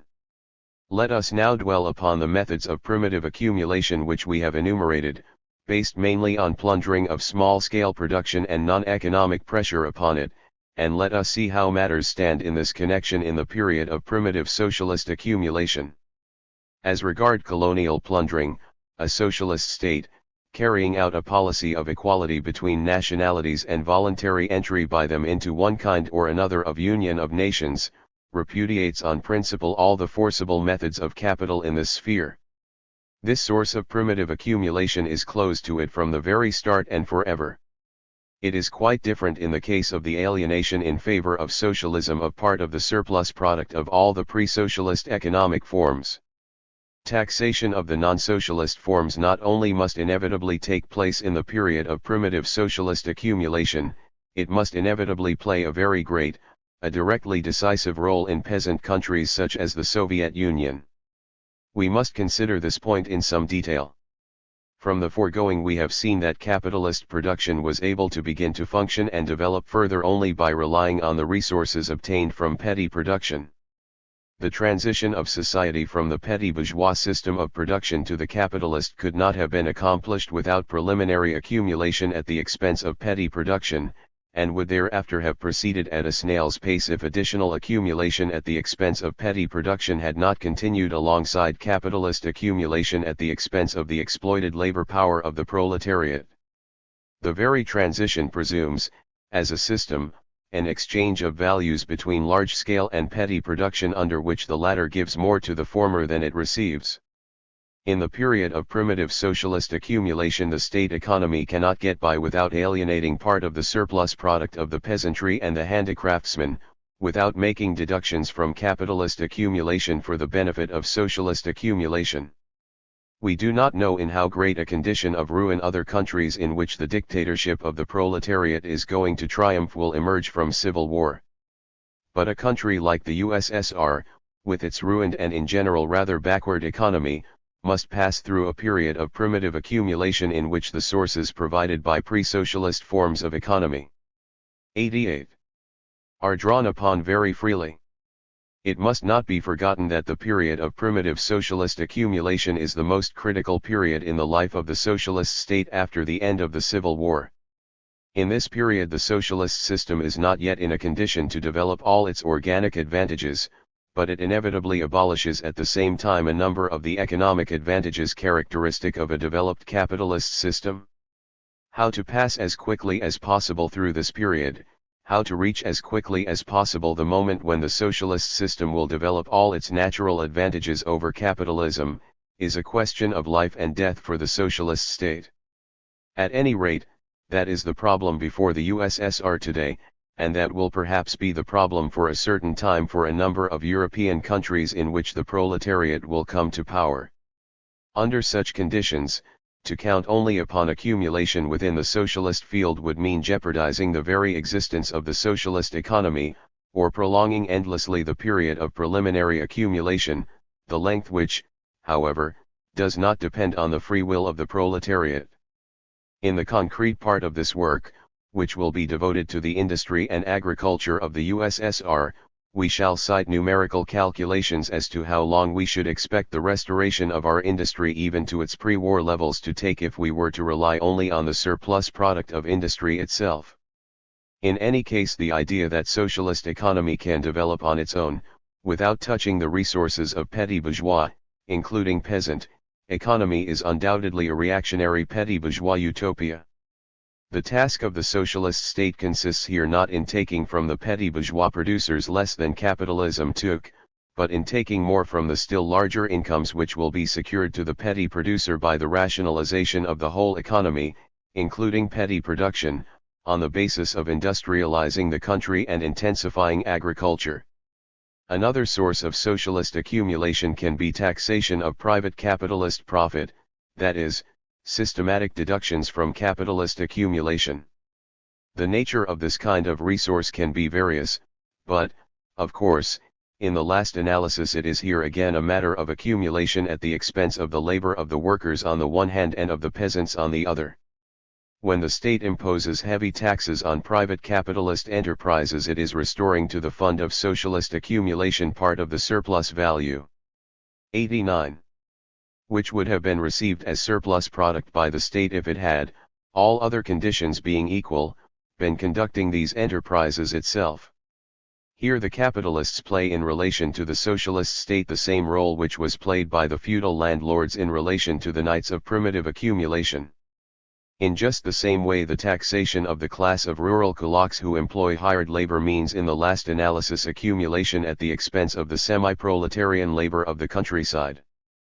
Conversely, in so far as the socialist state taxes traders, buyers up, capitalists, and kulaks who obtain part of their income from the peasantry who carry on independent economies, we have here accumulation at the expense of the peasant economy, the persons mentioned constituting, as in the previous case, both accumulators of capitalist accumulation and, from another point of view, the intermediate stage of one of the processes of socialist accumulation. Point 1 as regards state loans, which form a very important channel of primitive capitalist accumulation, their role is different in the period of socialist accumulation. Here one must distinguish between two loan systems which differ in principle.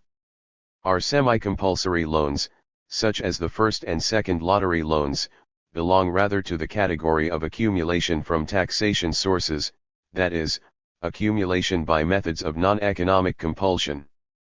It is quite a different matter with credit operations of the type of normal loans, carried out according to the bourgeois system. Such loans, let us say, as the loan from the British capitalists, for 30 years at 7% cannot be treated directly American Samoa sources of socialist accumulation, because the Soviet state will have to pay interest on the loan out of its revenues and thereby will function as an intermediate stage in capitalist accumulation and capitalist exploitation of the working masses of the Soviet Union by the foreign bourgeoisie. But on the other hand, these loans can serve as a powerful stimulus to socialist accumulation, contributing thereby a larger percentage to the socialist accumulation fund than they contribute to the capitalist accumulation fund. We touch upon these loans in another connection when we analyze the economic significance of external loans and concessions under the commodity socialist system of economy. Before we pass to the form of primitive accumulation on an economic basis, we must say more about a source of state revenue, and thereby under the Soviet system a source of primitive accumulation, which more correctly should be grouped with taxes, but which is externally and formally not as a rule so grouped in theoretical economic writing. I mean the issue of paper money. In my pamphlets Paper Money in the Epoch of the Dictatorship of the Proletariat and the Causes of the FALL in the Rate of Exchange of Our Ruble, I showed that the issue of paper money under a system of declining rates of exchange is one of the forms of taxation. Here it is only necessary to note that the issue of paper money is also one of the methods of primitive accumulation. In the corresponding period in the history of the bourgeois system of economy, the issue of paper money did not play the role of an auxiliary factor in capitalist accumulation. Debasement of the coinage, which was committed by the feudal princes and artsars, and the issue of paper money in the subsequent period constituted taxation by the state of the whole population, including in part taxation of the bourgeoisie's money capital. when the state is at the same time an organ which rules the country and the master of a huge economic complex, issue of paper money directly serves as a channel for socialist accumulation. This accumulation is carried out at the expense either of the incomes of the petty bourgeois and capitalist elements or of reduced wages of the state's workers and office employees. How substantial this source is may be seen from the fact that from the time the Soviet power was organized until the final introduction of a stable currency, the issue of paper money, including losses by the state itself, amounted to about 1,800 million gold rubles. Paper money served as an important financial resource also for the Hungarian Soviet government during its 4 months' existence. Let us now pass to the methods of primitive accumulation of capital by way of economic channels. Here we must distinguish between accumulation which is carried out in production itself, at the expense of the surplus value created in enterprises belonging to the proletariat, and, on the other hand, the exchange of a smaller quantity of labor by one system of economy or one country for a larger quantity of labor furnished by another system of economy or another country.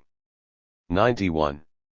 As before, let us examine the methods of primitive accumulation on an economic basis first of all for the period of the capitalist mode of production. Let us begin with the second of our subdivisions, that is, what we now, in our economy, call price policy. We find the following very important passage on this theme in Volume 3 of Capital, a passage of which insufficient use has been made in Marxist writing for the theoretical analysis both of colonial exploitation and of the exploitation of pre-capitalist forms of production generally. The favored country recovers more labor in exchange for less labor, although this difference, this excess, is pocketed, as in any exchange between labor and capital, by a certain class.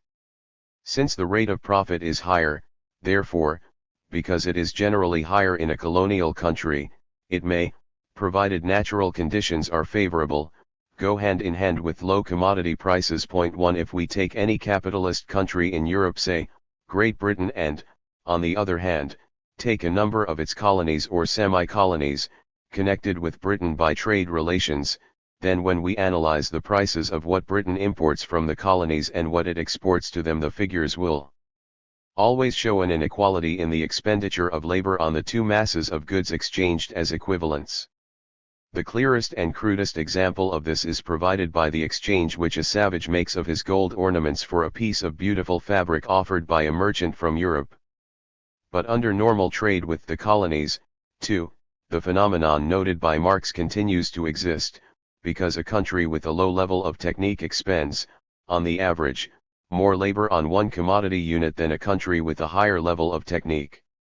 Linked with this is the low standard of living of the working population in the colonies or the economically backward countries. Given the same level of technique, an enterprise belonging to a certain branch of production will make extra profit in a colony as compared with a similar enterprise in a metropolitan country. This is very often observed, all other conditions being equal, and it is possible only because, on the basis of the law of value regulating prices within the given country, the value and price of labor power are lower than in the metropolitan country, all along the labor front, as a result of which, the country with a higher technique and higher wages, and at the same time lower prices, is in more favorable conditions for exchange than a country with a low level of technique, low wages, and higher prices. The higher profit on capital invested in the colonies is based on the utilization of this basic difference between the situation of the colony and that of the metropolitan country. From this standpoint, the surplus profit on capital invested in the colonies is essentially profit arising from the transition from one system of technique to another, from one system of economy to another, higher system. This profit is in principle not in any way different from the surplus profit obtained by the capitalist who is the first to introduce into a certain line of production a new machine which at once reduces his costs of production.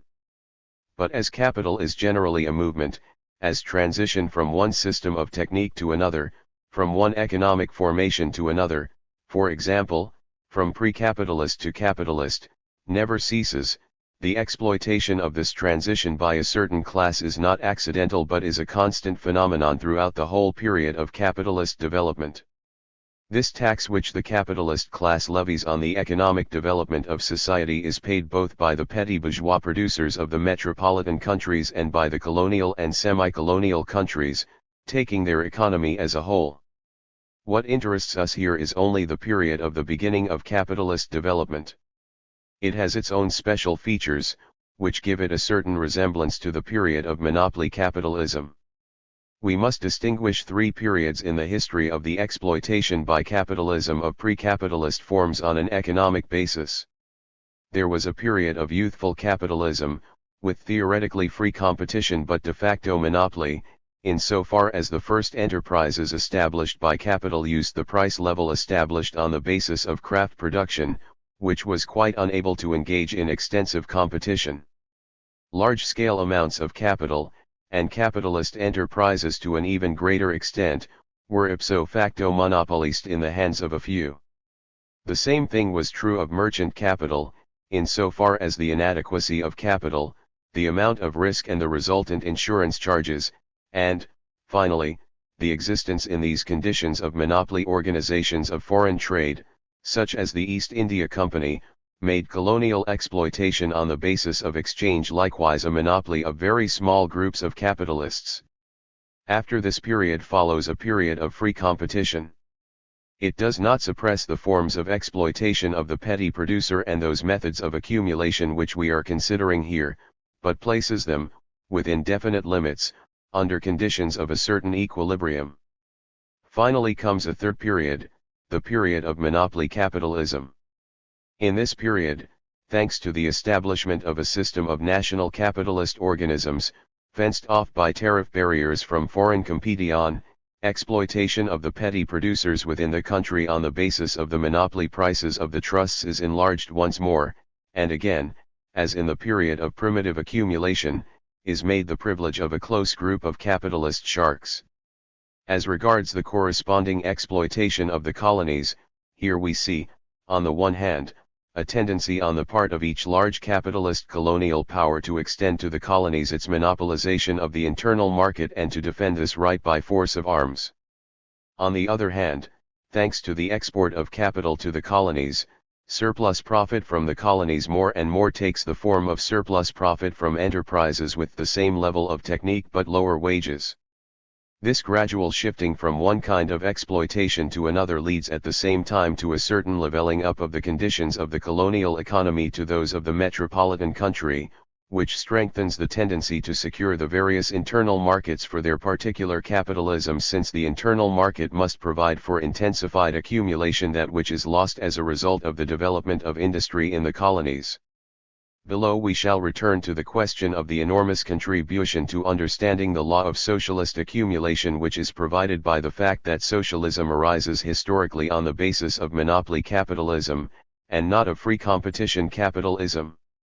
Here we need only mention that primitive capitalist accumulation was based not only on the exploitation of petty production by taxes, not only on feudal exploitation, which was only a phase in capitalist accumulation, but was also masked by a system of market exchange of quasi-equivalents, behind which was hidden the exchange of a smaller for a larger quantity of labor.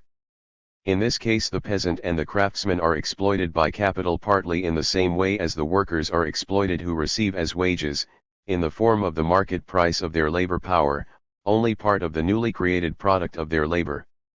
After this historical excursion into the realm of primitive capitalist accumulation, let us turn to analyzing the corresponding factors in the period, preliminary socialist accumulation. The difference from the period of primitive capitalist accumulation here consists, first, in the fact that socialist accumulation has to take place at the expense not only of the surplus product of petty production but also of the surplus value of capitalist economic forms. Secondly, the difference here is conditioned by the fact that the state economy of the proletariat arises historically on the back of monopoly capitalism and therefore has at its disposal means of regulating the whole economy and of redistributing the national income economically which were not available to capitalism at the dawn of its history. Let us begin with railway charges. This powerful lever of economic regulation, which is wholly in the hands of the state power of the USSR, is used very little in the interests of regulation and is not used at all as an instrument of primitive socialist accumulation. A system of favorable charges for certain freights, coal, petrol, salt, serves as a means of redistributing state resources rather than as an indirect way of taxing the non-socialist sector of the economy. Of just as little importance are the small privileges which are accorded to state and cooperative dispatches of freight as compared with private ones. Use of this lever of primitive accumulation is still completely something for the future. Only when transport ceases to be a source of deficit and becomes a profitable undertaking will there become possible a corresponding reconstruction of railway charges, based on the distinction between state and private freights, so as to effect a systematic taxation of private producers and traders, and in this way to cut off part of the profit made by private capital. There is no need to prove that this will be one of those blows at the law of value which make the economy of the period of socialist accumulation a period of gradual change, restricting and partly abolishing this law. 1. A second powerful lever of primitive accumulation is the monopoly of the banking system. In the period of primitive capitalist accumulation, usurious credit was a means whereby the national income was redistributed from the hands of the feudalists into those of the bourgeoisie, which was rising and becoming stronger. Credit as an instrument for mobilizing the free resources of society and distributing them by the channel of expanded reproduction was at that time either non-existent or existed only in embryo. Contrariwise, in the period of preliminary socialist carrot accumulation which the USSR economy is passing through, that is, in its first stages, the state's credit system operates in the field of redistributing the free resources of the country and in that of redistributing the national income. This may seem untrue, insofar as the interest collected by the banks for loans if the period of the rapidly falling rate of exchange be left out of account is very large in comparison with normal capitalist conditions, whereas deposit operations are fairly inconsiderable. But we must not for one moment forget the economic source which really makes possible the Chervonets issue and the loan operations by the bank out of the sources of this issue. If the bank issues 60 million Chervontsy, with no variations in the rate of exchange, this means, economically, that by one means or another the country's commodity values to that amount have been placed at the disposal of the state bank for different periods.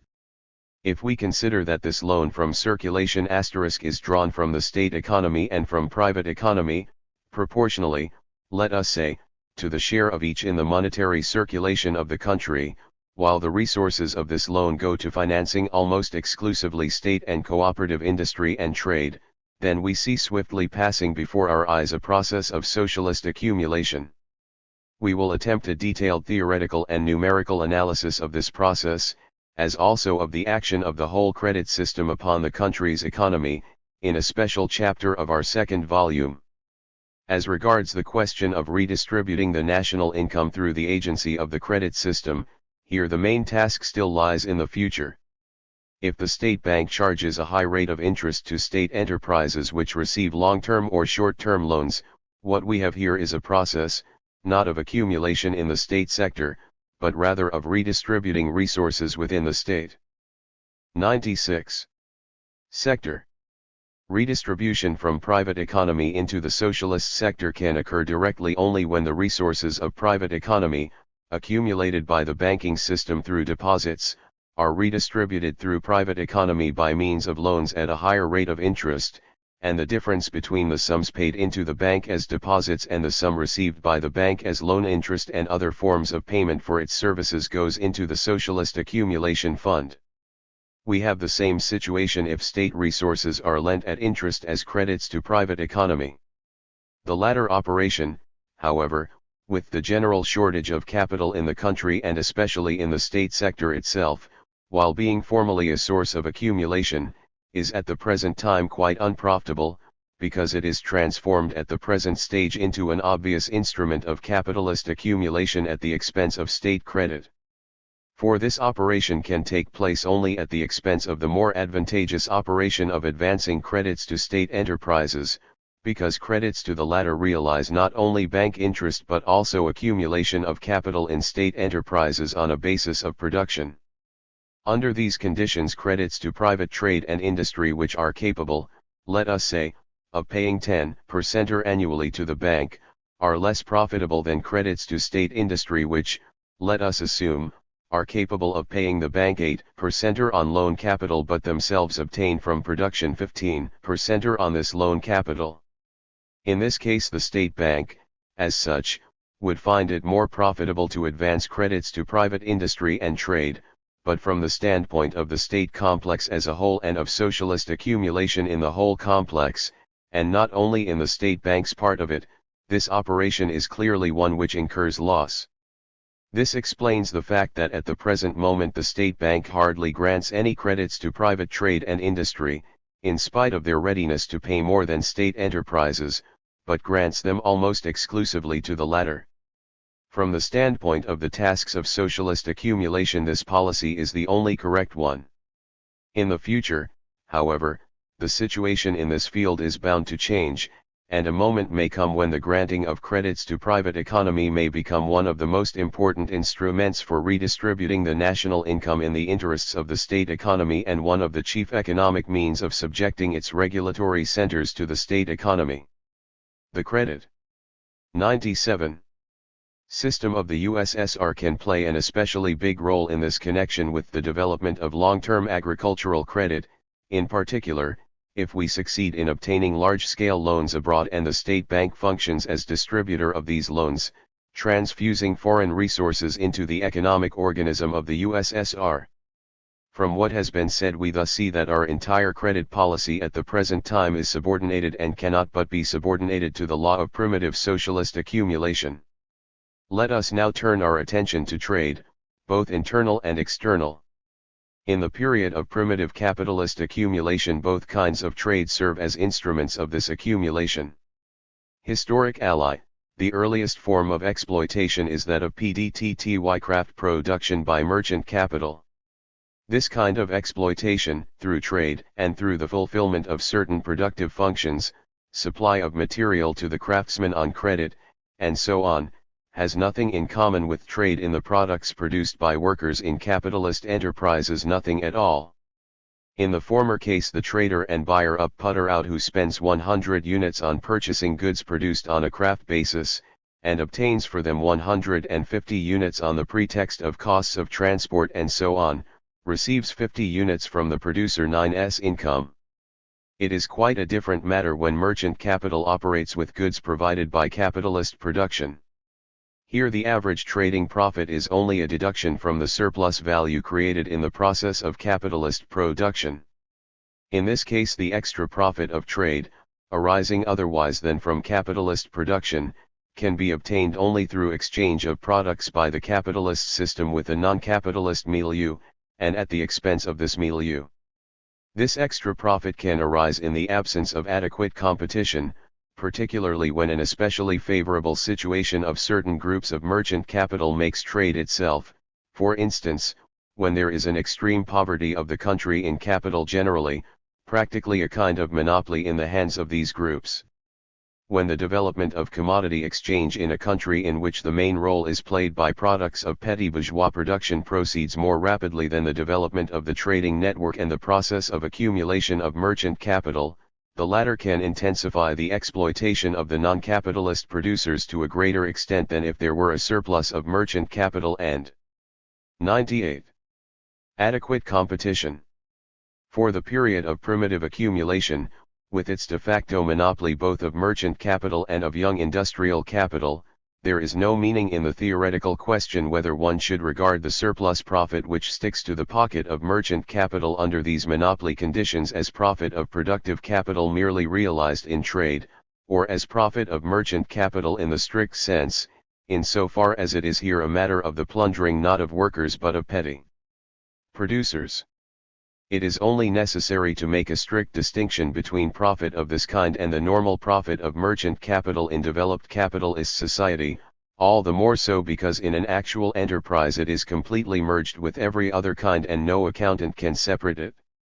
The distinction between the two is, however, of enormous importance, because the fact that there are two completely distinct sources of this profit, and thus an exchange of material between two distinct economic systems, is of great importance from the standpoint of principle in analyzing the sources of primitive socialist accumulation. Let us turn now to exchange in the system which exists in the USSR, and more particularly in internal trade. Here we have to distinguish, I. Exchange within the sector of the state economy itself, 2. Exchange within private economy, 3. Exchange between the state sector and the private sector. As regards the first division, there can, of course, be no positive tasks for socialist accumulation there. The economics of exchange consist in this sphere merely in exchanging economically, in keeping down the costs of the circulation process. These costs are a direct deduction from the surplus product of state economy, and in cases when private middlemen participate in exchange between state enterprises, what happens is not only a deduction from the socialist accumulation fund but also an increment to the fund of secondary capitalist accumulation. As the gods of Epicurus had their homes in the pores of the universe, so private middlemen, in the first period of the emergence of the state trusts onto the free market, tried to seat themselves not only in the channels of private trade but also in the nooks and crannies separating one state enterprise from another, and here they collected costs of circulation. Rationalization of state trade means systematic elimination of these leeches of capitalist accumulation from the socialist sector, and it leads not only to a reduction in 99 IOO, the circulation costs of the state sector, but also to the organization of circulation itself by the state sector's own forces. As regards the second division, that is, exchange within private economy, there, however, socialist accumulation is possible. Of the non-economic method of accumulation from this source, that is, of taxes on trade in the products of the private sector, we have already spoken. Accumulation of the other kind, that is, on the basis of trade exchange, is not only enforceable, it already occurs to some extent now and will doubtless increase in the future. Point 1. As an example of this kind of accumulation we may take, for example, purchase from the peasants of grain and food products generally by Cluboproduct 2 and the sale of this produce to private consumers in the urban markets. The merchant's profit obtained in this way is essentially a deduction from the income of the producers who sell to a state organ in order to realize their goods. When the organs of state and cooperative trade realize through private consumers the products not only of peasants but also of artisans, craftsmen and private entrepreneurs, and receive profit from doing so, this part of their profit is one of the sources of socialist accumulation being examined by us.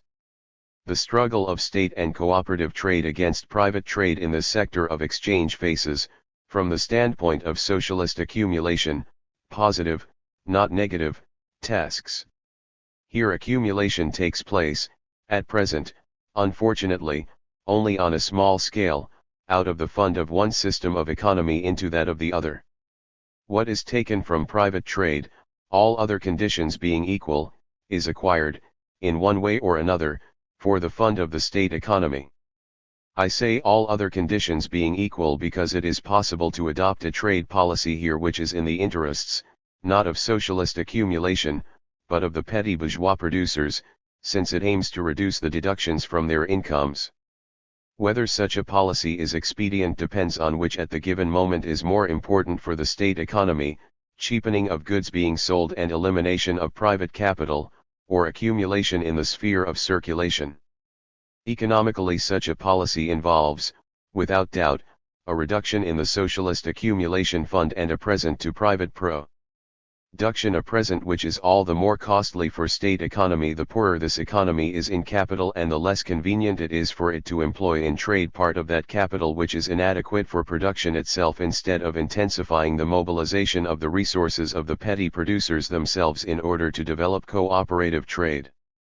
Moreover, at the present stage state trade is carried on in a less business-like way than private trade, and the current need is for the state trading organizations to reduce their costs at least to the level of private trade. But here it is important for us to pose the whole problem in a theoretically correct way, because it is not a matter of the policy of the passing moment but of understanding the fundamental processes of the entire period of socialist development. We shall see below what tremendous difficulties stand in the way of state trades competing with private capital and how these difficulties rest upon the basic problems of socialist construction in general. We must mention at this point only that, as a result of the country's extreme poverty in capital, and given the circumstances of a fairly rapid growth of commodity exchange in the country, merchants' profit attains huge dimensions, which recall the situation in the period of primitive capitalist accumulation. Under these conditions, the sector of accumulation is of extreme significance, for the successes of private capital very powerfully hinder the flow of resources from the petty bourgeois milieu into the socialist accumulation fund and eat up part of the surplus product of the state economy itself. The third subdivision, that is, exchange between state economy and private economy, is the point where socialist accumulation faces both purely negative tasks, as with exchange within its own circle, and also positive ones, that is, nourishment of the state economy at the expense of the non-socialist milieu. From this angle we must consider the realization of the products of state industry outside the socialist sector separately from the realization of the products of private economy within the state sector. Let us begin with the first process, that is, the movement of the mass of commodities produced by state industry into the non-socialist milieu. The tasks here, from the standpoint of socialist accumulation, are both negative: to reduce the costs of circulation of the state economy's own organs, that is, in plain words, to trade with the least possible expenditure on the trading apparatus, and 102. To eliminate private trade from the whole of the road which a commodity produced by the trusts has to cover, from the factory to the final link, that is, the consumer. The first of these tasks is a matter of improving the organization within the system of state economy itself. Contrariwise, the second task is of very much greater importance, because it is part of the struggle between two mutually hostile systems for the surplus product of the state economy. Here we find the enemy almost in our own home. We must mention at this point the difference of principle which exists in the mutual relations, on the one hand, between merchant and industrial capital in the epoch of primitive capitalist accumulation, and on the other, between private merchant capital and state industry in the epoch of primitive socialist accumulation. If in the period of capitalist accumulation merchant capital collects FRBP private productive capital most of the surplus value created in industry, this is only a matter of a different distribution of surplus value within one and the same system of economy. What today is accumulated to excess by merchant capital from the surplus value of industrial capital is returned tomorrow to industry. The passing of the excess capital of trade into industry is an uninterrupted process which has gone on from the very beginning of the rise of capitalist production. It is quite a different matter when industry fundamentally belongs to one system and the trading network belongs to another, hostile system, as in the case expounded. Then the accumulation of private merchant capital is a direct and irrevocable deduction from the surplus product created by the workers of state industry. Supposing, let us say, the annual total of the new commodity values created in state industry and passing through commodity circulation, is equal, in terms of the wholesale prices of the trusts, to I milliard, and this mass of commodities is sold retail at I/milliard, then 500 million is a direct deduction for the benefit of the trading network from the surplus product of industry.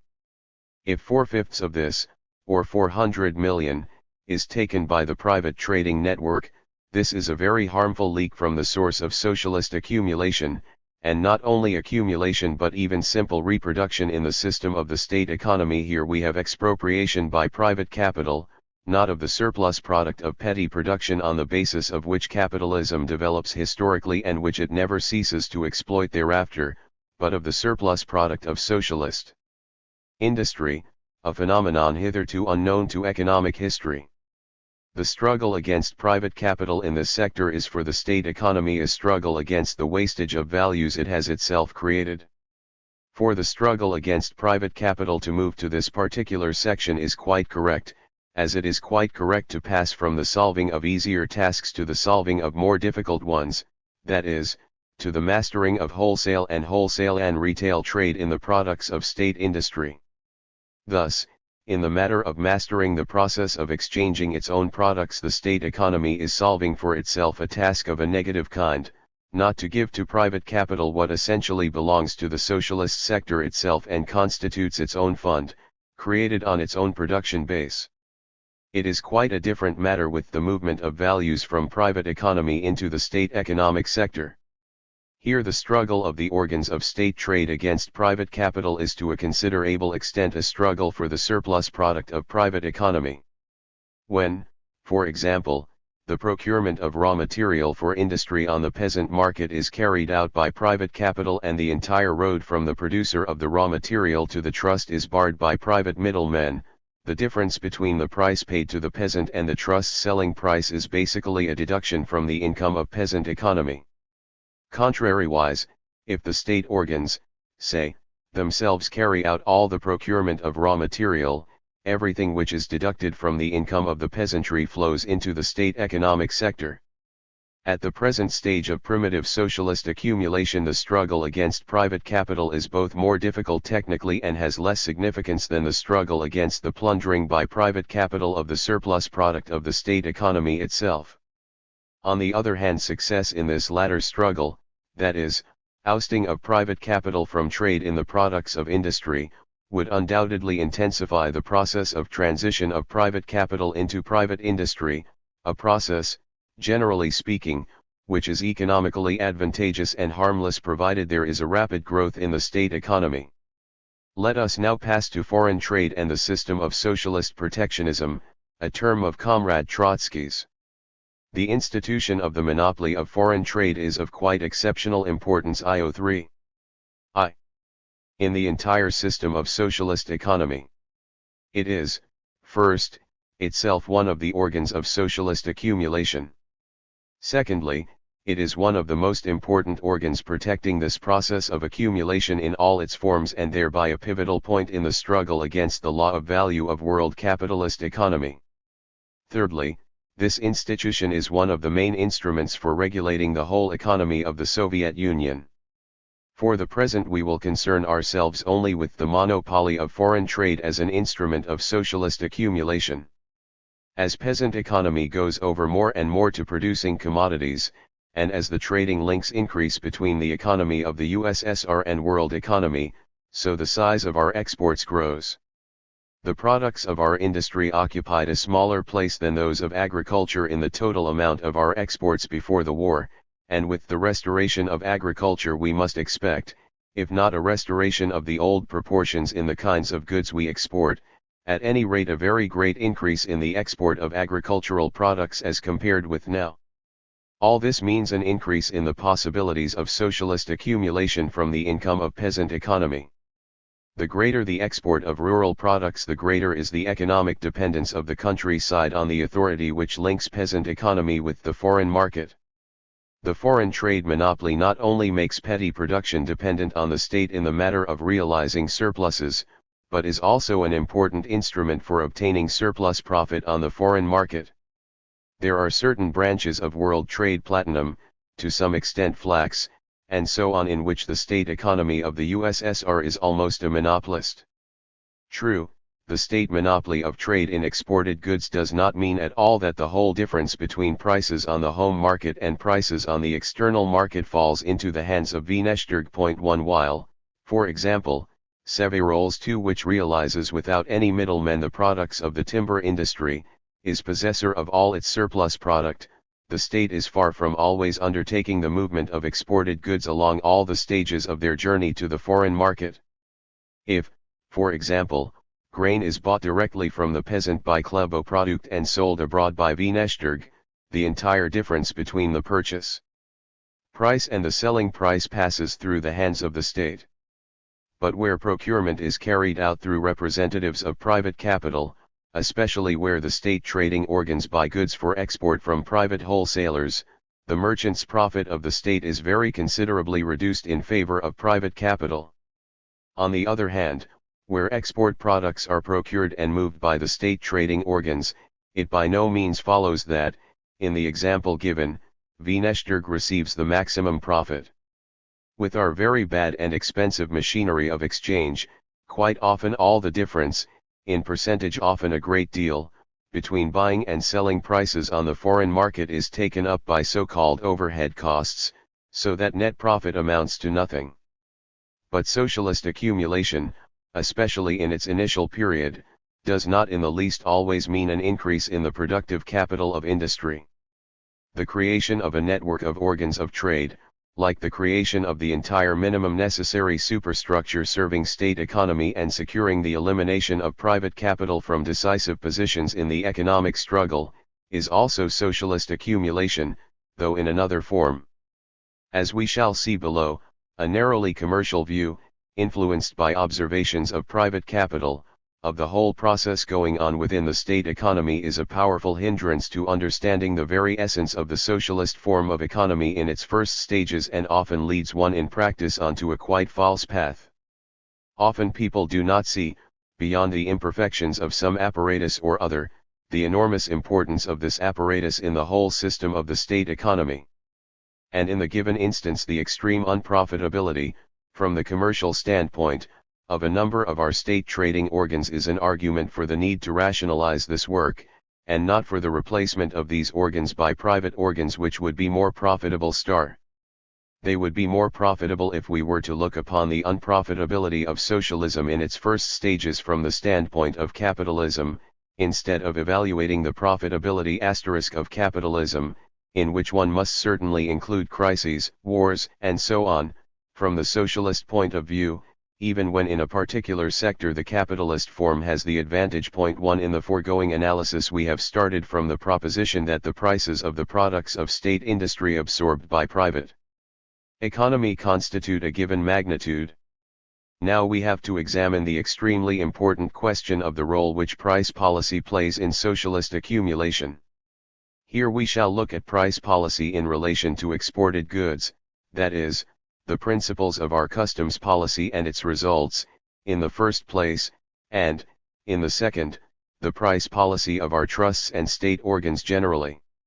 To begin with, let us take customs policy.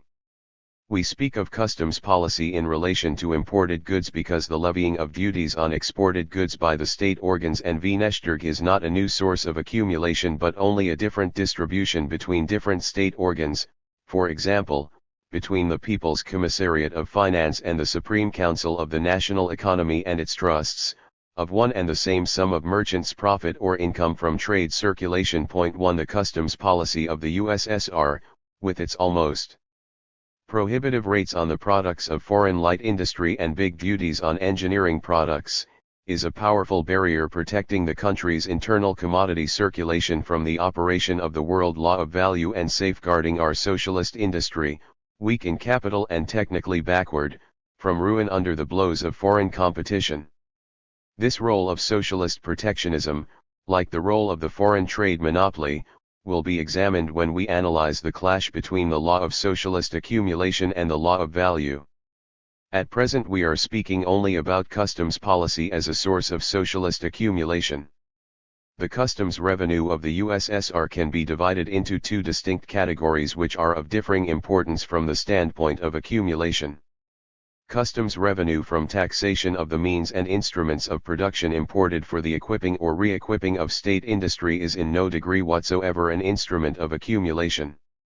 If, let us suppose, a textile syndicate buys in Britain new machines for textile factories, costing 30 million rubles, and pays 10 million rubles in duties, all we have here is a simple redistribution of the state funds between the textile industry and the People's Commissariat of Finance. The total funds of the state would not have been affected differently if there had been no duty on textile machinery or if the money had been paid back to the textile syndicate. One can, of course, say that the increase in the value of the textile industry's equipment compels the trusts to increase their rates for depreciation and to increase the selling price of their goods accordingly.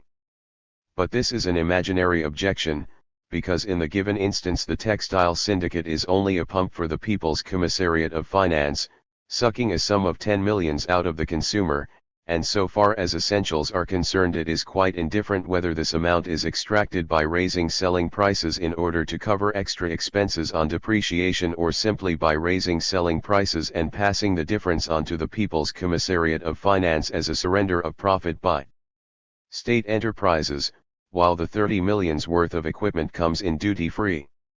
Which is technically more convenient is another question. The whole matter comes down to this. With given prices and all other conditions being equal, the accumulation fund of the textile industry, as of every other, is a constant magnitude. If customs duties fall on part of the fund of this industry and are not passed on to the consumer, this is a redistribution within the state sector of one and the same fund.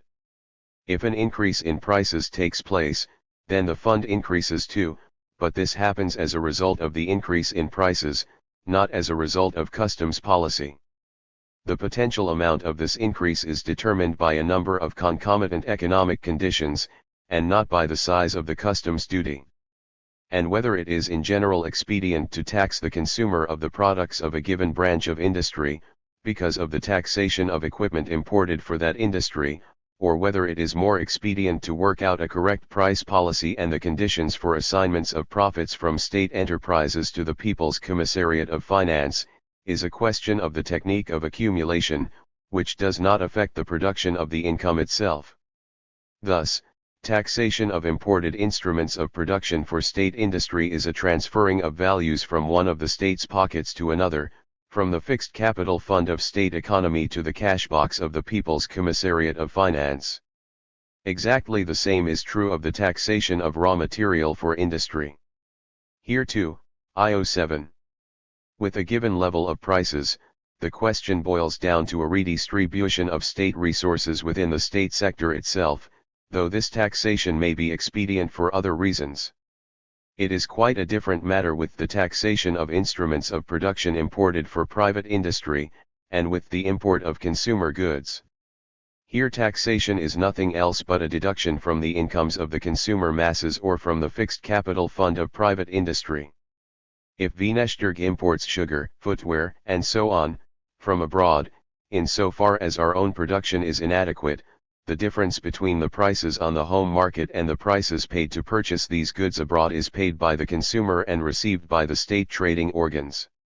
Even if the workers pay this difference, in the given instance we shall have an increase in the revenue and accumulation of the state, though at the expense of a reduction in the real consumer budget of the working class. This is the situation if the imported consumer goods merely make up for the inadequacy of our own domestic production and are sold at home market prices. This import operation in no way hampers the process of accumulation and reproduction at other points of the state economy.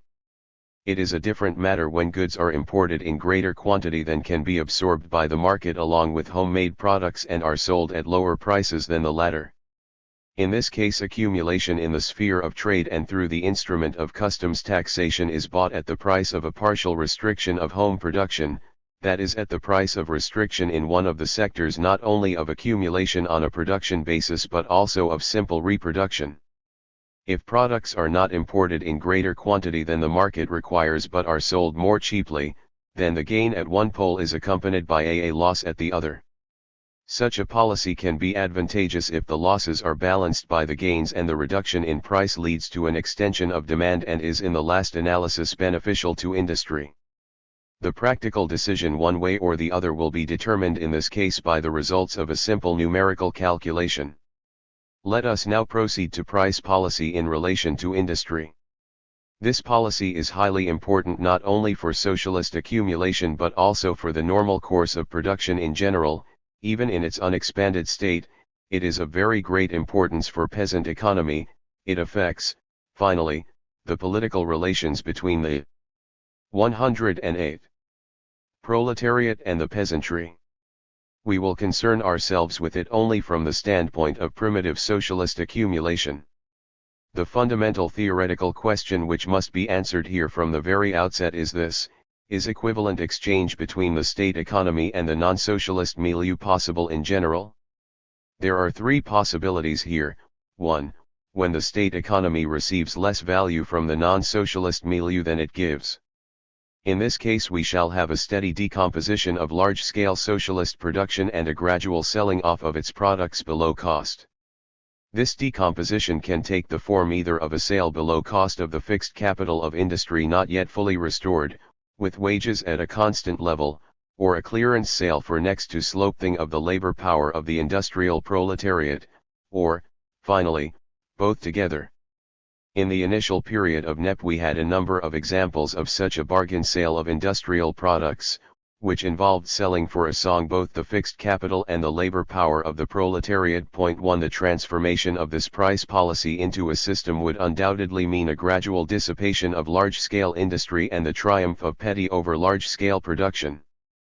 The reader will find concrete examples in the chapter on the economics of industry. This case must not be confused with another, when as a result of price competition there is an increase in depreciation of fixed capital, but in fact restoration of fixed capital does not take place because the appropriate sums recovered are spent either on increased wages or on reserves of raw material, that is, they go to increase circulating capital. Such temporary loans from the fund of fixed capital for other, more urgent needs have played a big part in the life of Soviet industry. This process was inevitable with the extreme poverty of state industry in circulating capital, and often took place even with fairly high prices, not lower than restoration prices. 2. Prices of the products of state industry are so calculated that when there is an exchange of products between this industry and private economy there is an exchange of equivalence, that is, neither of the economic systems exploits the other. This situation is in general possible only as a very brief episode. To consider such a situation as normal is to suppose that the socialist system and the system of private commodity production, included in a single national economy, can exist side by side on the basis of complete mutual economic equilibrium. Such equilibrium cannot exist for long, because one system must oust the other. Either decay or development is possible, but not remaining at the same point. Speaking in a certain connection about capital as a process of movement, Marx wrote, "Capital as self-expanding value embraces not only class relations, a society of a definite character resting on the existence of labor in the form of wage labor. It is a movement, a circuit describing process going through various stages, which itself comprises three different forms of the circuit describing process. Therefore it can be understood only as motion, not as a thing at rest. 1 If capital, both in its individual circulation in some enterprise, and also if we take the capitalist system as a whole, in its relation to the pre-capitalist milieu, constitutes motion, in what way can the socialist form in its relation to the pre-socialist milieu be a thing at rest *? And what does motion mean in this case? Motion in this case means one of two things: either the capitalist form rapidly erodes the monolithic block of the state economy which was formed by the lava of the October Revolution and the Civil War, or the socialist form develops at the expense both of its own accumulation and of the non-socialist milieu, which also nourishes it with its juices. If capitalism is motion, socialism is still more rapid motion. And what it loses in speed in the period of primitive accumulation, in the sense of development of its technical economic base, owing to extreme poverty in capital, it is obliged to make up for by intensified accumulation at the expense of the non-socialist milieu. One of the most important means of this accumulation, beside the methods described above, and another which will be discussed later, is non-equivalent exchange of values with the non-socialist milieu. This exchange with advantage to the socialist form is possible only with an appropriate price policy in relation to the products of state industry. 3. And so we come to the third case, which is not only possible but also inevitable under our conditions, that is, a price policy consciously calculated so as to alienate a certain part of the surplus product of private economy in all its forms.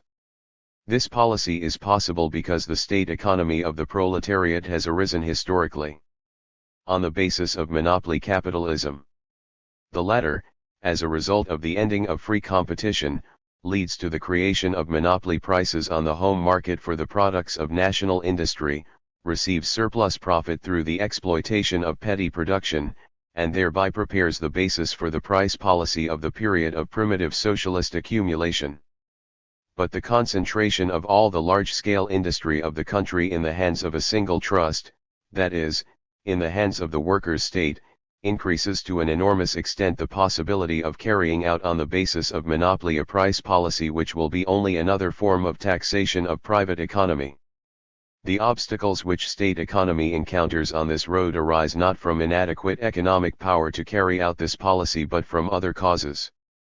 The greatest of these is the need to combine this policy with a policy of reducing prices, which can be achieved only if the reduction in costs of production goes forward still faster. And this in its turn presupposes the need to re-equip industry as soon as the limits of rationalization of production with the old technique are reached. Another difficulty results from the fact that the state is not a monopolist in all branches of industry. Consequently, price policy must be calculated so that state accumulation does not automatically entail private capitalist accumulation. I do not mention here the difficulties of a political kind which result from the relations between the working class and the peasantry and often compel us to talk about equivalent exchange, though this is, under socialization of large-scale industry, an even greater utopia than under the rule of monopoly capitalism. Accumulation by way of an appropriate price policy has advantages over other forms of direct and indirect taxation of petty economy. The most important of these is the extreme facility of collection, not a single kopeck being needed for any special taxation apparatus. The objection which comes down to this, that taxation on the basis of a definite price policy one will affect the wages of the workers and the rural poor, is completely futile. It is not the rural poor who are the chief buyers of the products of our industry. Whatever they may lose in this way they can recover from the state in the form of credit, in the form of obligatory accumulation of the fixed capital of their economy, and so on. As regards the workers, this objection is as baseless as the objection to indirect taxes, which are completely transferable to wages. Here is a numerical example. If as a result of an appropriate price policy the working class along with the rest of the population, pays to state industry say 50 millions, the state can easily return this sum to the workers by an increase in wages, while the money received from the bourgeois and petty bourgeois consumers is not returned to them and goes to swell the socialist accumulation fund. We shall return in more detail and with figures to this problem when we come to the chapter on the economics of industry. Now let us go on to accumulation on a production basis, that is, to the increase in values created on the basis of expanded reproduction within the system itself, by its own forces. Let us begin, as before, by recalling the corresponding factors in primitive capitalist accumulation. Defining what is called the period of primitive capitalist accumulation, Marx wrote, "The so-called primitive accumulation, therefore, is nothing else than the historical process of divorcing the producer from the means of production. It appears as primitive because it forms the prehistoric stage of capital and of the mode of production corresponding with it. (1) In other words, the period of primitive capitalist accumulation does not end with the organization of the first capitalist manufactory, but still goes on while capitalist development is in full swing. In order that the capitalist mode of production might become the dominant form of production, in order that the period of primitive capitalist accumulation might be succeeded by the period of normal capitalist accumulation, in order that the separation of the producer from the means of production, that is, the creation of a class of wage workers by the dispossession of the peasants from the land and the passing of the independent artisans into the ranks of the proletarians, might go sufficiently far for this, the process of productive 112. Utilization of these cadres had to advance at sufficient speed. In order to fulfill in the main the fundamental task of primitive accumulation, the divorcing of the producer from the means of production and in the process of doing so, capitalism had to begin accumulation also on the basis of production and to develop it on an ever larger scale. This process went forward, developing uninterruptedly. Along with it accumulation continued by the economic and non-economic methods described above. But the role of accumulation on the basis of production grew uninterruptedly in proportion as the whole of production, in its fundamental branches, was transformed into capitalist production. The dialectical development of this process, in which effect passes into cause, was expressed by Marx in the words, with the accumulation of capital, therefore, the specifically capitalist mode of production develops, and with the capitalist mode of production the accumulation of capital *1 the source of capitalist accumulation on the basis of production is exploitation of labor power. The forms of this exploitation are primitive and crude in the early stages, when absolute surplus value holds first place as compared with relative. Later on the proportions between them are reversed. In the opening period of the development of capitalism, the working day in the first capitalist enterprises was longer than in the handicraft production of the Middle Ages, holidays were fewer, the intensity of labor was invariably higher. In consequence, the total amount of labor carried out in one day by a single worker was greater than in medieval craft production. On the other hand, wages in the first capitalist enterprises were lower than the wages of an apprentice craftsman. Thus, a lower level of wages and a longer working day than in the previous economic system, and all this on the basis of higher technique and higher productivity of labor, constituted the source of the intense primitive accumulation on the basis of production in the first period of the development of capitalism. The state concerned itself with the production process in this period not so as to reduce or mitigate exploitation, as happened later, but on the contrary, so as to reduce the power of resistance of the working class to this exploitation. The state stood on guard over primitive accumulation. When it supported the process of driving the peasants off the land, when it promulgated laws on vagabondage and ruthlessly hanged homeless vagabonds who did not wish to submit to the yoke of capital, when it promulgated laws on maximum wages and a minimum working day. The enemies of socialism, in particular the opponents of the Soviet economic system, observe gloatingly that in the first years of primitive socialist accumulation wages in our country are lower than before the war and the revolution. These gentlemen should be reminded that in the period of primitive capitalist accumulation the living conditions of the wage workers in capitalist factories, as Marx showed in Capital, and as has been shown by a number of other investigators, were considerably worse than those of the apprentices and, of course, worse still than those of the craftsmen in the Middle Ages. And this was in spite of the enormous technical superiority of capitalist production over the crafts. In other words, the outward worsening of the lives of the working masses in the period of primitive socialist accumulation, in comparison with the position of the workers in a developed capitalist system, argues as little for the economic superiority of capitalism over socialism as the worsening of the position of the workers in the first capitalist manufactories and factories, as compared with the crafts, could argue for the economic superiority of independent production over capitalist production. All the basic methods of the exploitation of labor power by capital are sufficiently vividly described in Capital and are well known.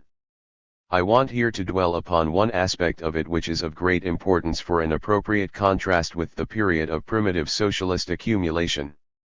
I mean the rapacious squandering of the labor power of the proletariat in the name of the utmost possible economy of means of production, and so in the interests of reducing the cost of production of commodities. This is what Marx says about it. Such economy extends to overcrowding close and insanitary premises with laborers, or, as the capitalists put it, to space saving, to crowding dangerous machinery into close quarters without using safety devices, to neglecting safety rules in production processes pernicious to health, or, as in mining, bound up with danger, etc. Not to mention the absence of all provisions to render the production process human, agreeable, or at least bearable. From the capitalist point of view this would be quite a useless and senseless waste. The capitalist mode of production is generally, despite all its niggardliness, altogether too prodigal with its human material, just as, conversely, thanks to its method of distribution of products through commerce and manner of competition, it is very prodigal with its material means, and loses for society what it gains for the individual capitalist. 1. This barbarous attitude to labor power, characteristic of all phases of capitalism, attains monstrous forms in the period of primitive accumulation, when the economic struggle of the workers has hardly begun and the balance of forces is extremely unpropitious for the working class. It is necessary to mention another circumstance of this period, namely, that capitalism bears no expense for a reserve army of labor, which becomes an economic necessity in the subsequent period. Furthermore, the capitalists themselves restricted their own personal consumption in every way, in order to extend reproduction. Here is a small illustration from this field. The trade of Manchester may be divided into 4 periods. First, when manufacturers were obliged to work hard for their livelihood *, they enriched themselves chiefly by robbing the parents whose children were bound as apprentices to them. The parents paid a high premium, while the apprentices were starved. On the other hand, the average profits were low, and to accumulate extreme parsimony was requisite. They lived like misers, and were far from consuming even the interest on their capital. The second period, when they had begun to acquire little fortunes, but worked as hard as before * for direct exploitation of labor costs labor, as every slave driver knows, and lived in as plain a manner as before. The third, when luxury began, and the trade was pushed out by sending out riders for orders into every market town in the kingdom. It is probable that few or no capitals of £3,000 to £4,000 acquired by trade existed here before 1690. However, about that time, or a little later, the traders had got money beforehand, and began to build modem brick houses, instead of those of wood and plaster * even in the early part of the 18th century. A Manchester manufacturer who placed a pint of foreign wine before his guests exposed himself to the remarks and head-shakings of all his neighbors.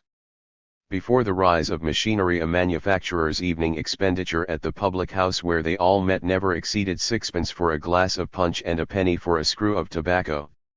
It was not till 1758, and this marks an epoch, that a person actually engaged in business was seen with an equipage of his own.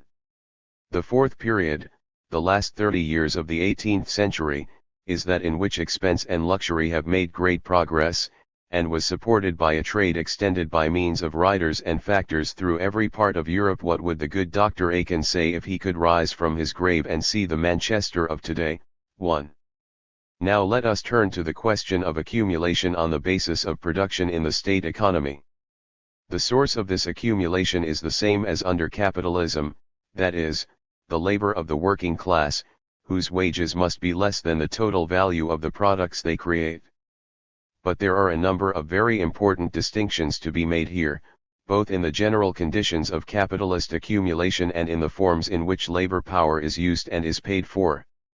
Above all, we must recall the fact mentioned above, that socialist accumulation can begin only after the proletarian revolution, whereas the process of primitive capitalist accumulation begins and goes on before the bourgeois revolutions. In certain countries it is in full swing during the revolution, England, France; in others it has passed through its main stages by the time this moment comes, Germany. The bourgeoisie did not have to buy the very possibility of undertaking the reconstruction of the whole economic system by the payment of that tribute, in the form of devastation of the productive forces and destruction of reserves, which was required by the proletarian revolution and civil war of the 20th century. We do not know what will be the cost of the conquest of power by the proletariat in other countries, but in our country this conquest costs so dear that accumulation on a production basis could not begin at once. It was preceded by a period when the total amount of value created within the state sector, and distributed both inside and outside it, was not greater but less than the cost of production. The period of war communism confronted the state not with the problem of accumulation and expanded reproduction under conditions of a new system of property, but with the task of military victory, on the one hand, and on the other, the task of feeding that commune of poor people, fighting against the whole capitalist world, which was then constituted by the proletariat and the poorest peasantry together with their army. The economy of that period was a military consumers' communism. Its tasks were to hold out, to feed the people somehow, and to conquer. A state of deficit in the state economy could not in any way be a reason for restricting it and still less for closing it down. A cut in production took place only when raw material and fuel were in inadequate supply. production which was carried on at a loss from the capitalist standpoint and from the standpoint of accumulation, was necessary and useful from the standpoint of the specific tasks of this period. I will cite a small numerical example, taken at random. If we were to calculate the cost of production in a typical enterprise of that period, we should find the following picture, figures taken at random. Value of raw material and depreciation of instruments of production, that is, constant capital 1000. Wages, that is variable capital 500. Cost of product 1500. Market value of the product in pre-war prices 600. In such a situation there is not only no surplus product, there is an enormous loss. 1500 600 equals 900.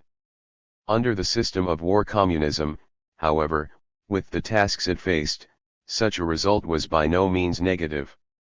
The workers earned their wages, and for something more, namely 100, they went to the common fund of the state commune. This 100 was not surplus product but a loan from fixed capital or an expenditure of fixed capital. But this loan, this expenditure constituted a positive feature in that period, because fixed capital and stocks of raw material would have remained dead capital if labor power had not been transformed into consumer goods. Here there could occur, and did occur in practice, cases when the market value of a product was lower even than the wages paid, in our instance 400 as against 500. But in this instance it was appropriate to continue to carry on part of production, since the workers had to eat and the costs of keeping the factories going had to be met. For the state it was more advantageous to have a deficit of 100 in products earned, not measured in value terms, with the factories working, than to have a deficit of 200 or 500 with the factories closed. This was an extremely peculiar kind of economy, radically opposite in its tasks and its methods of calculation to capitalist production. Regarding the fundamental stimulus of capitalist production, that is, profit, Marx says, the rate of profit is the motive power of 117. IL 8. Capitalist production. Things are produced only so long as they can be produced with a profit. *1 In the period of primitive capitalist accumulation, the capital which passed from trade into production yielded a profit, as a rule. As a rule, capitalism did not know, and by its very structure could not know, a long period when it worked for nothing. From the capitalist standpoint, that is, without profit, or at a loss, covering the latter from other sources of primitive accumulation, lying beyond the bounds of capitalist enterprise. Conversely, what can exist for private capital only as an exception, an episode production without profit, that is, production without surplus value, was the rule in the period of war communism. Adapting Marx's phrase just quoted, we could say about the period of war communism everything was done, by any and every means, to increase the day-to-day consumption fund, even though this meant expending fixed and circulating capital without hope, moreover, of rapidly replacing it. 2 But an economy of this kind cannot last long. With the end of the Civil War, this prehistory of primitive socialist accumulation came to an end and its history began. But the accumulation began not with an increase in the annual fund of surplus product in the state economy, but with a reduction in the annual deficit in this economy. Here we have the first characteristic feature of our socialist accumulation as compared with capitalist accumulation.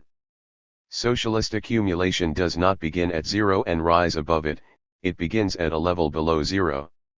A zero of surplus product throughout the state economy and at the same time a zero of loss. This zero line was the ideal at the time of the transition from the period of war communism to the period of preliminary socialist accumulation. 3 Whereas the motive power of capitalist production is striving for maximum profit, in the period of war communism there was a striving for the maximum amount of manufactured products, even though at the price of maximum loss, and from the start of socialist accumulation the fundamental aim was to achieve minimum loss for the state economy as a whole, and so far as possible also for the individual enterprises. At the present time, that is, in 1925-6, the state industry and transport of the USSR are profitable, on the whole. if the gross value of industrial production be 2,500 million rubles, and the net value be 1,000 million, there will be no accumulation if this 1,000 million equals V, that is, if net production is equivalent to the total wages paid, and S, that is, in the given instance not surplus value but surplus product 1, is nil. Conversely, if the total amount paid in wages is less than the total of new values created in the course of a year by the workers in state industry, then there is surplus product, even though the whole of industry not only gives nothing to the state out of this product but even asks for subsidies of many millions of rubles in order to restore fixed and circulating capital. During the World War, the Revolution, and the Civil War not only was there no normal reproduction but a monstrous exhaustion of the fundamental elements of production took place. Now they are being restored. If the basic resources for this restoration were to be taken not from accumulation on the basis of production but from accumulation at the expense of the non-socialist milieu, by the methods described above, that would not mean at all that accumulation of the first type did not occur. If, say, net annual production in state industry is 1,000 million rubles, the total wages paid in the year is 700 millions, and there goes on restoration of fixed and circulating capital not only these 1,000 to 700 equals 300 million rubles which are beyond the ken of the state budget, but also a sum of 200 million visible and very burdensome to the People's Commissariat of Finance. This does not at all mean that there is no surplus product. It is present in this case, and moreover one must add to the 300 millions the total amount of central and local taxes paid by industry during the year, expenditure on patronage, and so on. In the given case I presume, of course, that the value of C transferred to the product, that is, constant capital equivalent in this instance to 1,500, is calculated correctly, and that the loss to industry caused by inaccurate allowance for depreciation and low prices does not eat up the surplus product created by the workers. And on the other hand, that calculation is correct the other way round too, and that the result of increased monopoly prices is not ascribed to the productivity of labor of the workers, but is put down as a tax on the private economy, in this case one levied without being noticed, through an appropriate price policy. Thus, at the very beginning of socialist accumulation the state carries on production without regard to its unprofitability, striving only to ensure the least possible loss in the economy as a whole, and far from always the least possible loss in choosing which individual enterprises to set to work, otherwise transport would stop at once. From this fundamental difference as compared with capitalist accumulation there follow a number of differences related to production. But even when the zero line in the field of accumulation has been reached, when to outward view the state economy as a whole is carrying on the same policy of accumulation as individual capitalist economy, we see a tremendous difference between primitive capitalist and primitive socialist accumulation. This difference does not only consist in the fact that the principle of accumulation in an individual state enterprise and the principles of accumulation in a whole complex are two different things, a fact which is extremely important for the economic policy of the different trusts. This difference is connected with the circumstance that whereas capitalist enterprises were from the start technically superior to, and economically stronger than, the separate enterprises of the mode of production which they were to oust or subordinate to themselves, that is, petty production, socialist production has to pass through a fairly long period of accumulation of material resources, during which the individual enterprise of the state economy will inevitably be not superior but inferior to, economically not stronger but weaker than, a contemporary capitalist enterprise in an advanced bourgeois country. The entire economics of the state economy in this period will inevitably be subordinated, on the one hand, to the task of accumulating as quickly as possible resources sufficient to reconstruct the technical basis of industry on a foundation of electrification and economically rational redistribution of industry over the country's space, and, on the other, to the task of protecting this new economy from the still powerful capitalist economy. In this sense a period of primitive socialist accumulation with its own special laws will be inevitable not only for backward peasant countries like the USSR but to some extent, probably, also for 120. 121. The socialist economy of Europe, insofar as present-day European economy, even without the devastation threatening it from civil war, is economically and technically weaker than the economy of capitalist North America. In the more advanced industrial countries, however, primitive socialist accumulation will be based to a very much greater extent on the surplus product of the workers than on resources obtained from pre-socialist forms of production in Europe and the colonies. But these two tasks did not confront capitalism in its epoch of primitive accumulation. Certain measures were taken against the crafts, but these were rather a product of excessive capitalist fervor than an economic necessity for capitalism, since it was quite able to overcome petty production decisively even in conditions of complete equality. On the other hand, if there is sometimes a protectionist tariff policy in countries with weakly developed industry, aimed at protecting a particular industry from the competition of a capitalistically more developed country, this has nothing in common, beyond external forms, with socialist protectionism. In the one case it is a matter of protecting one industry from another belonging to the same economic system. In the other we have the protection of one mode of production, which is in a state of infantile weakness, from another economic system mortally hostile to it, which even in the period of its senile decrepitude will inevitably be stronger, economically and technically, for a certain time, than the new economy.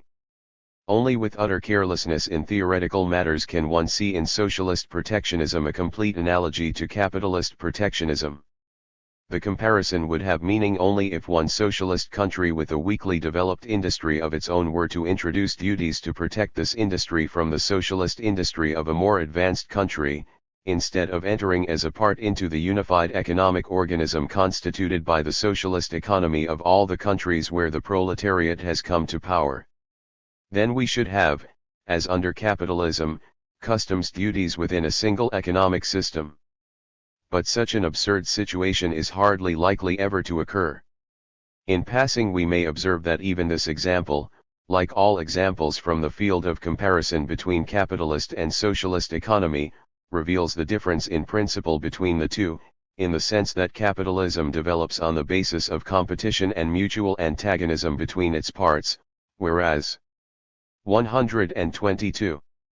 The method of socialist expansion in the economic field, as also in the political, is by mutual attraction between the parts, mutual aid, and a tendency towards a unified economic complex. This is the result not only of military but also of economic necessity. We said, above, that it is characteristic of capitalism, especially in the period of primitive accumulation, to take a ruthless, barbarous, spendthrift attitude to labor power, which it attempts to treat like any other purchased commodity which forms one of the elements of production. The limits of exploitation and oppression in this sphere are the purely physiological limits: the worker has to sleep and to eat, or else the resistance of the working class. Later, the relation of forces between workers and capitalists in the economic struggle is a very important factor restricting the tempo and amount of capitalist accumulation on the basis of production. As against this, from the moment of its victory the working class is transformed from being merely the object of exploitation into being also the subject of it. It cannot have the same attitude to its own labor power, health, work, and conditions as the capitalist has. This constitutes a definite barrier to the tempo of socialist accumulation, a barrier which capitalist industry did not know in its first period of development. True, we know the enthusiasm and heroic self-restraint of the working class in the first years of the organization of state industry, especially in the period of the Civil War. But such factors as this are not characteristic of the whole period of socialist accumulation. The first, quite obvious difference between the state economy of the proletariat and the typical capitalist economy is the fact that though the state economy works for the market, and in the sphere of exchange is commodity production, in relation to the worker it begins, but only begins, up to now, to act as a system of production for consumption by the producers. The laws which regulate the movement of wages in the period of socialist accumulation are quite different from the laws regulating wages under capitalism in the period of primitive accumulation.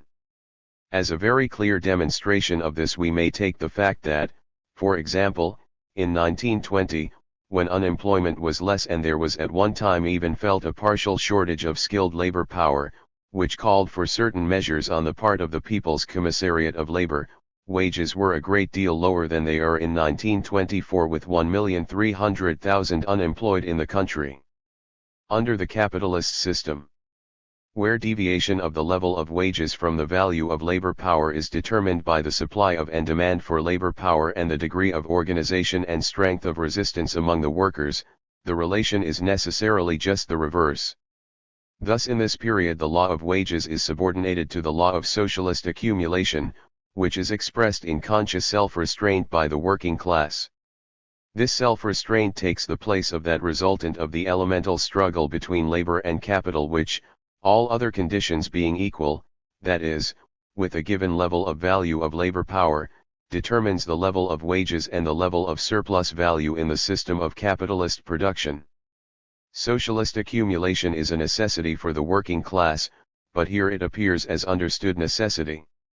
The facts that in the state economy of the USSR, in spite of its poverty, the 8-hour working day is firmly safeguarded, and that measures for the protection of labor are introduced on a larger scale each year, are similarly possible only because the working class is the master of production. With the present scale of production anything akin to this would be absolutely impossible for the capitalist system. Among the special features which are characteristic of the period of primitive socialist accumulation as compared with the corresponding epoch of capitalism, we must mention the fact of large-scale unemployment, which necessitates considerable expenditure of resources from the accumulation fund expenditure which the knights of primitive capitalist accumulation did not have to bear, when they opened their first factories and fed them with labor power from agriculture and the crafts. We must also mention here that the frightful poverty inflicted by the war and the revolution, the tremendous reduction in the customary demands of the working class, served and still serve as one of the factors of socialist accumulation in the sense that the working class, with such a past so recent, easily manages to restrict its demands in these years when the tasks of socialist accumulation are in the forefront. The fundamental law of primitive socialist accumulation is the mainspring of the entire Soviet state economy. But it is probable that this law is of universal significance, except perhaps for those countries which will be the last to go over to the socialist form of 123. Economy. Proceeding from what we have said above, we can formulate this law, or at least that part of it which relates to the redistribution of the material resources of production, in this way. The more backward economically, petty bourgeois, peasant, a particular country is which has gone over the socialist organization of production, and the smaller the inheritance received by the socialist accumulation fund of the proletariat of this country when the social revolution takes place, by so much the more, in proportion, will socialist accumulation be obliged to rely on alienating part of the surplus product of pre-socialist forms of economy, and the smaller will be the relative weight of accumulation on its own production basis, that is, the less will it be nourished by the surplus product of the workers in socialist industry. Conversely, the more developed economically and industrially a country is, in which the social revolution triumphs, and the greater the material inheritance, in the form of highly developed industry and capitalistically organized agriculture, which the proletariat of this country receives from the bourgeoisie on nationalization, by so much the smaller will be the relative weight of pre-capitalist forms in the particular country, and the greater the need for the proletariat of this country to reduce non-equivalent exchange of its products for the products of the former colonies, by so much the more will the center of gravity of socialist accumulation shift to the production basis of the socialist forms, that is, the more will it rely on the surplus product of its own industry and its own agriculture. 1. The period of preliminary socialist accumulation is not only a period of the collecting of material resources by the new economy for a final victory over the capitalist form. It is at the same time a period of direct struggle of the state economy against private economy, a struggle which also proceeds along the line of redistribution of labor power. One of the most interesting questions of the theory of the socialist economy is the question how, in concrete terms, the elimination by the historically superior socialist economic system of all the pre-socialist forms will take place. The problem breaks down into these parts. First, how the methods of struggle of the socialist form against private economy in the period of preliminary socialist accumulation will differ from the methods of struggle in the period of truly socialist industry, and secondly, what will be the difference in the mutual relations of the socialist form with the capitalist form, on the one hand, and with petty commodity production on the other. How did the victory of the capitalist mode of production over pre-capitalist forms come about? This is what Marx says about it: with the progress of capitalist production, it also develops its own conditions and subordinates to its specific character and its immanent laws all the social prerequisites on which the production process is based. Point 1. It is the tendency of the capitalist mode of production to transform all production as much as possible into commodity production. The mainspring by which this is accomplished is precisely the involvement of all production into the capitalist circulation process. And developed commodity production itself is capitalist commodity production. The intervention of industrial capital promotes this transformation everywhere, but with it also the transformation of all direct producers into wage laborers. Point 2. The same conditions which give rise to the basic condition of capitalist production, in the existence of a class of wage workers, facilitate the transition of all commodity production to capitalist commodity production. As capitalist production develops, it has a disintegrating, resolvent effect on all older forms of production, which, designed mostly to meet the direct needs of the producer, transform only the excess produced into commodities. Capitalist production makes the sale of products the main interest, at first apparently without affecting the mode of production itself. Such was for instance the first effect of capitalist world commerce on such nations as the Chinese, Indians, Arabs, etc. But secondly, wherever it takes root, capitalist production destroys all forms of commodity production which are based either on the self-employment of the producers, or merely on the sale of the excess product as commodities. Capitalist production first makes the production of commodities general, and then, by degrees, transforms all commodity production into capitalist commodity production. Point 3.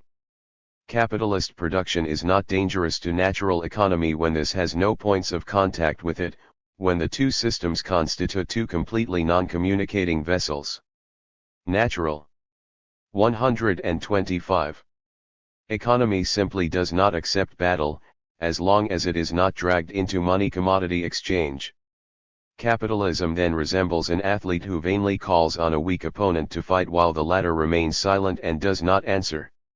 Only when this weaker opponent is dragged into the capitalist arena by the development of commodity exchange does it get thrown on its back in the process of free competitive struggle. It is of great importance for us to emphasize here that the triumph of the capitalist mode of production over primitive natural economy or petty bourgeois economy could be brought about simply by those economic advantages which every capitalist enterprise, even in the manufacturing stage of capitalism, possesses over more primitive forms of economy.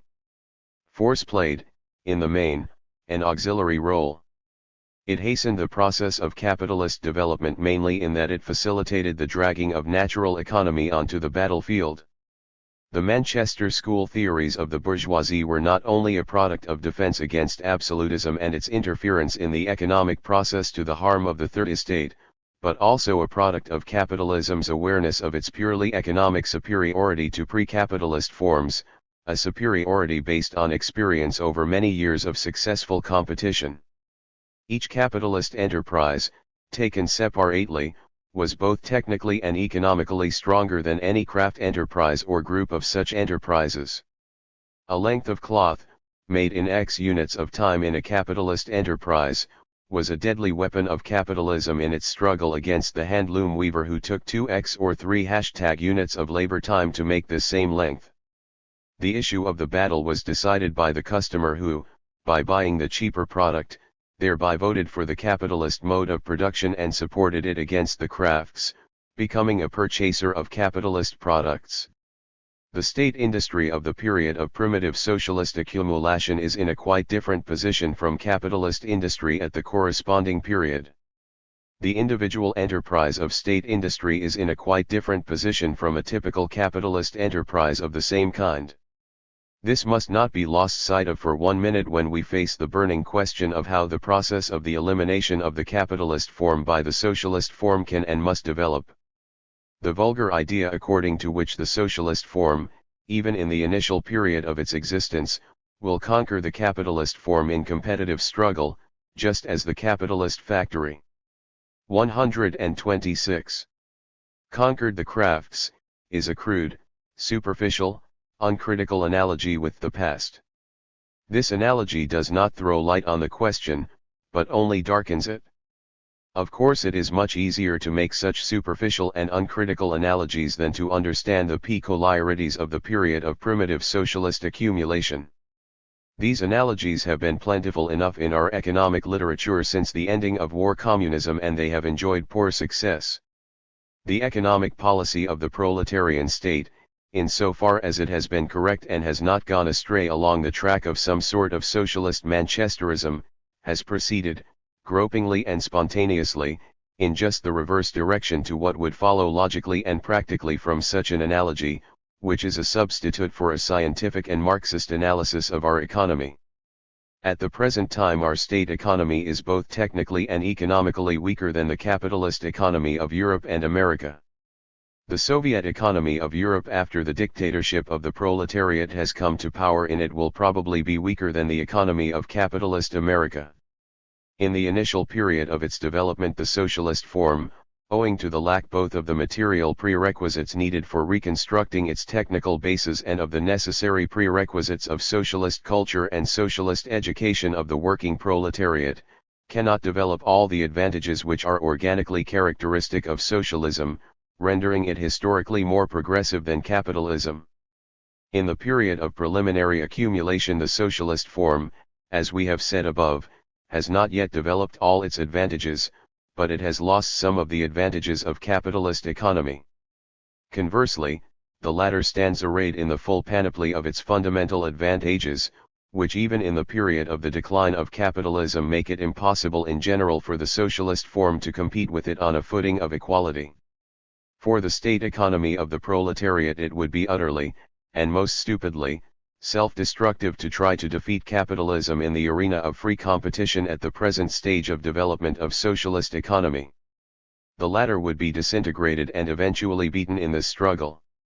We must not forget that while the whole of our state economy, all other conditions being equal, is in its first years weaker than capitalist economy, for precise comparison I put it like this: our state economy between 1918 and 1925 was weaker than our pre-war large-scale capitalist industry. Each separate state enterprise is 127. Also, all other conditions being equal, weaker than an equivalent capitalist enterprise. In relation to foreign capitalist industry, this is expressed in the fact that the products of our industry are in the great majority both dearer and worse than foreign goods, and cannot be otherwise. 1. Inside the country, private industry is weaker only because it is not allowed equal conditions for struggle. The state has held from the start the largest and technically most advanced enterprises. Furthermore, and this is most important, private industry is in every other respect placed in less advantageous conditions than state industry. Thanks to a completely correct socialist policy, the state economy and, consequently, the separate state enterprises, merely as parts of this whole, are stronger than the private enterprises, that is, they are stronger under conditions of inequality between the two sides.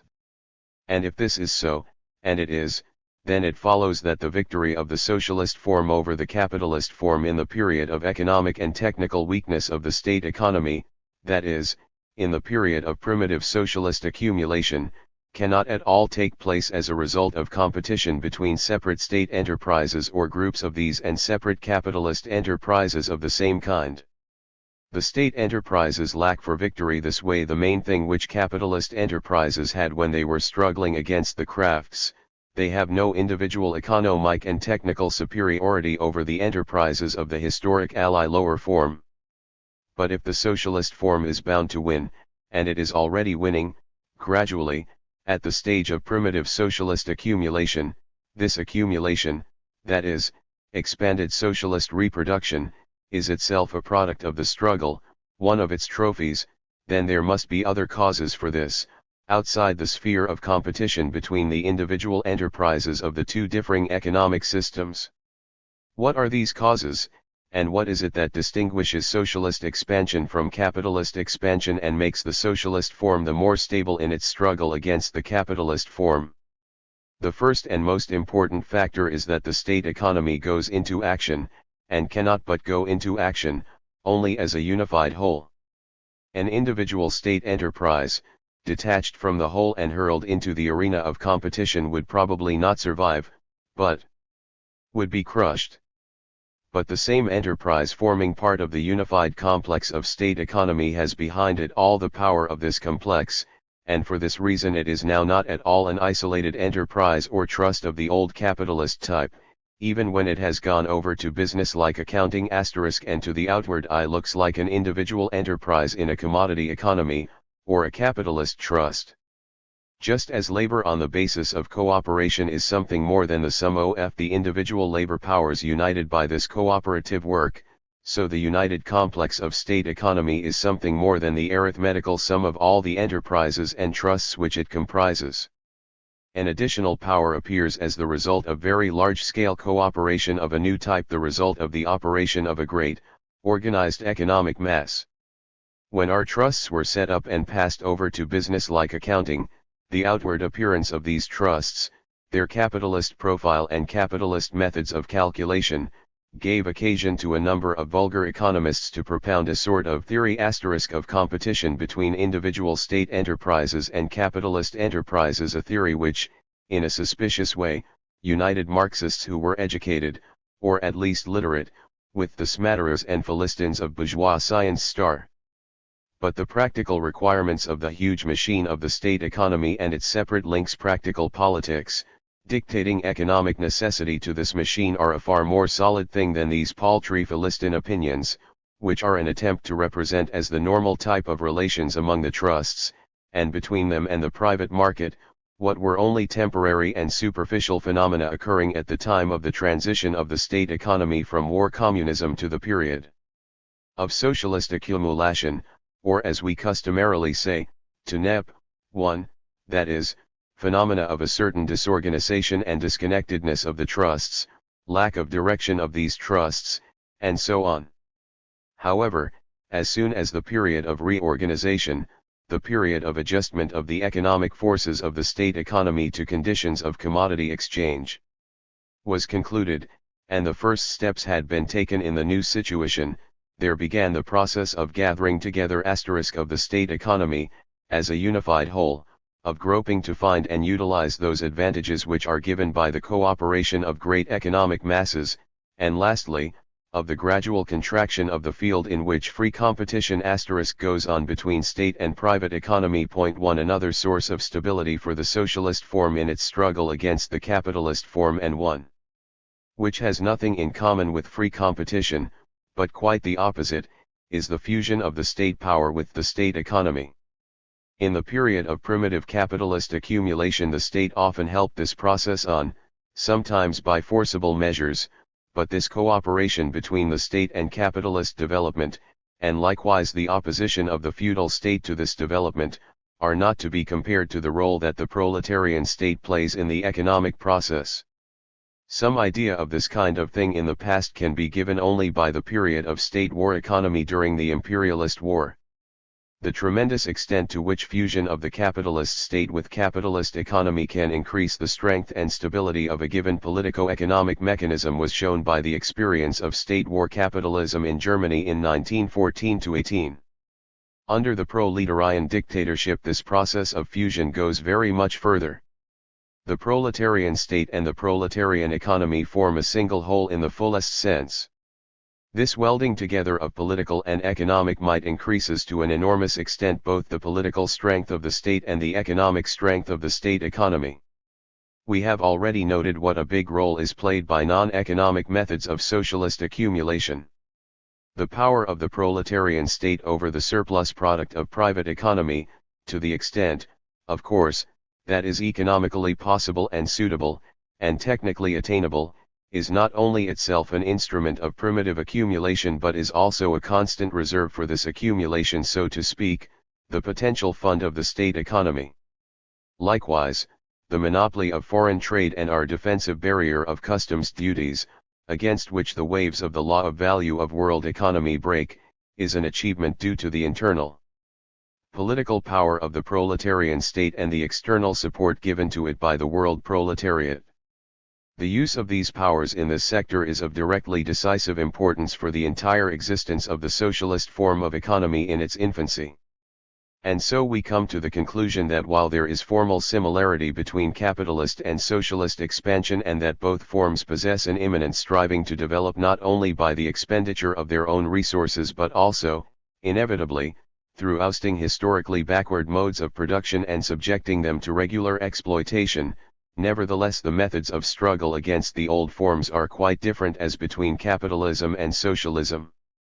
Capitalism conquers in open order, in conditions of free competition with pre-capitalist economic forms. Socialism conquers in the close order of state economy, which goes forward as a unified whole, fused with the political power, in conditions in which free competition is systematically restricted and nearly liquidated. The appearance of freedom of competition after the liquidation of war communism was only an educational measure for the purpose of disciplining and rationalizing the work of the state enterprises. It was not a return to the form of relations with the old mode of production which was characteristic of capitalism in its first and second stages of development. Socialism possesses its own particular form of relations with pre-capitalist forms, which cannot at all be a revival of the circumstances of primitive capitalist accumulation, and which cannot, either, be a revival of that free competition from which capitalism itself has gone forward to the stage of monopoly organization. We can say nothing about the forms in which the ousting of other economic systems of production by the socialist system will take place when the period comes in which the socialist economy has its own technical basis. But in the period of primitive socialist accumulation, which we are now reviewing, the methods of stimulating expanded socialist reproduction are, restriction or even abolition of freedom of competition, all-round utilization of the advantages of state monopoly, struggle by the state economy operating as a single complex combination of economic with political means. As regards the direct relations between the state economy and the petty bourgeois mode of production, these relations must introduce something quite new into the economic history of human society, as indeed does the whole new socialist economy in 131. General. In subordinating neo-capitalism to itself, the state economy subordinates also those things which are subordinated to neo-capitalism, namely, those elements of simple commodity production on which this second form of capitalism has arisen. But alongside this there is inevitably a whole system of direct relations between petty production and the state economy. The essential nature of these relations must be determined by the following considerations. Petty production develops in three departments. One department remains in the realm of petty production for a long time, another is organized cooperatively, one in a capitalist way, the third, avoiding the latter process, is united on the basis of new cooperation, which is a special type of transition from petty production to socialism by way neither of capitalism nor of simple absorption of petty production by the state economy.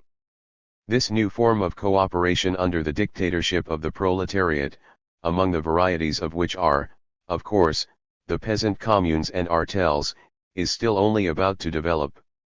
We cannot, therefore, analyze something which does not yet exist but is only about to arise. Let us mention here in passing that we have not yet found ways of using the state monopoly in the interests of cooperation, a development which, in conditions where free competition by the capitalist form is restricted, would give maximum results. Point 2. To finish with the question under discussion, we must say the following. In the period of primitive socialist accumulation, the state economy, even though it has not reconstructed its technique, is already in a position to make use of those advantages of a unified, organized complex which are beyond the reach of capitalism, which expends much of its resources to no purpose as a result of its anarchical structure. Attempts to utilize these advantages under the system of war communism were unsuccessful, and their fruits were lost and fell down into that hole of general economic deficit which was characteristic of that economic system. Now these advantages would be very much more noticeable if we were at last to carry out the most urgent organizational task, which is also an important political one, of directing the entire state economy as a single entity. 1 At the same time we must mention another advantage that capitalism has over the state economy, namely, that the human material it needed was already shaped in the preceding epoch, that type of agent of production and distribution who was educated in response to capitalist stimuli to labor and adapted to capitalist discipline. Conversely, the type of worker in the state economy, as a special social type, is still only a formula, which means that the new economic system has to rely on old people, so that huge losses are incurred by unbusinesslike methods, mishandling, and so on. As we shall see in a special chapter in the second volume, the accumulation of socialist habits and socialist culture is extremely important in the struggle between socialist and capitalist production. In the first decade, at least, capitalism has in this field an obvious advantage over socialism, because it holds the fruits of echelon cultural accumulation. Another reason for the stability of the capitalist form in its struggle with the socialist form, especially noticeable in the sphere of petty and medium trade, is this, that private enterprises exploit the labor of their workers and office workers and also the labor of the owners themselves, going beyond all the limits laid down by Soviet legislation for the protection of labor. The socialist system cannot reduce its costs of production and distribution in this way. And in a period when this form cannot beat private economy on economic grounds, this advantage possessed by private economy is of very great importance, especially in trade. Under the system of self-exploitation by the traders, with no expenditure on their part on bookkeeping, with personal trust by the master in his employee, a product of the adaptation of the worker to the requirements of capitalist relations, state trade will hardly ever be found associated with smaller costs per unit of circulation. An advantage of socialism, the strict protection of labor, is here transformed into an advantage of capitalism, insofar as we are concerned with competition in reducing expenses of circulation. After all that has been said, the problem of external loans and concessions in the period of socialist accumulation will be clearer to us.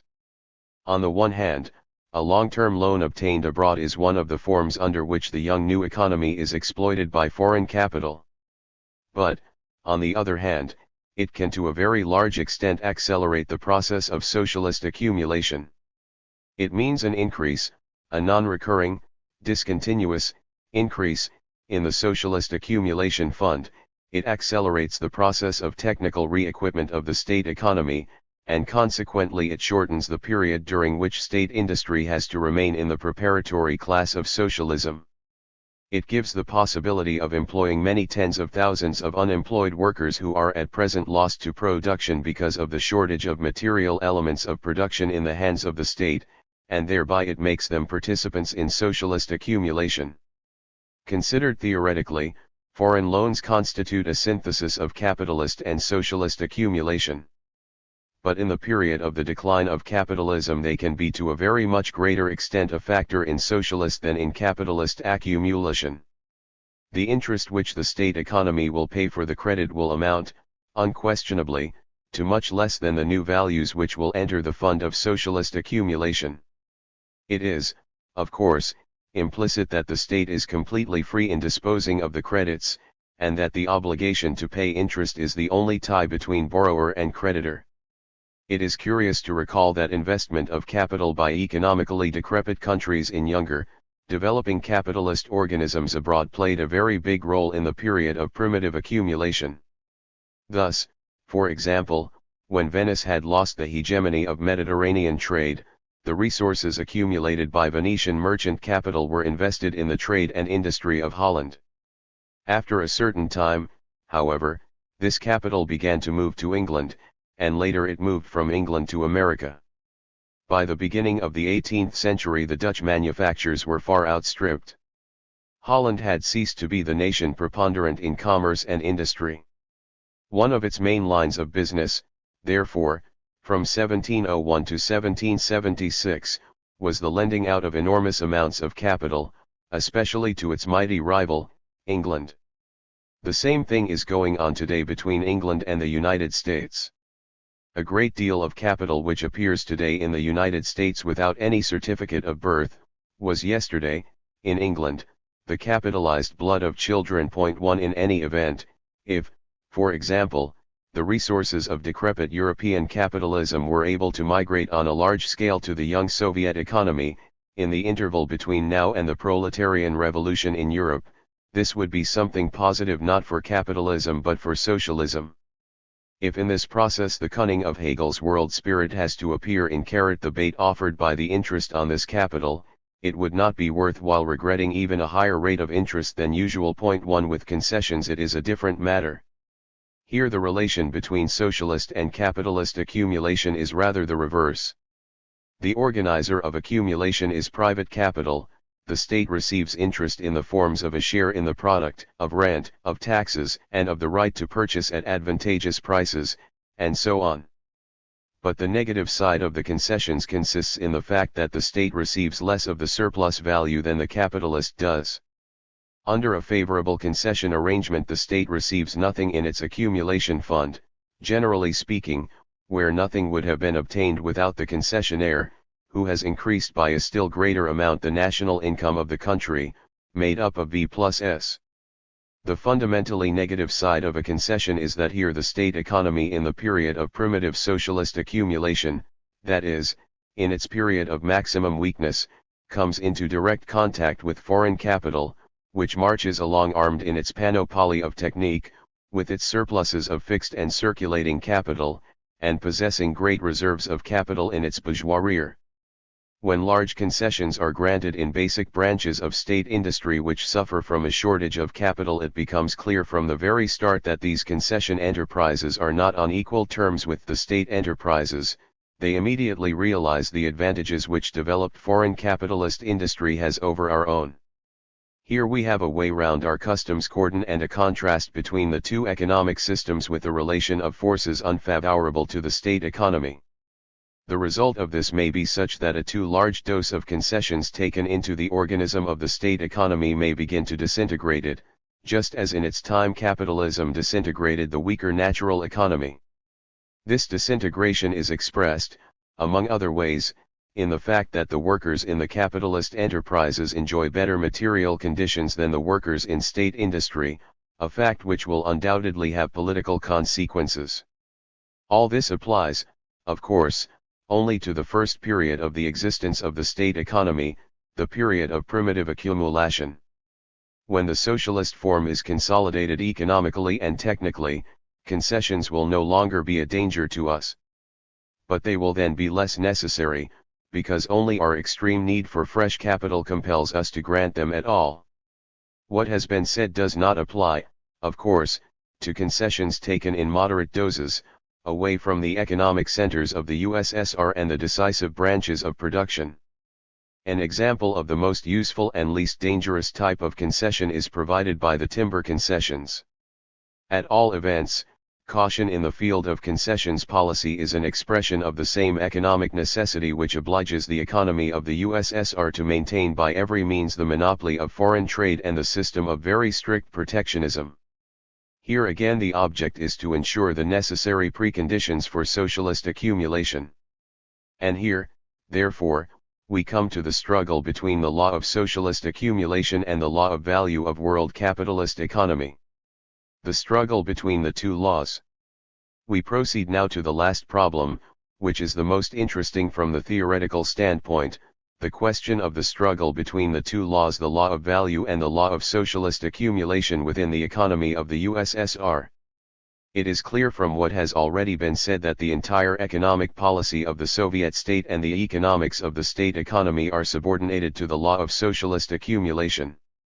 It is impossible to talk about any laws of motion of wages in the state economy of the USSR, or of any theory of wages, unless one analyzes the law of socialist accumulation and how it shows itself in this sector of the economic field.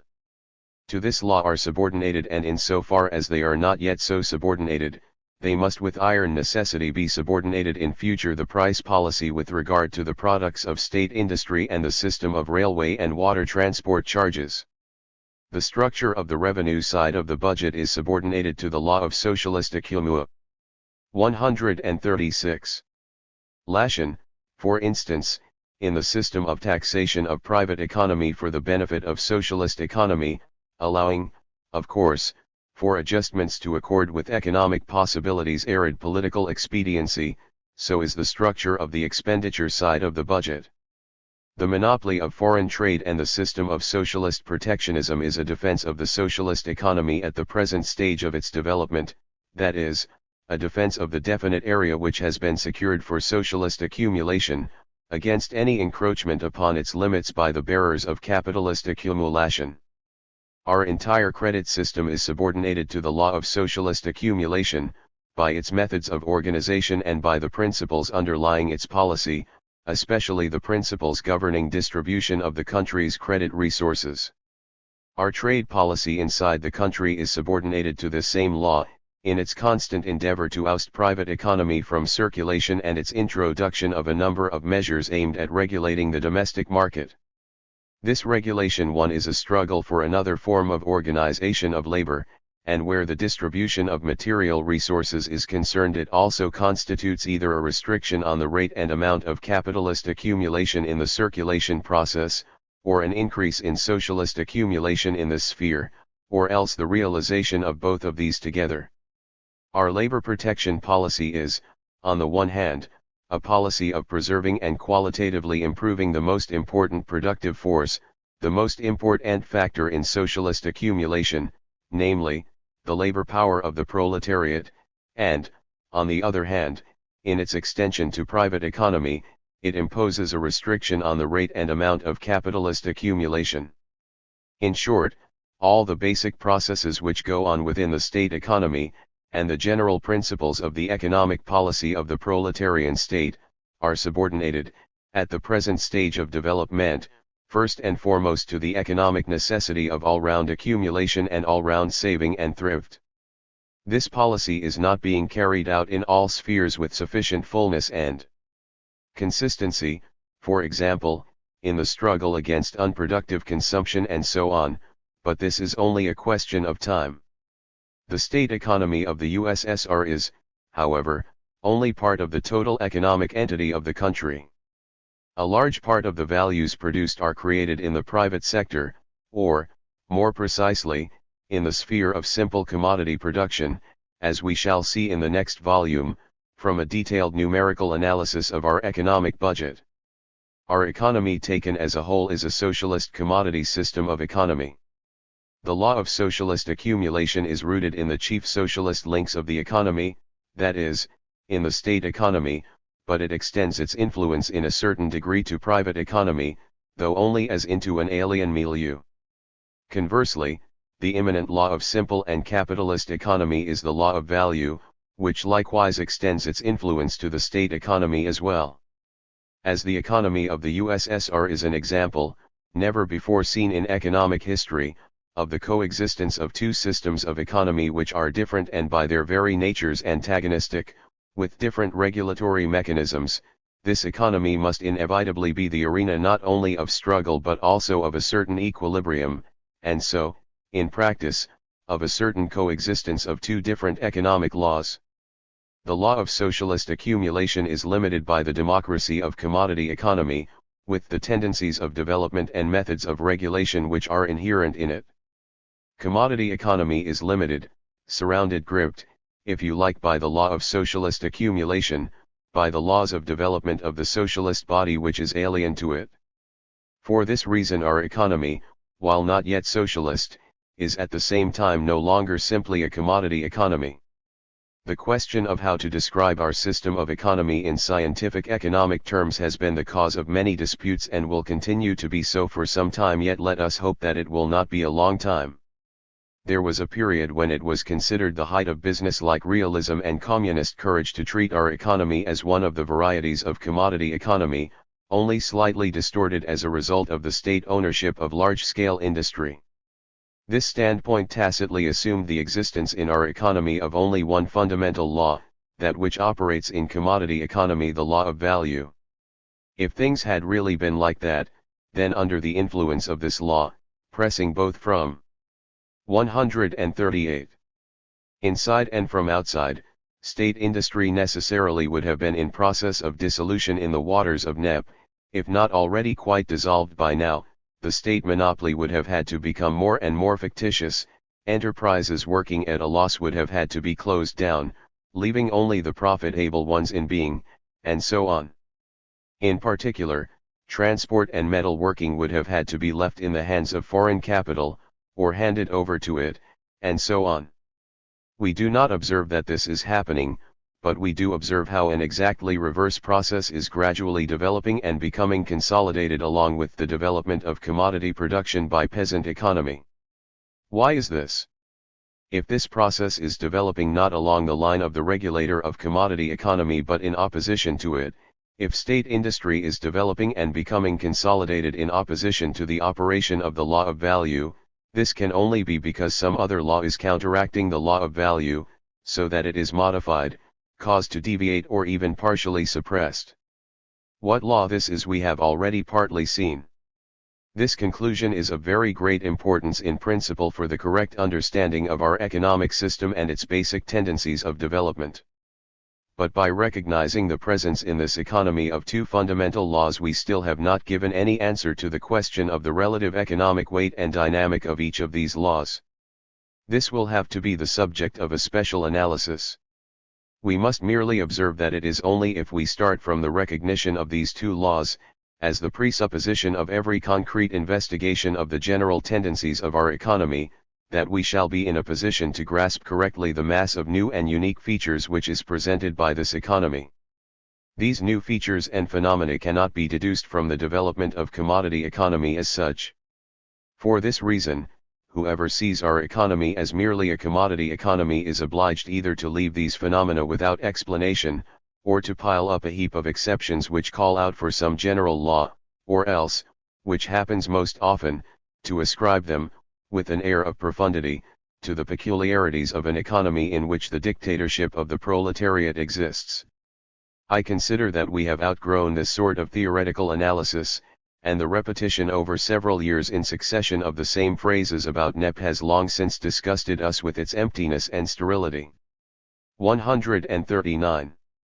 Let us see how far the operation of the laws of commodity economy extends in our economy, and in particular what is the influence on these laws on our state economy, and also to what extent the laws of commodity production are changed or partly suppressed by the law of socialist accumulation.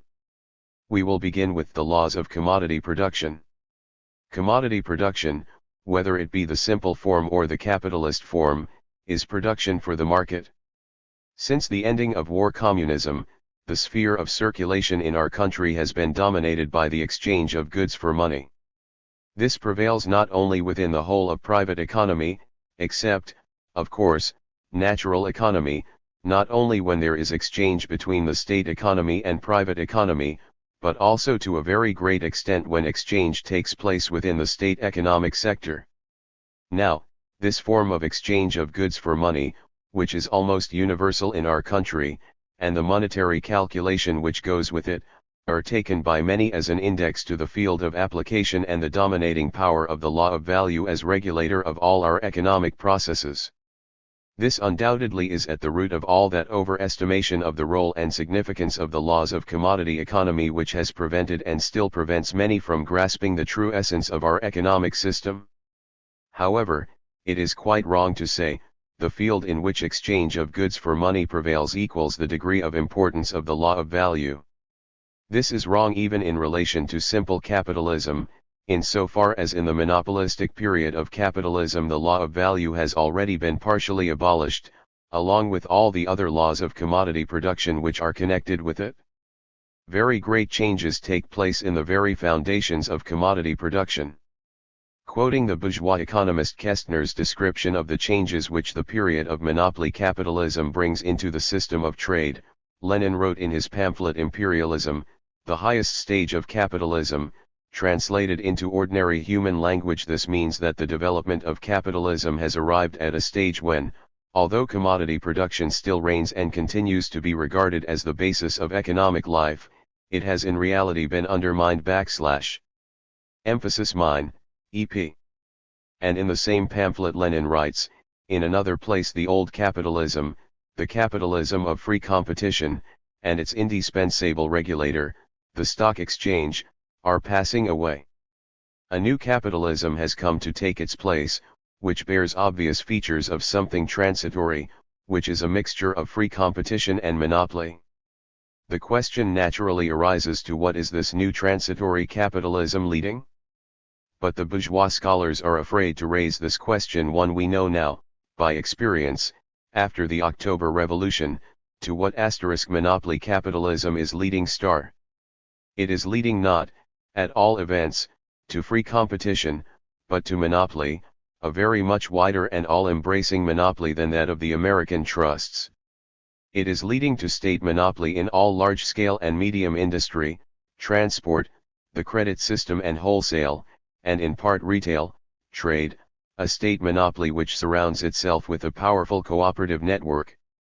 In this sense, our state economy is historically the continuation and deepening of the monopoly tendencies of capitalism, and so also the continuation of these tendencies in the direction of the further decay of commodity economy and the further liquidation of the law of value.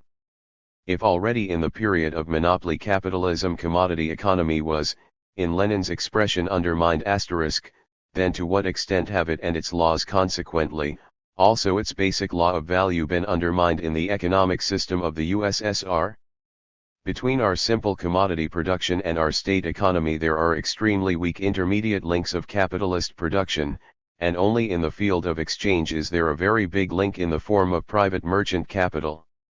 In this situation, that is, while private industrial capital is still very weak, the monopoly of state industry is predominant. It is limited, within the country, in the main only by the competition of crafts and artisan industry.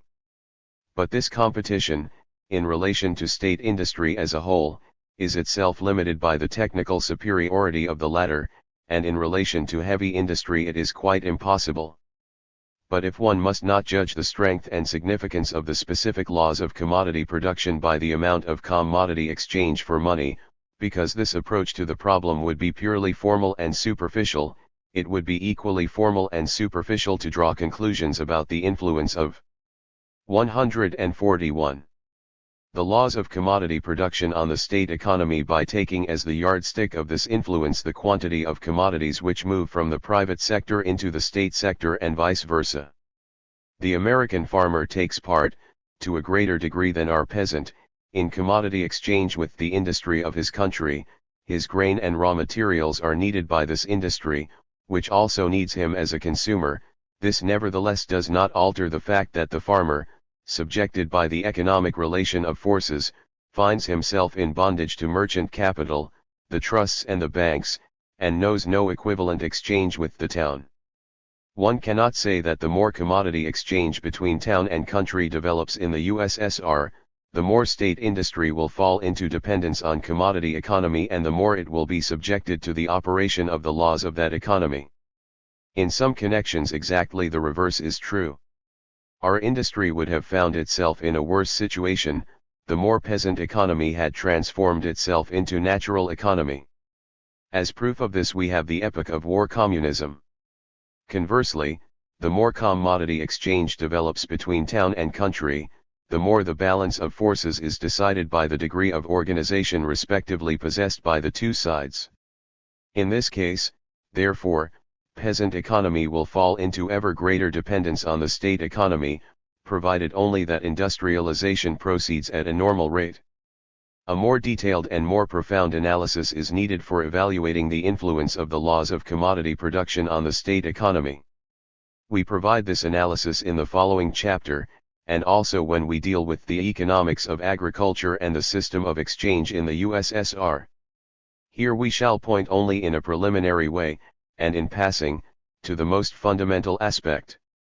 Undoubtedly, the elemental force of market relations, and therefore also the law of value, exert an influence when the state sector buys from petty producers goods for which there are other, competing consumers inside the country. It exerts an influence, too, when the state has priority in purchasing goods but the peasants are able to go over from growing one type of crop to another if the monopoly purchaser offers unacceptable prices to the producer. In this case, the influence of the law of value finds expression not only in prices, that is in terms of money, on the periphery of exchange with private economy, it penetrates 142 deeply into the state sector, being reflected in the calculations not only of the branch of production concerned but also in all adjoining branches, because it affects among other things the general level of wages. But are such values often realized in exchange between private and state economy, and what is their relative weight? The law of value operates very powerfully in the exchange of foodstuffs of animal origin, meat, butter, eggs, and of such raw materials as hides, sheepskins, and wool, where there are many competing buyers and where the producer himself, should the market situation prove unfavorable, increases the extent to which he carries out his own handicraft processing of the raw material, thus boycotting the town. It has less influence in market relations where exchange of other, technical raw materials is concerned, such as hemp, flax, and especially cotton. Here, it is true, the maximum prices are determined by the external market, that is, by the law of value of world economy, but the very great gap between average internal prices and prices on the external market puts power over prices largely in the hands of the monopolist exporter or quasi-monopolist of factory processing of these materials, that is, the state. Finally, to a very great extent the state is the master of the situation as regards prices in the grain trade. It might seem that the play of market forces was nowhere so free as in this field. In reality, however, the position can be quite the opposite. When there is a harvest failure, the forces of supply and demand come to the fore in the grain trade, but when there is an average harvest, or an abundant one, so that surpluses have to be realized abroad, it is the state that is master of the market situation. In the bad harvest years 1920 and 1921, when there was also a substantial failure to sow, the state checked the operation of market forces in the country by means of confiscation of surpluses, the food tax, and importation of grain from abroad. Nowadays, when there is a surplus, the state achieves its aim very successfully by means of its monopoly of grain exports. Controlling hundreds of millions of poods of home-produced grain, it controls prices on the home market. This was shown clearly enough by the experience of autumn 1923, when, with grain surpluses available, a postponement of the carrying out of grain operations, tantamount to a temporary boycott by the state of the peasants * grain offered for sale in order to effect payment of tax. 4. 143. Brought down grain prices in some localities to 20 to 30 kopecks a pud of rye, that is, to 1/6 or 1/7 of the level in 1920-1. That is how things are when the situation is normal, that is, when there is an average harvest. Later, with the development of the grain trade and, what amounts to the same thing, with the development of the production of commodities by peasant economy, the regulating role played in this sphere by the state, within the limits set by the world law of value in this sphere, will not decline but increase, provided only that industry develops and the satisfaction of the effective demand of the peasantry proceeds normally and does not lag behind as we have seen happen in 1924-6. But the laws of commodity production exert their influence on the state economy in another way too. I refer to the realization of the products of state industry on the private market. Our industry works for the demands of the market. It works for market demand both when this demand comes from within the state sector and when it comes from outside. But market relations within the state sector are not at all derived organically from the immanent laws of the development and structure of the state economy itself. Here, market relations are formal and are dictated to the state economy from without, by the form of its relations with private economy. It is true that regulation of the demand of state industry for the products of this industry itself can go very far. While retaining the market form and calculation in money terms, a great deal of planning has been achieved in the distribution of orders, regardless of all the fluctuations which will occur in the demands of those branches which are directly connected with private economy. Exchange with private economy, however, is another matter. In this, proportionality in the development of state industry depends on the proportionality of development in private economy which happens spontaneously. Here state industry is bound fast to the will of private economy. Yet its work to meet market demand is the necessary prerequisite for socialist accumulation itself. For if accumulation at the expense of private economy entails a balance of values exchanged in favor of the state economy, this balance will be the greater in proportion as, all other things being equal, the numerical amount exchanged is greater. But through this door of the dependence of the state economy on the effective demand of private economy, the elemental fluctuations of commodity economy break into the state economy. These fluctuations can be limited by a planned price policy and a planned development of the state economy, based on preliminary calculations of the demand of private economy, but they cannot be done away with entirely. In addition, the force of the influence of private economy on the state economy is felt in this connection in the fact that, at the stage of primitive socialist accumulation and with the extreme shortage of capital, the development of the state economy is controlled by the amount of effective demand. It cannot break away from the laws of commodity economy and gradually speed up the rate of transition to the socialist type of production to satisfy the consumer demand of the workers in the socialist sector themselves. For a gradual increase in the reproduction fund at the expense of exchange with private economy is possible only on the basis of market demand, with the consequences which result from that. Since exchange of commodities on the market is the only basic form of connection between private economy and state economy, it becomes the necessary prerequisite of socialist accumulation. The operation of the law of value in commodity economy under free competition, that is, in its native social spontaneity, is essentially different, therefore, from its operation in Soviet economy, and still more so at its economic antipodes, the state economy. The difference here is more or less like the difference between the force with which a stone dropped from a great height strikes the surface of the water and that with which it strikes the bottom of the reservoir. The more organized the state economy is, the more closely its separate links are united by an operative economic plan, the more it constitutes a compact economic whole.